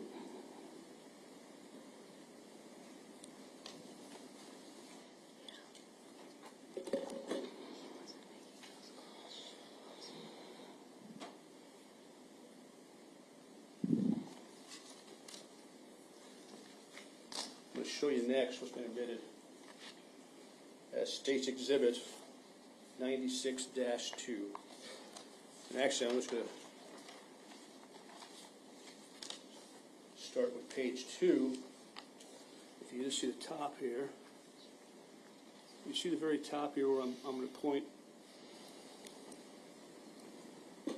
right here. The first text when Mr. Dinkins had told me to text him that morning, call me. And what time is that? That time is 8:08 a.m.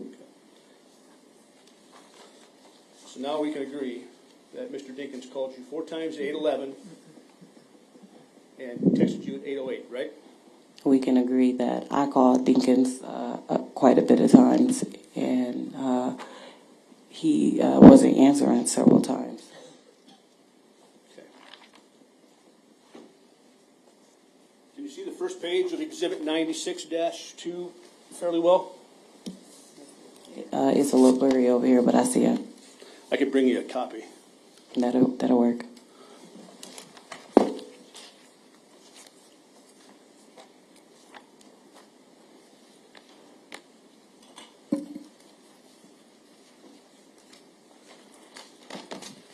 See if I can, is there a focus on this thing? So I can zoom.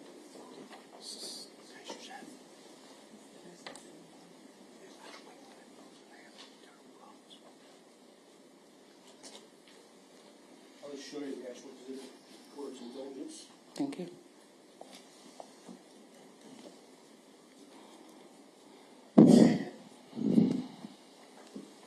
Now, before we go into that, though, you met with a police officer and Henry Dinkins before 9 a.m.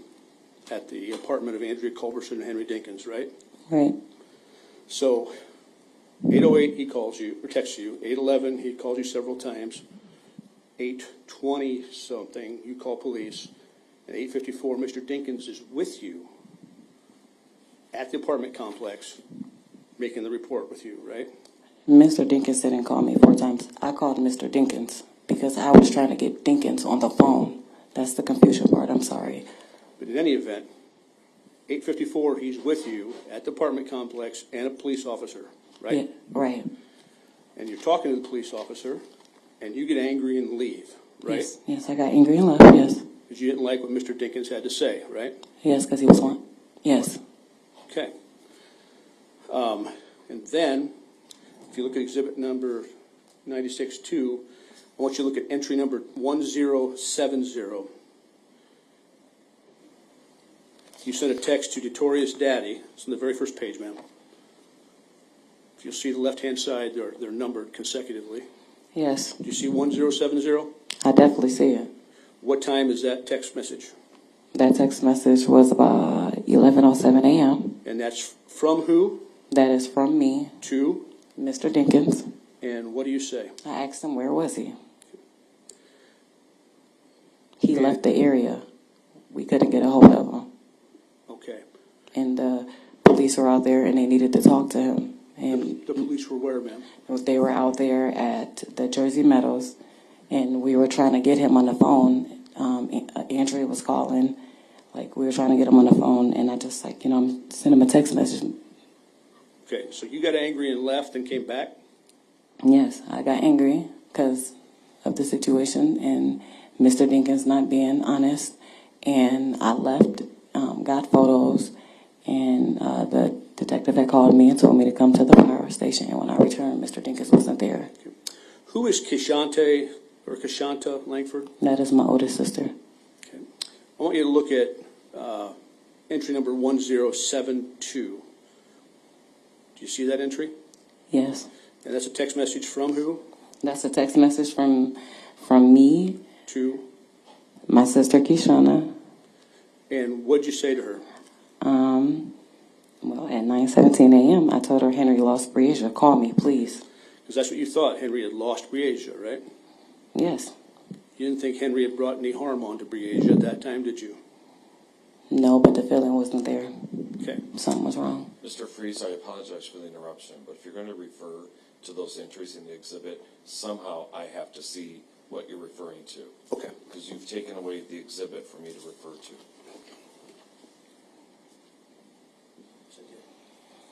My apologies. Thank you.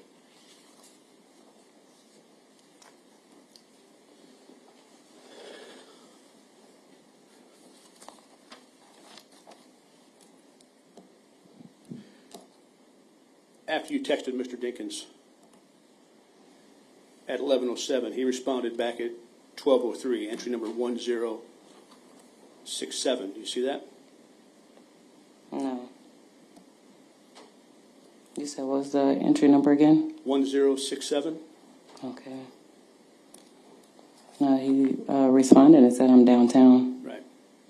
That's the last time you spoke to Mr. Dinkins, right? Yes, and that was at 12:03 p.m. So at noon, he's downtown. That's the last time you spoke to him. Yes. Yes.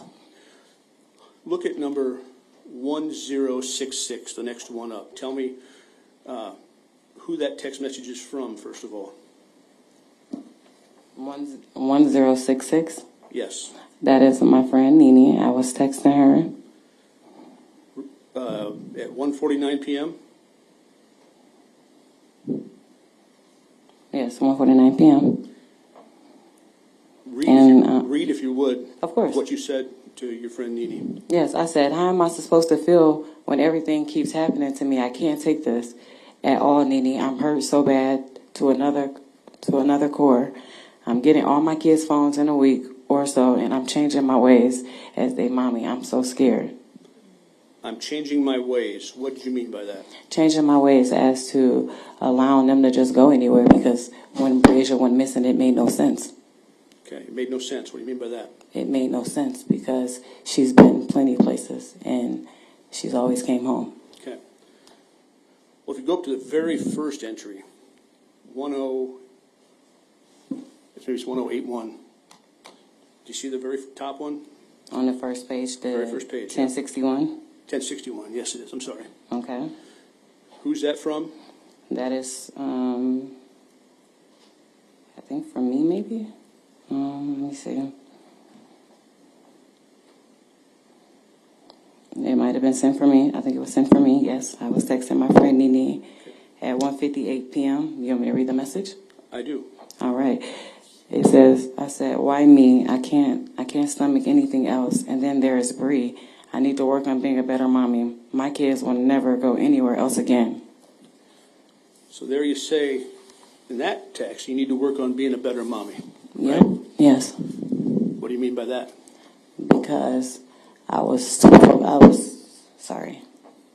focusing on work, and had I been paying attention, if I would have been paying attention, seeing if, Mr. Dinkins was in his right state of mind, maybe none of this would have happened. And yeah.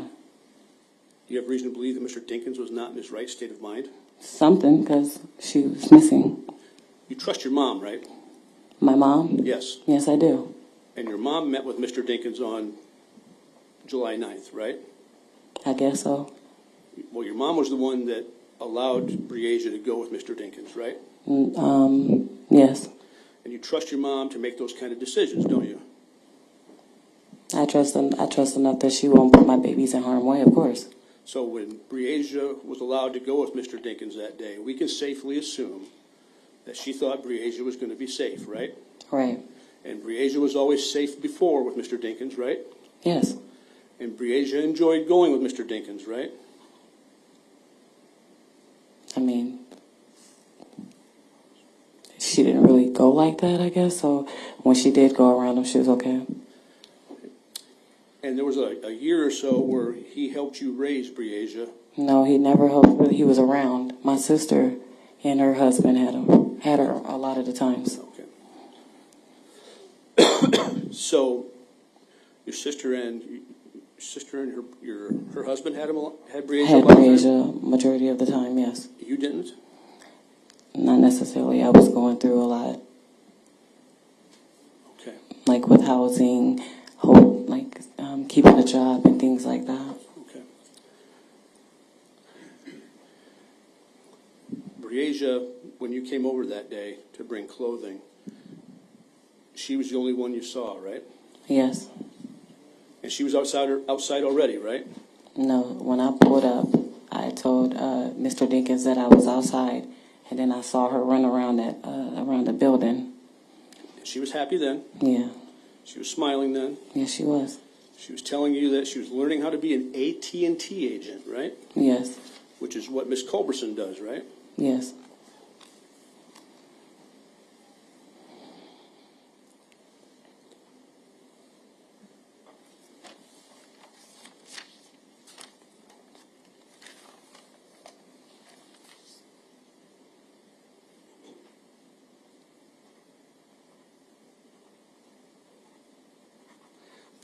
On direct examination, when you were asked about the relationship that Breasia had with Mr. Dinkins, you testified, and I'm quoting, Breasia looked up to him.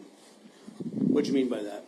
She looked up to him like he was nice, he never did anything wrong, he looked out for both the kids. When he would come out, he would give them, candy, cash, let him look at his nice rides. Okay. So he cared for your kids. You could say that.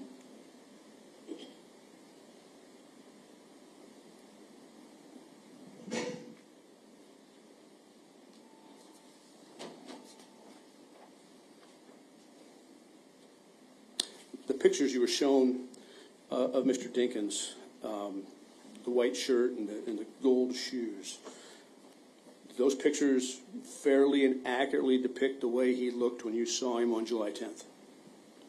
Yes, that first picture that was on the left that I saw, yes. So that's how dirty his shirt was, in your opinion? Yeah, it was a bit dirty, yeah. And that's how dirty his shoes were, in your opinion? Yes. Okay. You'd agree that it was a white shirt and not a dark shirt, right? Yeah, I agree that it was a white shirt, like a white long T-shirt, and it was a little dirty looking.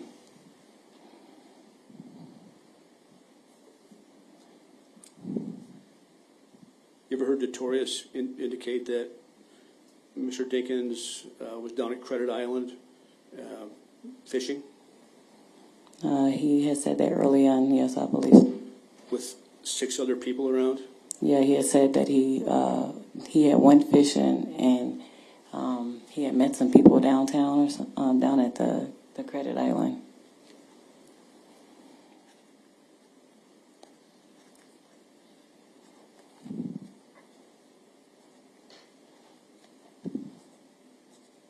That's all I have. Thank you. Ms. Cunningham. Thank you. May I approach the witness, Your Honor? You may. Okay. I'm handing you what's been marked as State's Exhibit number 96-1. And let's go back and let's talk about who actually made those calls that counsel discussed with you on cross-examination. So,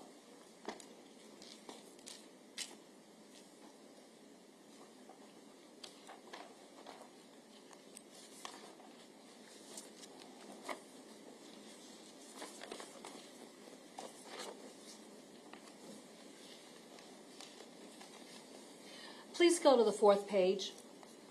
So turn back. Yeah, page 4. All right. Going to the bottom of that exhibit. The call at 8:08, was that an inbound call or an outbound call? At 8:08. Sorry. At 8:08, that was an inbound call. Meaning, who placed that call? Mr. Dinkins would have replaced. Yes, Mr. Dinkins. Then at 8:11, was that an inbound call or an outbound call? You said at 8:11. At 8:11. Are we looking at the same one?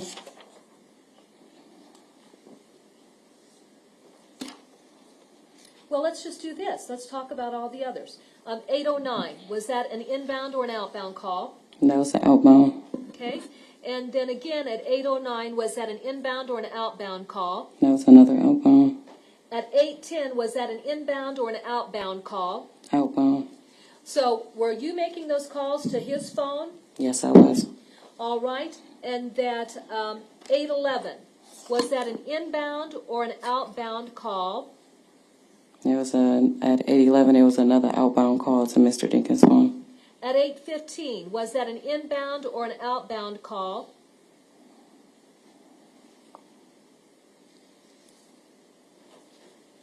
That was outbound. Sorry, that was outbound. Okay. At 8:18, was that an inbound or an outbound call? Another outbound. At 8:25, was that an inbound or an outbound call? Another outbound. Okay. So actually, you were the one that was calling Mr. Dinkins, isn't that correct? That is definitely correct. Okay. It wasn't Mr. Dinkins calling you. Would that be fair to say? That would be fair to say. And then you were left with the impression that he had already called the Davenport Police Department to report Briasia missing. Yes, because that's what he said he was doing.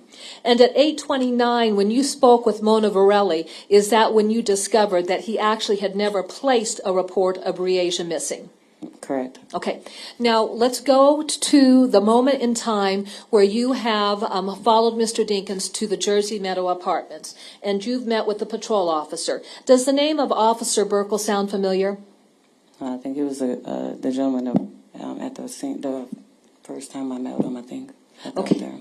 Was that the officer that was on scene when you got out there to the Jersey Meadow Apartments? I can't recall his name, but it might have been. I'm not sure. That's all right. When you were out there, you described having a conversation with this officer, correct? Correct. And then you described Henry joining in the conversation. Yes, like I just woke up. Okay. And she wasn't there. I looked everywhere. And you really had some issues with what it is that he was saying. Isn't that correct? I did. Okay. Is that what prompted you to leave and go back to your house because you're so angry about what it is that he's saying and you're not buying into it? Yes, and I'm like, it's my daughter. I need to, hurry up, and I need to get out here on feet and figure out where she is. Okay. At that point in time, did you return to the house to get the photographs? Yes, ma'am. When you were at the house, did you receive a telephone call from somebody associated with the Davenport Police Department asking you to return to the area? Yes, to the fire station, which was on I think that's the left-hand side. Well, it was out there near the apartment complex where he's And that's exactly what I wanted to talk with you about. So if we've got the apartment complex, is Costco located right next door to the apartment complex? Yes. Then if we go just a little bit further to what I'm going to say the east, is that where the fire department is located at? I believe so. Okay, very simply, the fire station that you are describing responding to, was that within the same general vicinity? Yes. All right. When you responded to the fire station, describe the interaction that occurred between yourself and an officer or officers there at the fire station. I don't recall the exact thing that we did in particular. I just know that when I met up with him, I told him like I had pictures and that family was coming out here to help us. So then we were able to get out here and try to find her. And he told me that there were people coming out to search the apartment and help patrol the area and look around. When you were out there, was Henry Dinkins anywhere around the apartment complex? When I first got out there, that's like when I came back. Yeah, when you came back. No, Mr. Dinkins wasn't there. Do you know when he would have left the apartment complex contextually during that initial contact that you had with that patrol officer? No, because when I left, he was still communicating with that officer on scene. All right. And then when you returned, Mr. Dinkins isn't there, is that correct? Mr. Dinkins wasn't there, and the officer was at that point, instead of being out there by Mr. Dinkins' vehicles, he was at the fire station at this point just by himself. Okay. Was Andrea Culberson there at the apartment complex? She was there once Pfeiffer and some other people came to search the apartment. Were there attempts made by yourself and Andrea to try and make contact with Mr. Dinkins to find out where he was at? Yes, and I stood next to Obert talking to him once we finally got Dinkins on the phone. Okay. When you say Obert, is he a law enforcement officer with the Davenport Police Department? Yes. Okay. Did it take some time before Mr. Dinkins finally answered either calls that you were making to him or Andrea Culberson was making to him? Yes, because when I walked up to Andrea, I asked her what happened. I was like, "Where's Henry? What's this? Have you tried to call him?" And she said, "I've been calling. He's not answering." I was like, "Okay, well, I'm gonna call his phone."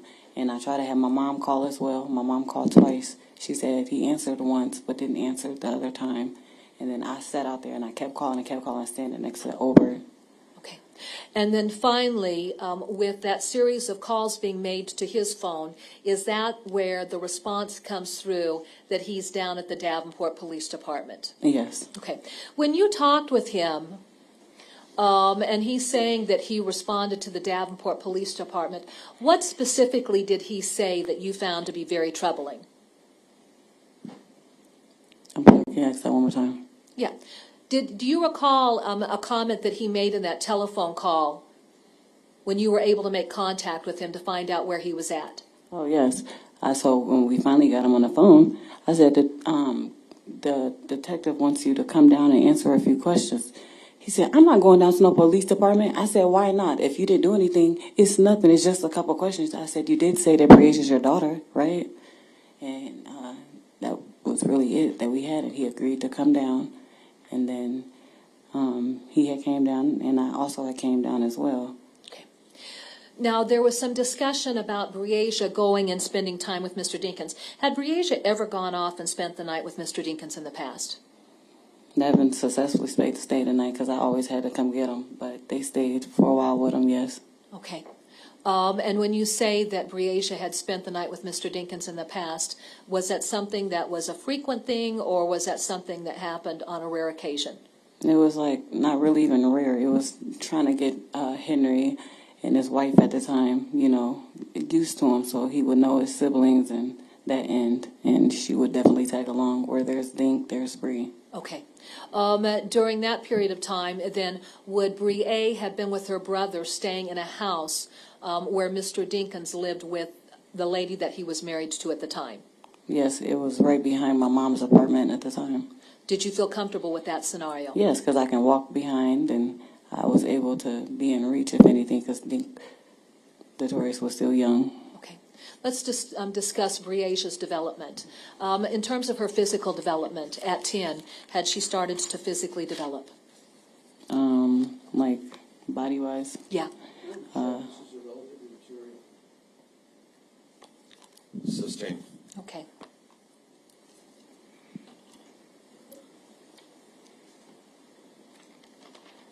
Was DL interviewed on more than one occasion by one of the detectives at the Davenport Police Department? Yes. Okay. So on July 10th, was he interviewed at the Davenport Police Department? Yes. And then was he brought back in just a little while later after things had settled down a little bit so that he could be interviewed? Yes. All right.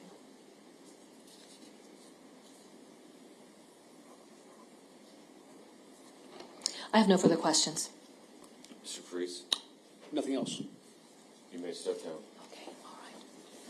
This is an appropriate time for our mid-afternoon break. We'll adjourn for approximately 15 minutes and reconvene then. Thank you.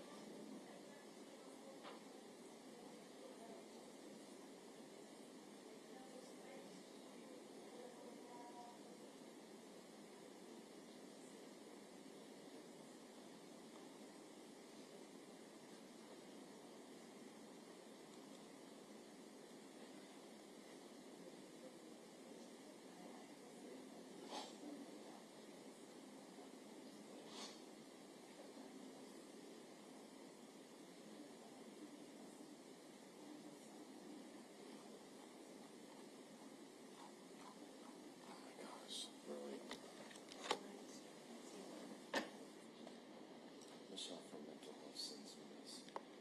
Question, do you know anything about this? It's a notice of a trial sign comments. I don't sign those.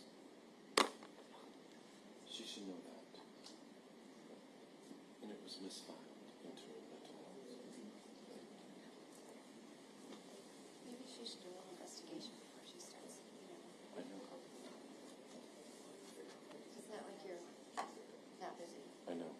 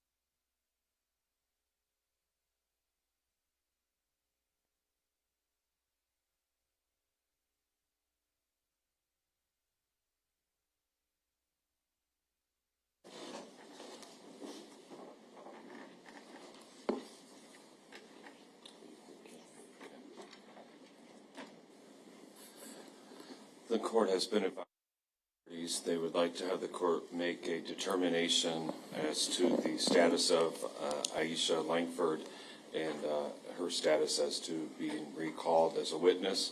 At this time, with the discussion that the court has had with the parties in this case, determines that Aisha Langford is released from any further testimony and a witness in this case. Is that correct, Ms. Cunningham? That is correct, Your Honor. And Mr. Freeze? Yes, Your Honor.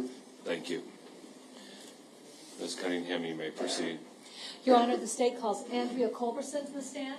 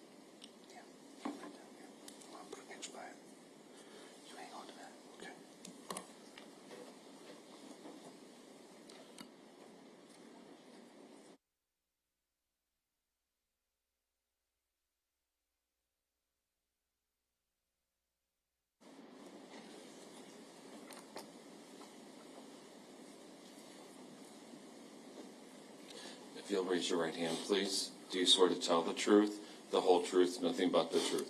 I do. Please have a seat.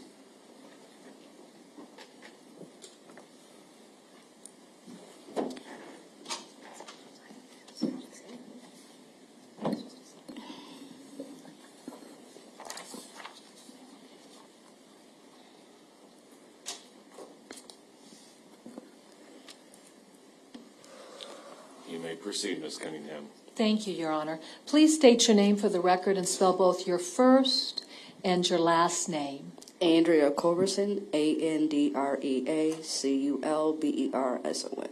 Ms. Culberson, how old are you? 39.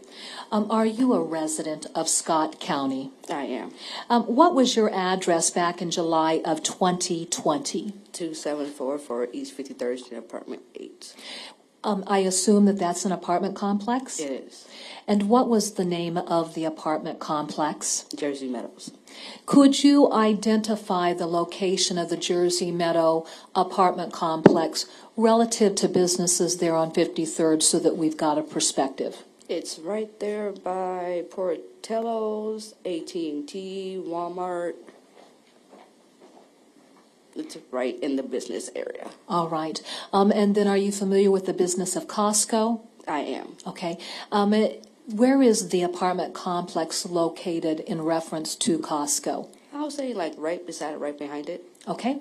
And do they both lie on the same side of 53rd Street? They do. All right. Are you familiar with a gentleman by the name of Henry Dinkins? I am. How are you familiar with Henry Dinkins? I was his girlfriend at the time. As of July of 2020, how long had you and Mr. Dinkins been in a relationship with one another? 6 years plus. All right. And throughout that period of time, how long had you resided in apartment 8 there at the Jersey Meadow complex? March to July. March to July. Who was living there in the apartment with you? The defendant, Mr. Dinkins. All right. Let's describe the layout of the apartment. Now, apartment 8, what level of an apartment was that? It was an upper level. And then as far as it being an upper level apartment, how would you access the interior of your apartment? You'll have to unlock the door and go up steps. Okay. Were there dedicated steps simply for your apartment once you stepped inside that front door? That is correct. And if you were entering the front door of your apartment, would the stairs lie to the wall on the right or to the left? They're like in between. Okay. After you go up the stairs and you get to the top of the stairs, what essentially would constitute the area off to the left of that staircase? So you went up the steps, it was a kitchen, so it was living room, kitchen, bedroom. Okay. Now, the living room and kitchen, was that essentially kind of an open concept? Kind of, sort of, yeah. All right. And then in order to access the bedroom, if you go up the top of the stairs, when you get to the top of the stairs, do you see a solid wall? Yes. All right. Along that solid wall, then, is there a doorway as you move to go toward the living room kitchen area that would lead you into that bedroom? Yes, ma'am. How many bedrooms were in your apartment? One. And then was there a bathroom in the apartment itself? Yes. How would you access the bathroom? You have to go to the bedroom to get to the bathroom. All right. Now, we have a drawing on the diagram. I actually want to be able to keep that drawing. But, Ms. Culberson, we've got an open spot over here to the left. If I could have you come down, and very simply what I want you to do is to draw the bedroom to include the doorway and where the bed would be located, any window that would look out from the bedroom.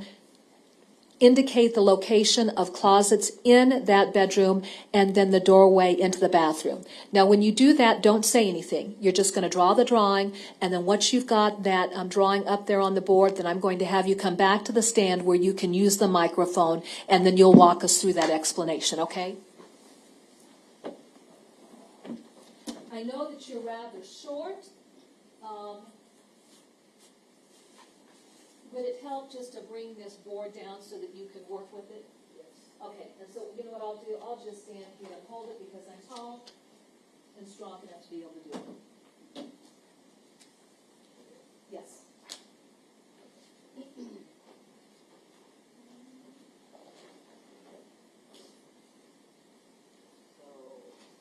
And don't say anything.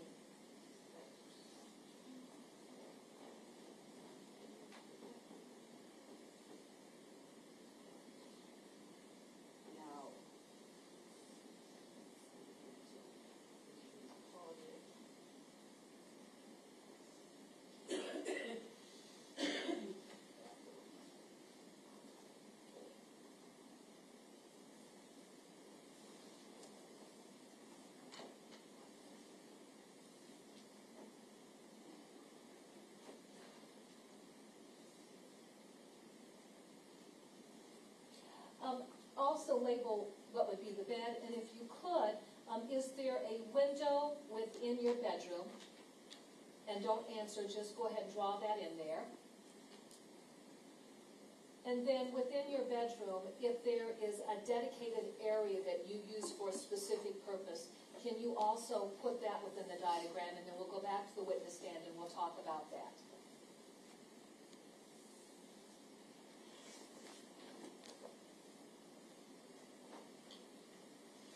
And also, if there's more than one closet, identify who utilizes each closet for their personal belongings. Okay, go ahead and take your seat.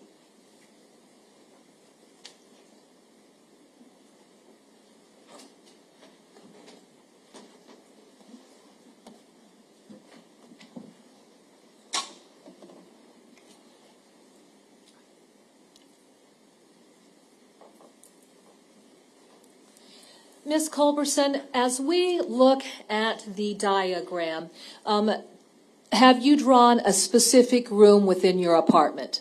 Yes. All right. And what room would that be? That would be the one bedroom in the apartment. All right. As we look at that, have you drawn the doorway that would enter into the bedroom? Yes. Where is it located relative to the top or bottom of our diagram? It's the top. When you enter that doorway then, and let's just go ahead and use the orientation of an individual standing there in that doorway. So if an individual is standing in that doorway, off to their left, is there a doorway that leads into a separate room? Yes, it's the bathroom. And then if you were to continue along that wall, just beyond the bathroom, is there another area along that wall? Yes, the closet. Whose closet is that, or was that? That would be mine, the one I was using. Is that where you kept all of your clothing and personal items? Yes, ma'am. Was that closet specifically dedicated to you for your own personal items and clothing? Yes, ma'am. All right. Now, if you're standing there in the door itself and you're looking straight ahead, what article of furniture would you see? A bed. How big was the bed? I believe it was a queen. And did it encompass most of the bedroom itself? Yes. The bed, as far as the head of the bed itself, where would that be located? Along what wall? The window. Okay. Would that be the opposite wall from the doorway? Yes. All right. And just above the bed, was there an ability to be able to look out the bedroom to see something? Yes, ma'am. What was located on that wall where the head of the bed was located? The window. If you were standing there looking out that window, then what would you be able to observe? The whole parking lot in front of the building. All right. Now, let's talk about, again, your orientation there at the door itself. And to the left, if you were to go to the left side, there along that wall, closest to the door, did you have a dedicated area there that you used for a specific purpose? I did. What was that? My workstation. We'll talk about that here in a moment. But then if you were to move from that workstation, going then along that wall toward the head of the bed, was there another designated area along that same wall? The closet. And whose closet was that? It was where he stored his clothes. Would that be Henry Dinkins? Yes, ma'am. Did you ever put any of your personal items in the closet that Henry Dinkins used for his clothing? No. What was your practice relative to, I guess, getting into that closet or respecting his privacy relative to the items that he kept in that closet? I'm sorry? What was your practice as far as getting in that closet? No practice. I never went inside it unless I was asked to. Okay. So then did you respect his privacy relative to what he was storing? I did. In his own closet? I did. All right. Let me go ahead and take that.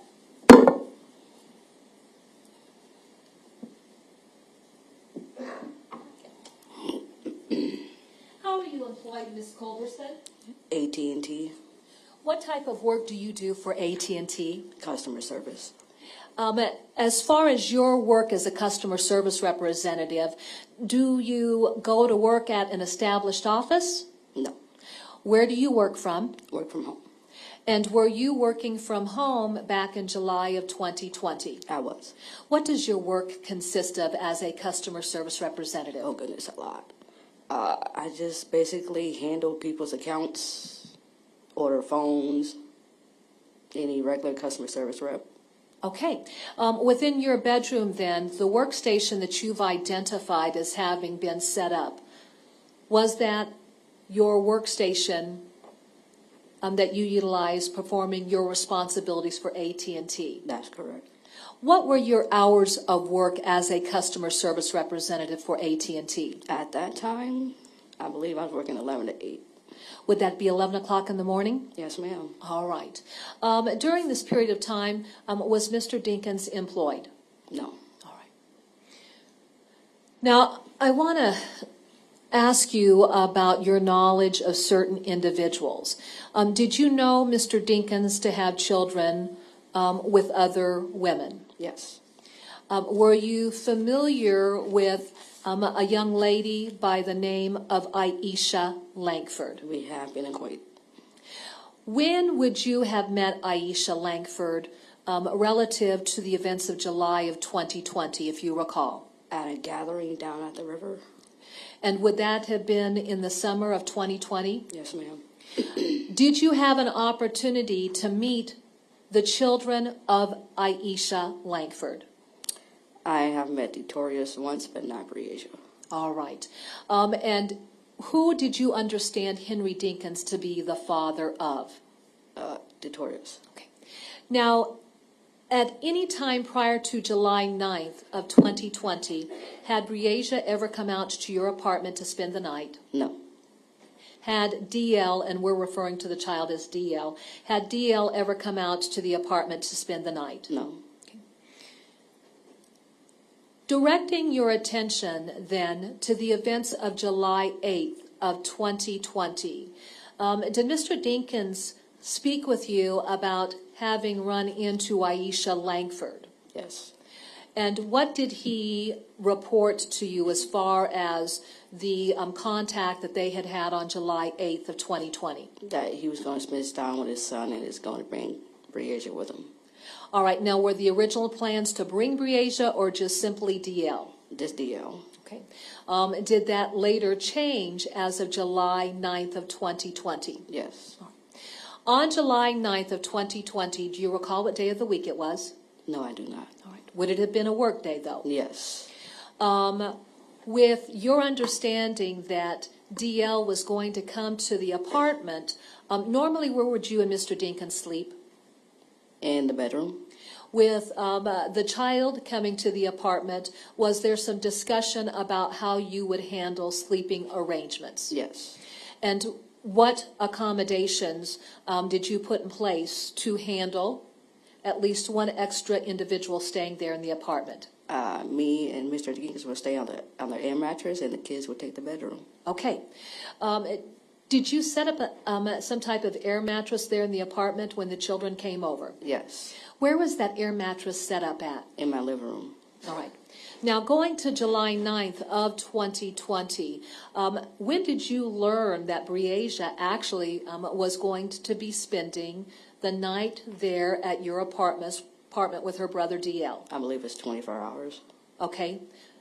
Okay. Oh, you thought that she was going to stay for a period of one night? Mm-hmm. But when did you realize that then she actually was going to be coming over? That day. All right. How did you learn that Breasia actually was going to be there to spend the night with her brother, DL? Mr. Dinkins asked. I said, that's fine. Sure. Do you recall what time of day that Mr. Dinkins would have returned to the apartment with DL and Breasia? I do not recall, but I was at work. You were working? Yes. When Mr. Well, let me ask you this. What vehicles did the two of you have available for use that were driven by the two of you on a regular basis? A black Camaro and a maroon-ish type of Impala. Were those two cars always parked there in the parking lot for use at the apartment complex? Yes. Was there something distinctive about the black Camaro? It had some decals on it. Can you describe the decals for us? I believe it was a lion head, and I believe 2 crowns, a king crown and a queen crown on the hood. Okay, and then was those decals also along the passenger and driver side of the vehicle as well? I believe so. All right, now the Chevy Impala itself, how would you describe the tint of the windows on that vehicle? Very dark. And then did it have specific stickers that were affixed to the vehicle? Probably. Do you remember at this point in time? No. That's all right. Did Mr. Dinkins drive both of those vehicles? Yes. On July 9th, when he had gone to pick DL up, which vehicle had he been driving? The Impala. Oh, that's what you thought? Mm-hmm. All right. Yes. All right. And at any rate, when Mr. Dinkins arrived back there at the apartment with the children, did he have any clothing for the children as of yet? As far as I can remember, no. Right. Once the children got there at the apartment, describe how the day played out. Oh, I was at work. They were in there doing what they do. I was like, please be quiet because, I'm at work. And then after a while, Breasia got interested in what I was doing. So we interacted a little bit. Everything was fine. I got done with work, went into the living room. We all were interacting, having fun. was just another day after work. All right. When you indicate that Briasia became interested in what you were doing, were you working at your workstation there in the bedroom? I was. Were you showing Briasia anything associated with your work responsibilities? Oh, I actually let her sit in my chair and actually watch what I do. How was she responding to that? She was happy. She All was right. happy to learn what I was doing. She seemed interested in customer service, so I was like, sit right on in, jump in with me. All right. Now, as far as the children doing what children do, what types of activities were they engaged in there at the apartment during the afternoon and evening of July 9th? Well, outside of playing games on our phones, they were really interested in Grand Theft Auto. Okay. What is Grand Theft Auto? It is a game on a Xbox or a PlayStation. Did you have a PlayStation or Xbox in your apartment? I had both. You had both? All right. And were both children playing video games? Me, Mr. Dinkins, and Briasia were playing on my phone. Detorius was the one more interested in playing the Grand Theft Auto. What room was DL located in when he was playing Grand Theft Auto? In the living room, then eventually the bedroom.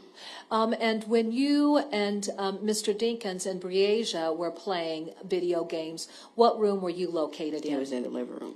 Okay. Were you ever in the bedroom, though, playing the games? I don't recall.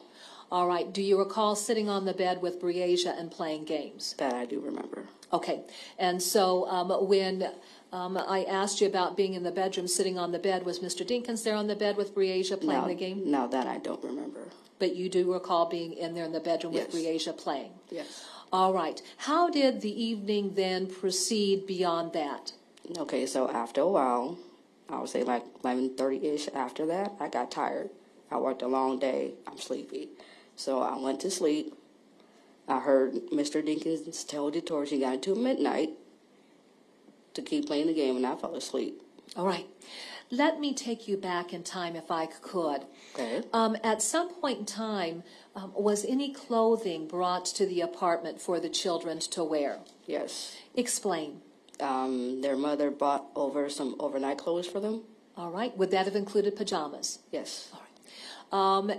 How was that accomplished then? She brought them. Did she come into the apartment? Not that I'm aware of. Okay. Did either child, one of the children, go out and meet the mother in the apartment or in the parking lot of the apartment? That I cannot recall. So that's not something that you were a witness to? Mm-hmm. Okay. And then do you have an idea generally what time of evening that Aisha Langford would have dropped clothing off for the children? I do not. Okay. Were there any meal times or bath times that night? Yes. Describe. They both took showers, of course, separately, and they were given oversized white shirts to wear to sleep. All right. Who gave them oversized white shirts to wear to sleep? Mr. Dinkins. All right. Who did those shirts belong to? Mr. Dinkins. What size is Mr. Dinkins? Last time I checked, 4XL. All right. With the children bathing separately, I'd like to talk with you about your bathroom. What fixtures are within the bathroom? What fixtures? Yeah. There's a sink, toilet, and a shower. All right. Now, is it simply a shower? You walk in, it's sink, toilet, shower. Is there a bathtub within the bathroom? Yes. All right. And then so my question is, some bathrooms simply have a shower. Other bathrooms have the bathtub with the shower head. This had the bathtub and the shower. A shower head? Mm-hmm. All right. As far as the bathtub was concerned, did you have curtains that hung in front of the bathtub, or Yes. was it like some type of glass sliding doors? Nope, shower curtain. All right. The reason I asked that question, later on when clothing was recovered belonging to the children, Briasia had wet clothing. Do you know what that would have been attributable to? I'm going to presume that it was from the shower. All right. Getting wet. All right. Is the bathroom very big? No.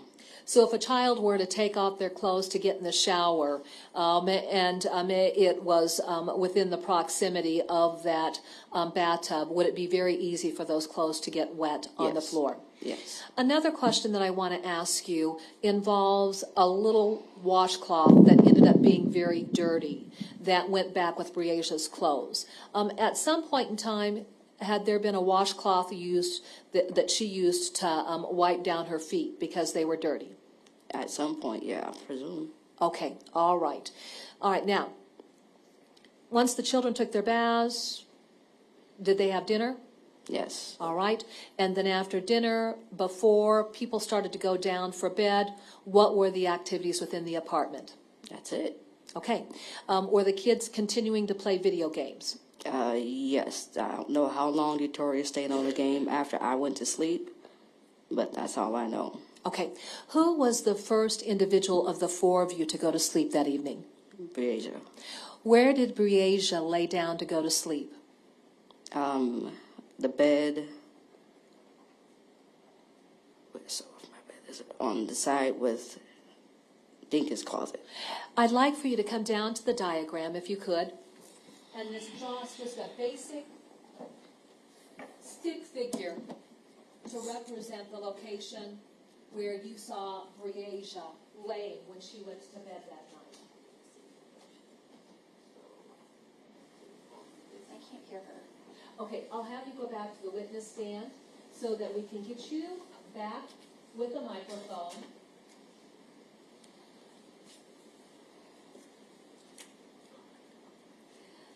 And then have you drawn on the diagram Breasia's location there on the bed? Okay. So she will be on the left side of the bed by Mr. Dinkins' closet. And would that be, if you're standing in the doorway, would it be to your left? I'm sorry, the right side. The right side, there we go. All right. Who was the second person to go down? Probably me. All right. And then when you laid down to go to sleep, where did you lay down to go to sleep at? On the air mattress. Where was Mr. Dinkins at the time that you laid down to go to sleep? On the couch. All right.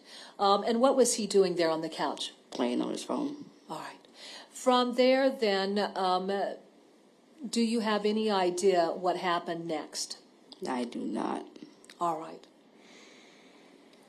After you fell asleep, was there any point in the night that you woke up? Yes. When did that occur? It was like at 3 o'clock in the morning. Nature called. So I went and I kind of glanced over. Had no glasses on, so everything was kind of fuzzy. So I saw that she was not there. So I was like, okay, let me go get my glasses so I can see. And I felt on the bed. I'm like, okay, she's not here. And my first reaction, call Mr. Dinkins. No. All right. When you woke up to go to the bathroom at 3 a.m., was Mr. Dinkins there in the living room of the apartment? Not at all. Did that seem odd to you that he wasn't there in the apartment at 3 a.m.? Yes. Okay. With the children being there and visiting, did you have any expectation that he would be there throughout the night for the children? I did. All right. So you wake up. When do you initially discover that Mr. Dinkins isn't there in the living room? As soon as I wake up. What went through your mind when you noticed he wasn't there in the living room? I have no idea. My mind was everywhere. All right. From there, is that when you entered the bedroom? Yes. Did you see Detorius? Yeah, I did. Where was Detorius located at? Or DL, I should say, I'm sorry. He was on the foot of the bed. Okay. And then again, just go ahead. I'll have you take a red magic marker and mark that so that we understand his location there on the bed.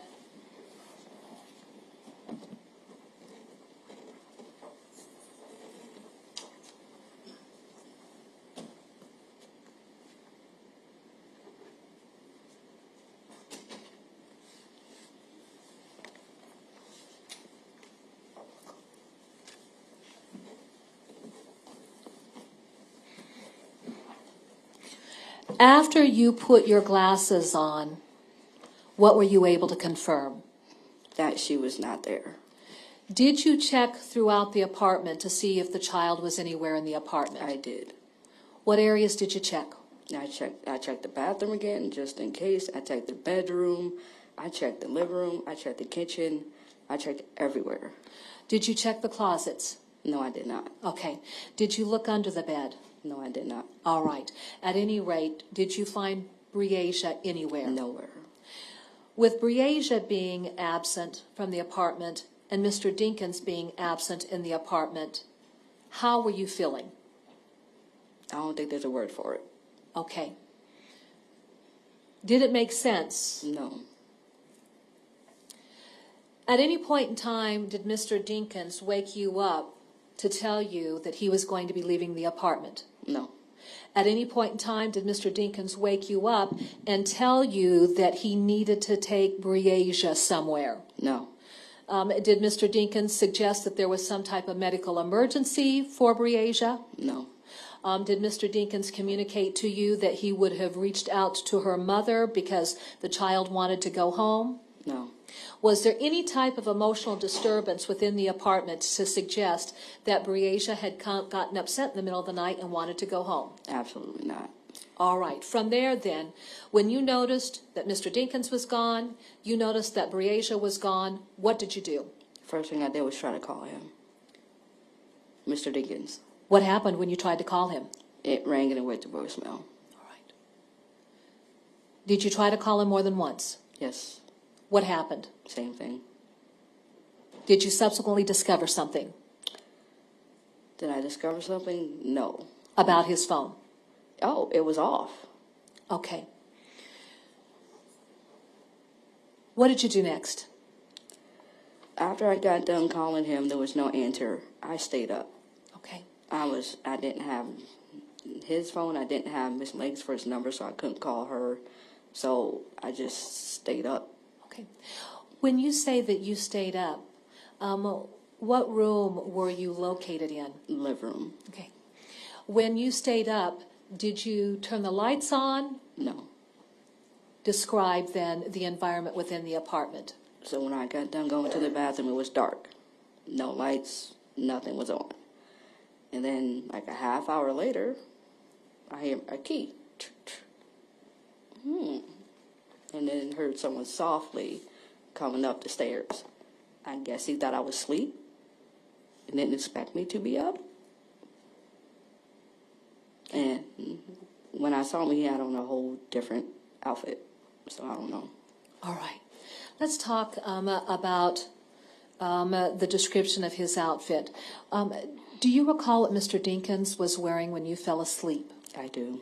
What was he wearing when you fell asleep? Kind of like a white beater and colorful shorts, like white, blue, and pink. All right.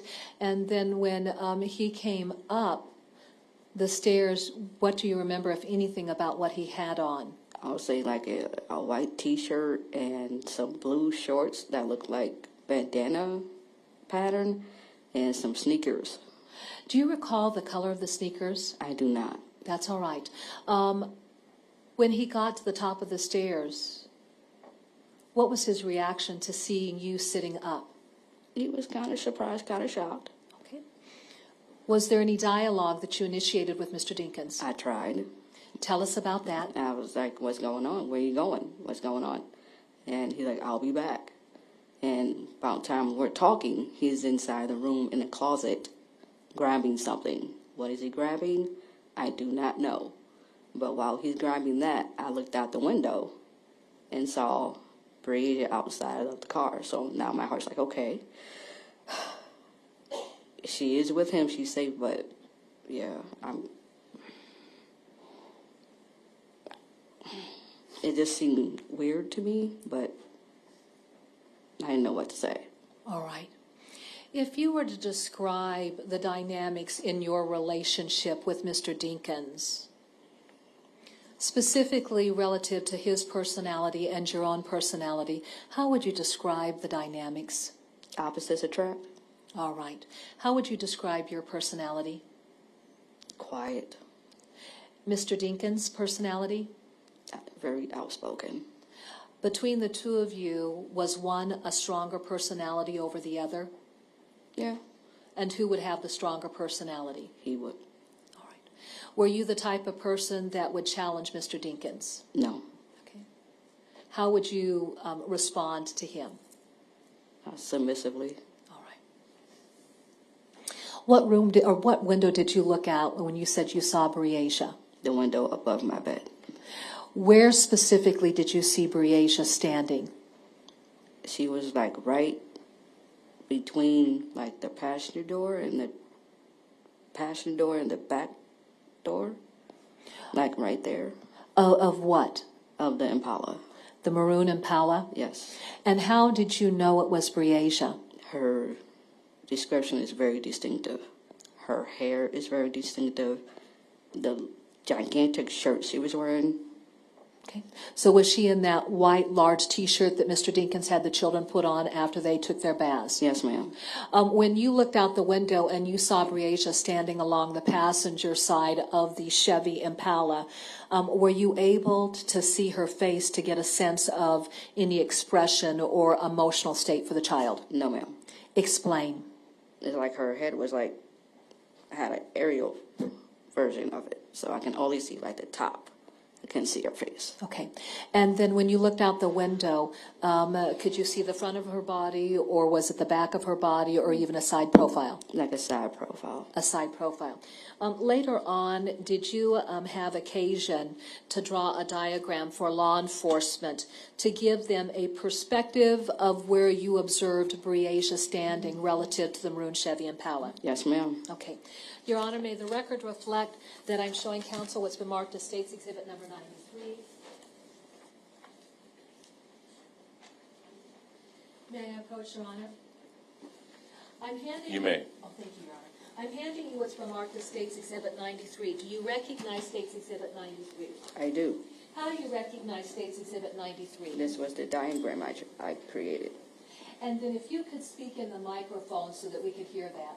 This is the diagram that I created, This diagram depicts what specifically? where Briasia was standing. Your Honor, at this time, the State would move to introduce State's Exhibit 93 into the record. No objection. Exhibit 93 will be admitted.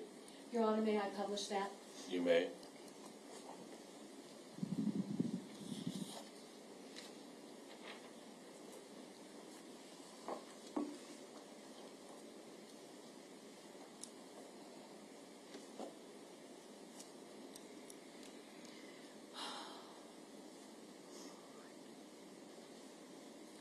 Ms. Culberson, what I'd like for you to do, can you see this right there on that screen in front of you? Yes, ma'am. I want you to tell me how you want to orient this particular diagram. At the top, we see 53rd. Correct. Do you want me to keep it there, or do you need me to turn this paper to orient it in a different way? No, I got it. All right. Okay. So think about our written record. Mm-hmm. Obviously, we can look at the picture, but our written record is very helpful for us to describe this. Have you drawn 53rd on this diagram? No, I did not draw 53rd Street. Is there a marking on there to Yes. indicate where 53rd is? Yes. What direction does 53rd Street run? It's like it's from east to west. Okay, and on this diagram, where is it located? To the north? Okay, and so then would that be to the top of our diagram? Yes. All right. Now, as we are looking at what's depicted just below that, can you explain the area so that we've got some perspective of what this diagram is depicting? This diagram is depicting where I looked out the window. It showed Briasia standing. Okay. I'm going to point to certain areas. This box here that has an X, what does that represent? The Impala. All right. The area just above that long rectangular box, what does that represent? That's the parking lot where the apartments are. All right. And then on this side of the vehicle, which side of the vehicle is that to represent? That X is where Briasia was standing. This big open area here, what is this big open area here? The parking lot. And then off to what I'm going to describe as I'm looking at it, the right side of the diagram, we've got a larger box. What's that supposed to represent? Now that I cannot recall. That's okay. And then we've got what looks like a section that kind of goes straight and then angles off. What is that to represent? I do not recall. That's okay. But at any rate, does this give us a perspective of where you saw Breasia standing? Yes, ma'am.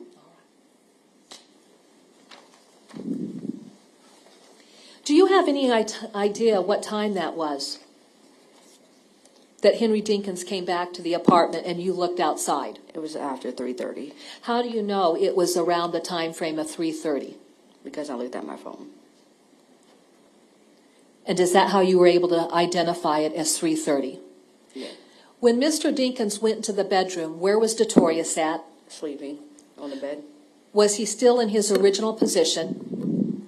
I'm going to presume. All right. When Mr. Dinkins went into the bedroom to get into his closet, did he keep that bedroom light off? Yes. As he went to his closet, you'd indicated that he got something out of the closet. Yes.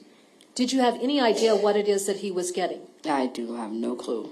When he moved away from the closet, could you see anything in his hands? No.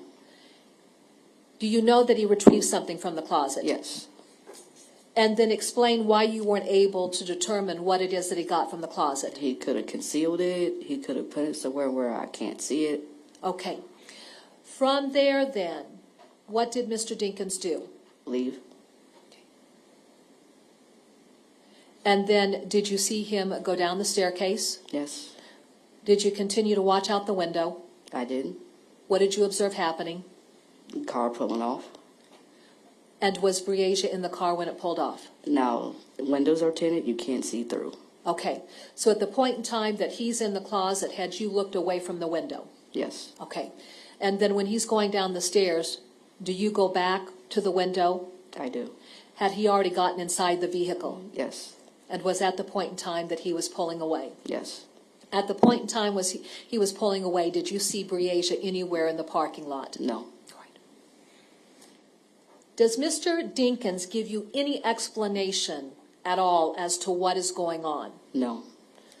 Does he suggest to you that Breasia wanted to go home to be with her mother? No. Does he suggest that maybe she hadn't been feeling good and so maybe she's needed some medical care? No. Is there any explanation at all? No.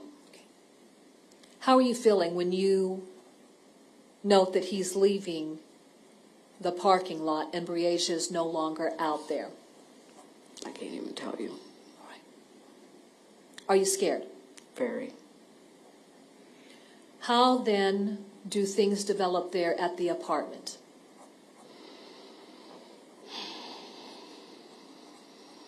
Well, eventually, Aisha and Mr. Dinkins come back with a first officer. Before we get there, Mm-hmm. does Mr. Dinkins ever return to the apartment again? To pick up Detorius, that's it. Okay, so between the time that he left shortly after 3:30, did Detorius ever wake up? No. Do you recall telling law enforcement that he woke up and he was crying? Mm-hmm. He woke up, and I told him, your sister's gone, and then he started tearing up. He started tearing up? Mm-hmm. Explain what you mean by that. Like starting to cry. Oh, okay, gotcha. Tearing up. Yeah. All right. Then when Detorius started to tear up, or DL started to tear up, goodness, what did you do to try and calm the child down? I told him to come in the living room and lay down, because I don't want you to come in the living room. And he did. And then not too long after, Mr. Dinkins shows up, grabs him, and they go. All right. Do you know specifically what time Mr. Dinkins got back to the apartment? I do not. Now, can you give us a perspective relative to whether or not it was night or if the sun was starting to rise? There was light. Okay.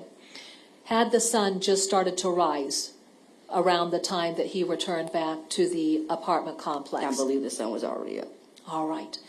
Was it still really early in the morning? Yes. Describe what happened when you realized he was back. When he was back? Mr. Dinkins. To come get Detorius? Yeah. I really can't explain it. Yes. Describe his emotional state when he came into the apartment. He was like normal. Okay. He came and got Detorius, came and got his clothes, said we got to go, and left. All right. Did you ask him about Breasia and where she was at? I did not. Okay. Did Mr. Dinkins make any statements to you about there were issues that had developed? No. You don't recall any of that? No. All right. And then from there then, when you say that he came to get Detorius, had you discovered that his phone was still there in the apartment? I did. Tell us about that. It was plugged up into like my work tower, but there was no charge. It was dead. So that was like early in the morning. So I took it off. I put it on the charger in the living room. And once it charged up and he came, I'm like, here, take your phone so I can call you. All right. And he took it. All right. Now, when he came and picked up Detorius, what else did you indicate that he took? A bag of clothes. All right. Did he leave the apartment at that point? Yeah, he did. When he left the apartment, did you actually reach out to him right away? I did. Explain. Because I was concerned. Well, what's going on? Talk to me. What's going on? Tell me about that. I tried to get him to talk to me. And what was he saying? He wasn't saying anything. Did you find that troubling? Very much so. Were you asking him about Breasia? I did not. Okay. So what was the type of question that you were asking him? What's going on? Is there anything I can do? Is there anything I can help? What's going on? He's like, nope, don't want your help. I'm like, okay. I don't know how I'm supposed to react to that, but okay. All right. When Mr. Dinkins came, so then he leaves with Detorius. Mm-hmm. You call him? Yeah, because he left it there. He actually left a bag. So I called him back that you left a bag here. He's like, okay, we're going to need that. So he came back, got the bag, and then left with Detorius. Excuse me, Your Honor. We seem to have a lurker. I believe it's the child.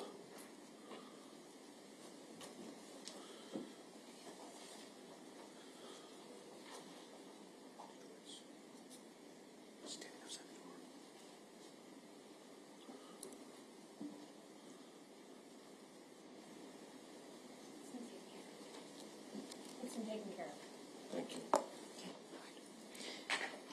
Did Mr. Dinkins return to the apartment to get another bag of clothing? Yes. How did he get access to that clothing? I actually brought it down to him. Did you go out in the parking lot? Yes. What vehicle was he in? The Impala. Did you go up to the vehicle? I did. When you went up to the vehicle, were you able to see who was in the car? I did. Describe what you observed. I was him and Detorius, and that's it. Did you see Breasia anywhere within the passenger compartment of that vehicle? Not at all. What went through your mind? Besides my stomach ripping in pieces? Mm-hmm. A lot of things. Okay. Do you want to articulate what went through your mind? Fear, anger, more fear, more anger, confusion, wanting to know what's going on. All right. And was Mr. Dinkins offering any explanation at all? No. What happened next? And then next thing I know, detectives are at my house.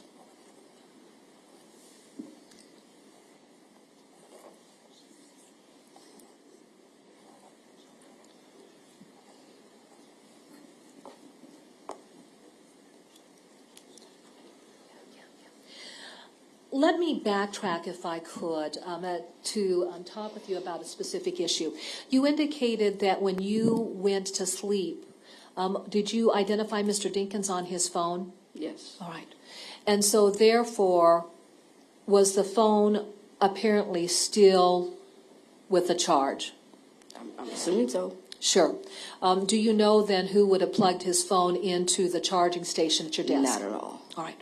Let's go back then and let's talk, or let's jump forward again, and then let's talk about the issue of the next thing you know, that there is law enforcement at your door. Yeah.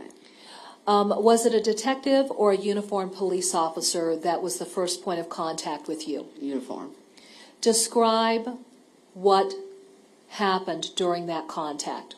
He just asked me a couple questions, and that was it. Where were you at before that contact occurred? I was at home. Were you inside your apartment? I was. Did the uniform officer knock on the door to your apartment? Yes. When he knocked on the door to the apartment, did you come down and answer the door? No. It was, as I recall, it could have been open, but he came up the steps and started questioning me. All right. Before that point in time, though, and I don't know if you remember, do you recall looking out your door? No. Do you recall seeing Mr. Dinkins just No. down the sidewalk from that officer? No. All right. Don't have any memory of that? That's okay. When the officer came in, then what happened? Came up the steps and started asking me regular questions. Okay. Did he ask to look around the apartment to see if Briasia may have just been somewhere that nobody discovered? That I don't recall. Okay. Do you know if he looked throughout the apartment just to see if she might be in a closet or hiding under a bed? I don't believe he did. Okay, and you just don't have any memory of that? Mm-hmm. That's all right. I just want you to testify as to what you remember. And then from that point moving forward, what were the developments there at the apartment complex that morning? They searched my place. They were having trouble getting a hold of Mr. Dinkins to come down to the police station. So I called him, and then he went. I asked if he wanted me to come down for more support. I went down there, actually went into an interrogation room, and that's where all the questioning and everything went. Took place for you? Mm-hmm. All right. Yes. Did you try getting a hold of Mr. Dinkins multiple times that morning before you went down to the police department to be interviewed? Yes. Did he ever answer any of those calls? No, ma'am. Okay. Do you know if anyone else was trying to get a hold of him? I do not. Had Aisha and family members or friends come out to the apartment complex? Yes. Did you have occasion just to talk with her?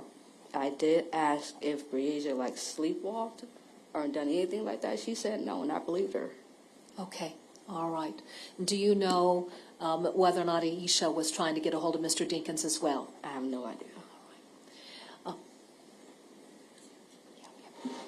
Thank you. Your Honor, may the record reflect that I'm showing counsel what's been marked as States Exhibit 418 and 419 that have previously been introduced.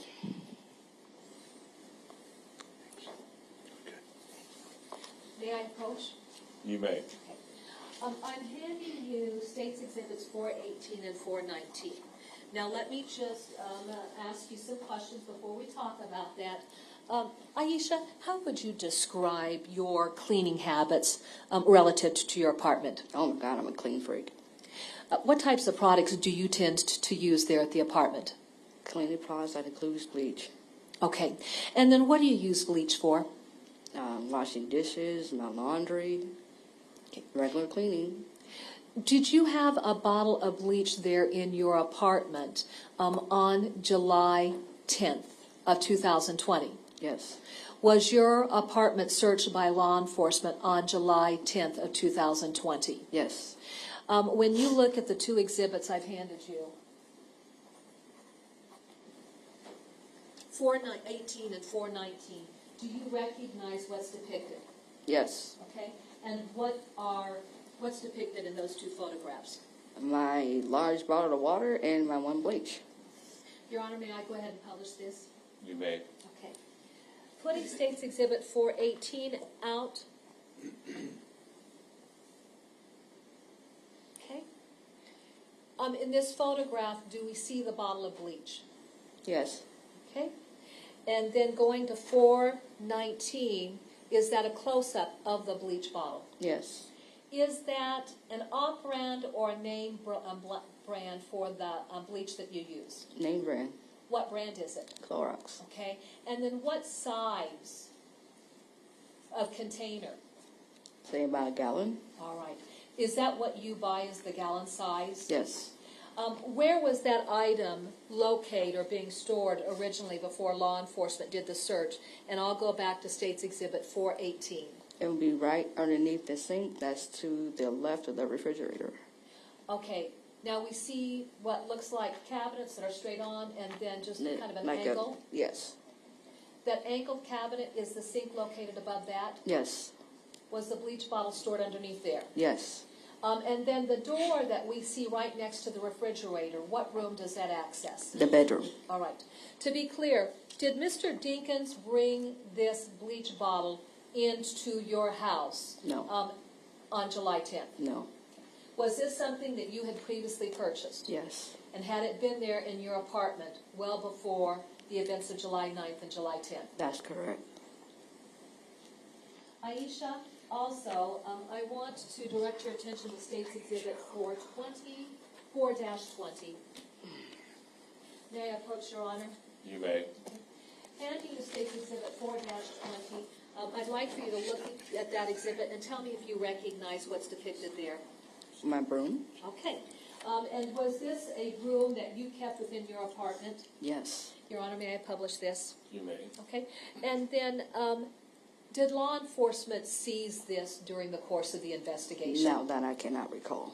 That's all right. But at any rate, was that a broom that you kept within the apartment for your dedicated use? Yes.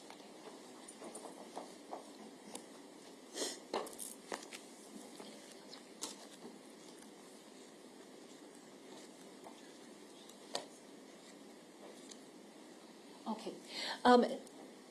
Ms. Culberson, when you noted Mr. Dinkins' phone in the bedroom on the charger, and you described removing it from the bedroom, where did you plug it into to continue charging?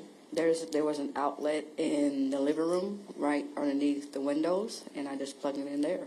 All right. What surface did you set that phone on while it was charging? The floor. The floor. All right. One final question. Was Mr. Dinkins somebody that was prone to leaving his cell phone at home when he would go out and about? No. Okay. What was his practice relative to his cell phone? It was attached to his hip. Okay. Had that always been the case in the 6 years that you'd known him? Yes. I have no further questions. Mr. Freeze. Thank you. When you fell asleep that night, Ms. Culberson, the children had been playing video games and playing with games on the phones, right? Correct. And that included Mr. Dinkins' phone, correct? Majority mine. Pardon me? Majority my phone. It included Mr. Dinkins' phone, right? Mm-hmm. Yes? Yes, sir. And DL played on Mr. Dinkins' phone, right? Correct. And you fell asleep that night before DL, right? Correct. And you fell asleep that night before Mr. Dinkins left, right? Correct. So you don't know if DL was playing games on Mr. Dinkins' phone when Mr. Dinkins left, right? That's correct. And you don't know if it was DL who plugged that phone in to your computer tower or not, do you? That's correct. And you say it was common practice for Mr. Dinkins to have the phone attached to his hip, but this was not a common night because the children had not come to stay very often, right? That's correct. So it wasn't common for the kids to be there playing on the phone, right? Correct.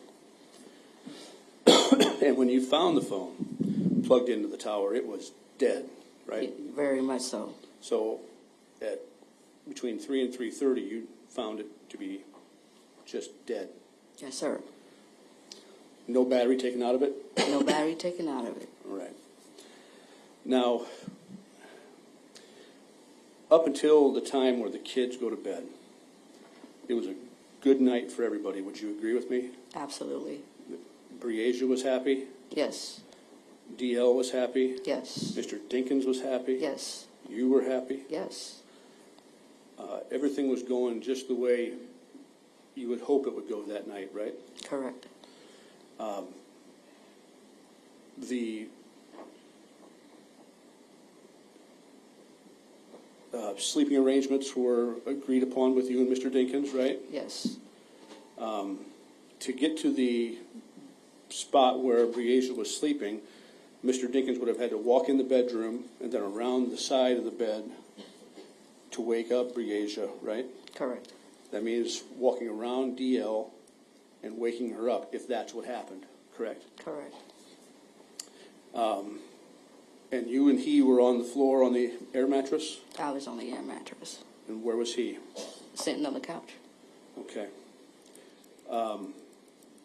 And you didn't hear him come in between the time you fell asleep and the time he came in around 3:30, right? I was up on the couch awake when he came in at 3:30, yes. I guess my question is between midnight, let's say midnight, because you were sleeping then, right? Mm-hmm. Yes? Yes. And 3:30, when you say Mr. Dinkins returns, Mm-hmm. Is it a yes? Yes, a ma'am. yes? Yes.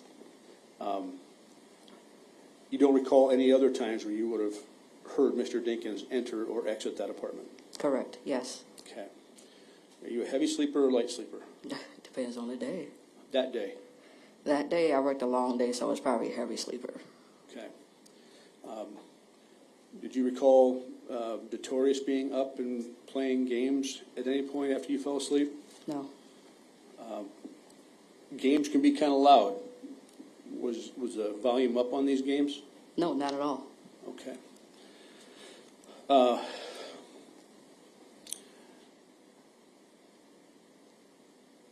When you woke up and you saw that Briasia wasn't there, you said that you were concerned, right? Yes. And you were kind of sick to your stomach, I think, is kind of what you alluded to, right? Yes. You thought something bad may have happened to her? Yes. But you weren't concerned that Mr. Dinkins had done something with her at that point? I was thinking all kind of things. Sure. Your mind kind of races at that point because you don't expect a child to be gone, right? Exactly, yes, sir. But just so I'm clear and the court's clear, you never saw Mr. Dinkins and Briasia together, right? That's correct. Mr. Dinkins came in the house at around 3:30, and you were trying to talk to him, correct? Yes. You never once said to him at that point, "Where's Briasia?" did you? That is correct.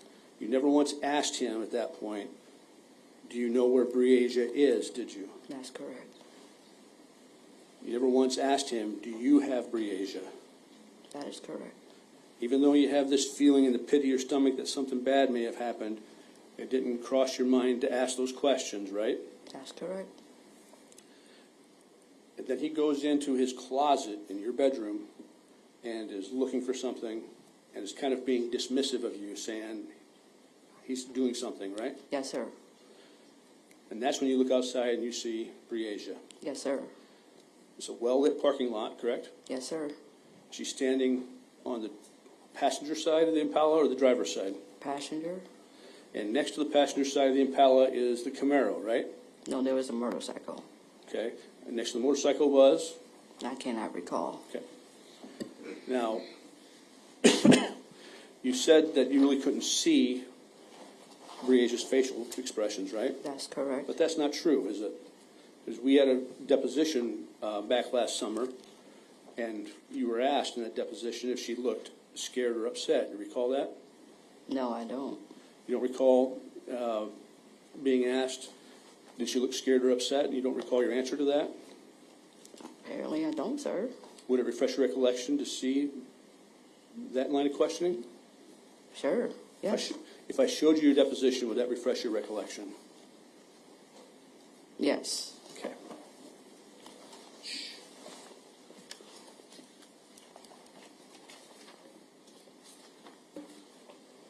Ms. Culberson, I'm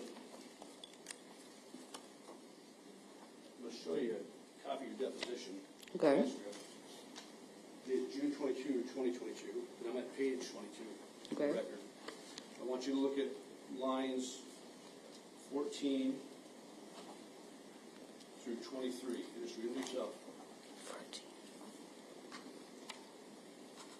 Tell me when you're done, please.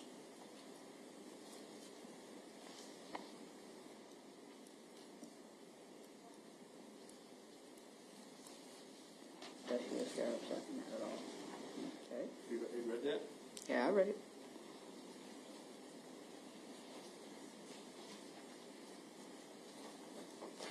Having read that, does that refresh your recollection? Yes, it does. And would you agree with me that you were asked that question on June 22, 2022, and the question was, does she look scared or upset?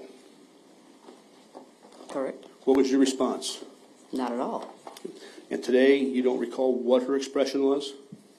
It's kind of hard to express something if you don't see their face. So you But were for what I saw, her just standing there, she did not look scared at all. She was not like she was frantic, shaking, or anything of that nature. She was just standing there. Did you understand the question in June when you were asked that question? Yes. Okay. So your testimony today is, just so I'm clear, is that you have no recollection that she looked something other than normal? Yes. Okay. When Mr. Dinkins went into the closet, you didn't see him come out with anything, right? Not that I can see. Did you ever see Mr. Dinkins with a revolver? No. You never seen Mr. Dinkins with a 6-shot silver revolver? No. There was a gun in the house, however, right? Yes. That gun was found under the bed, right? Yes. That was not Mr. Dinkins' gun? No. And that gun was actually found under the bed the morning of July 10th, or the afternoon of July 10th? Talking about between the mattress? Yes. Yes, that was mine. Okay. But if Mr. Dinkins was digging around the closet and had taken a 6-inch or 8-inch barreled revolver and tried to conceal it, do you think you would have been able to see it? That I do not know. Okay. You ever seen Mr. Dinkins with any Winchester 38 special ammunition? No. You ever seen Mr. Dinkins with any ammunition? No.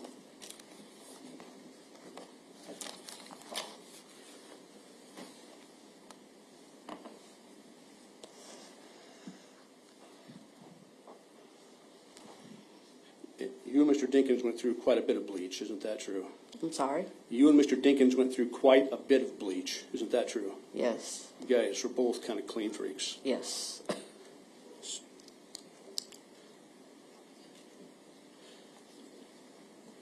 You called Mr. Dinkins after he picked up DL later that morning, right? Yes. And you were concerned, I think was your testimony, is that correct? Yes. You were scared, correct? Yes. Again, did you ask him where was Briasia? No. Did you ask him if he had Briasia? No. What were you scared about? Everything. You're scared this little girl was missing, right? I had a bad feeling in my gut, yes. But you didn't ask if he had grabbed her since she was standing next to the Impala? No, I did not.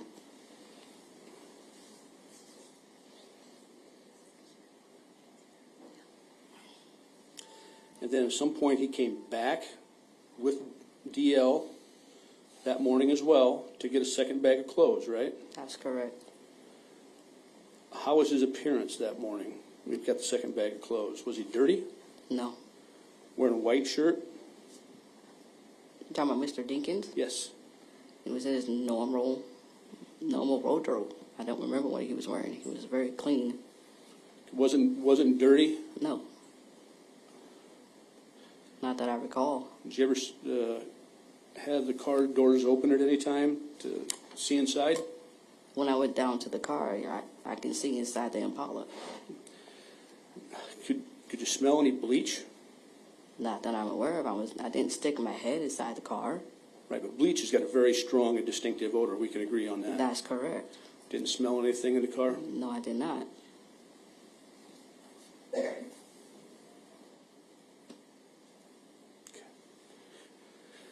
When you saw Briasia outside, you say, by the Impala, were any car doors open then? No. You didn't see her open a door to try to get inside? No. Didn't see her close a door and exit the vehicle? That's correct. You didn't see where she had come from? No.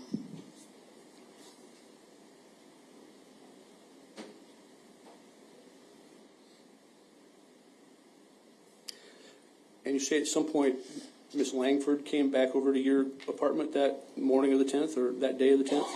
That morning, her... Sometime that day. Yeah, sometime, yeah. She was angry. Very. I would too. She kicked your door in, didn't she? That I cannot answer.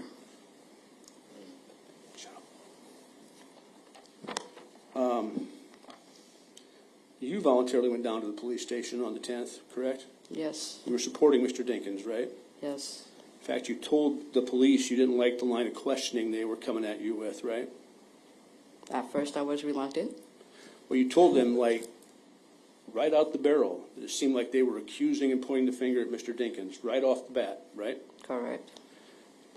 Thought that they had their mind made up that Mr. Dinkins had something to do with this, right? Correct. And you disagreed with that, At first, yes. okay?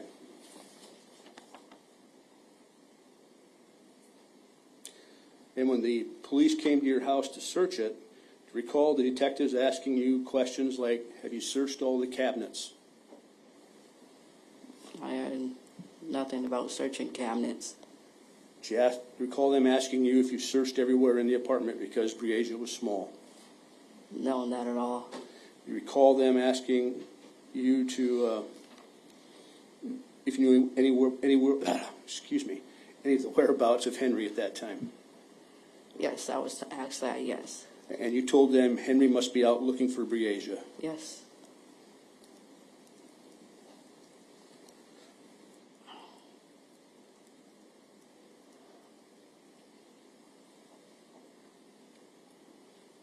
That when bad stuff happens, when there's tragedy or things that happen, Henry likes to insulate you from that stuff, right? Yes. Henry likes to protect you, right? That's what you want to call it, yeah.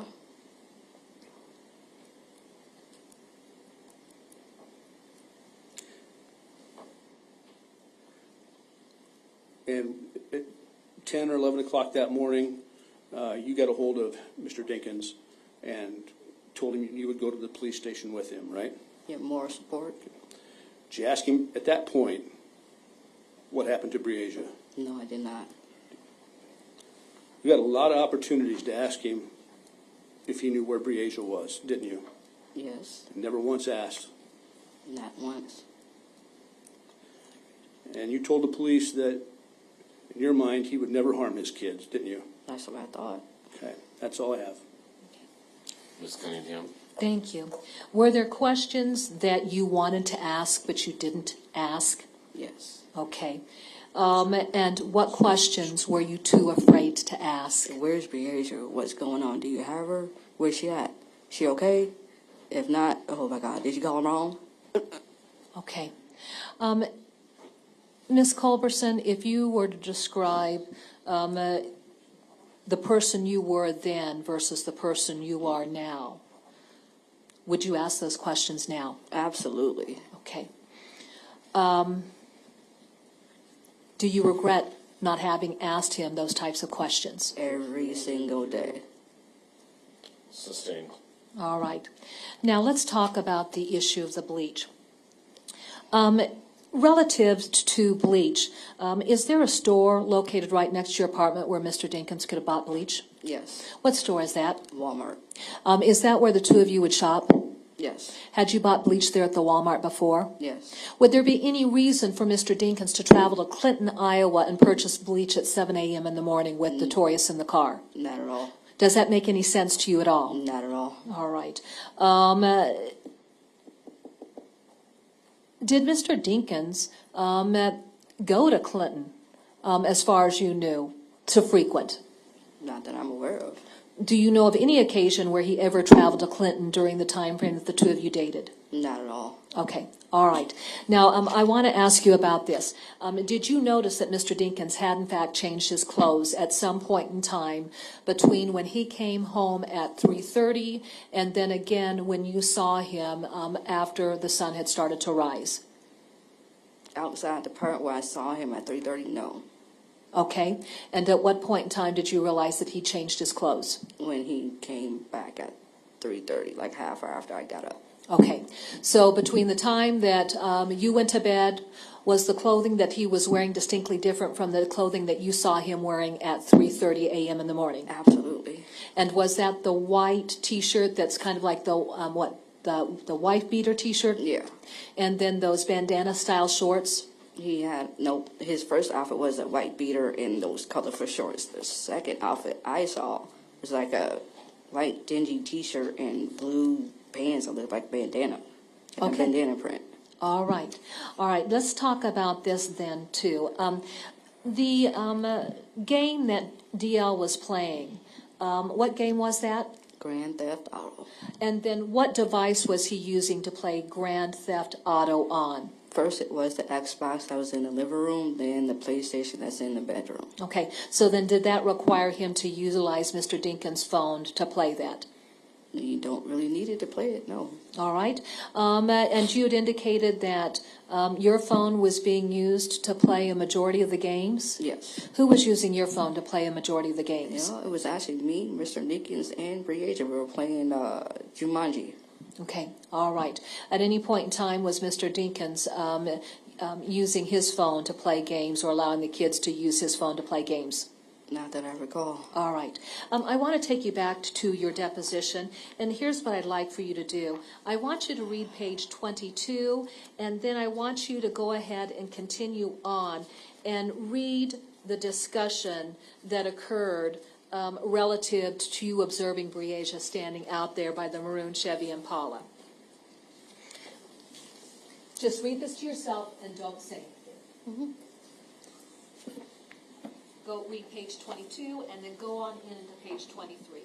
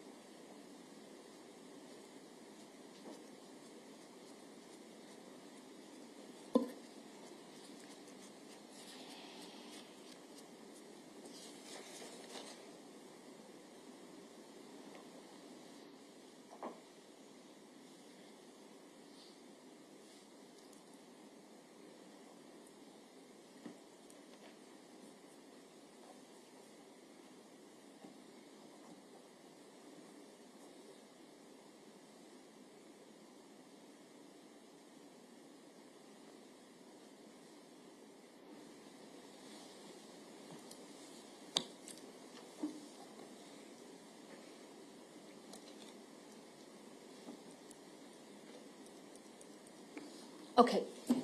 Did you have an opportunity to read the testimony that you gave at your deposition? Yes. Is that consistent with the testimony that you provided here in court today? Yes. All right. Let me ask you this. When Mr. Dinkins came into the apartment at 3:30 a.m. in the morning, when he unlocked that door, how would you describe what you noted about his use of the key? What do you mean? Did it seem like it was just like a normal unlocking, or did you have the perception that he was trying to keep you from hearing things or keep you from waking up?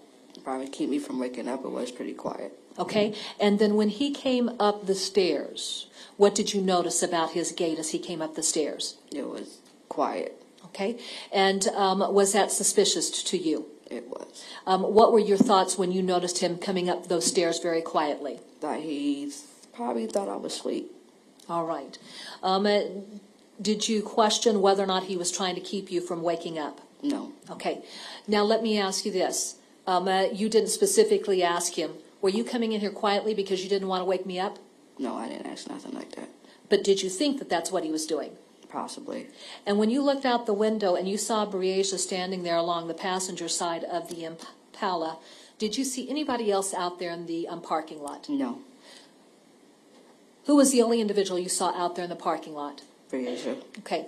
And between the time that you saw Briasia standing there on the passenger side of the vehicle, if you were to describe if there was much of a time elapse between making that observation and Mr. Dinkins going down the stairs and out the door, was there much of a time elapse at all? A little bit. And if you say a little bit, what do you mean by that? Maybe a couple minutes. Okay, so a really short period of time. Yes. All right. Did you believe that Mr. Dinkins left the apartment complex with Briasia in that car? Objection. Calls for speculation. Your Honor, I asked her if she believed. Then it's irrelevant and immaterial what her opinion is. Your Honor, we've laid the foundation for her observations, and the state does believe that that's an appropriate question to ask. Then it invades the province of the fact finder. Overruled. She will answer the question. Yes. All right. Were you aware that Mr. Dinkins had a box for ammunition in his closet? No. Okay.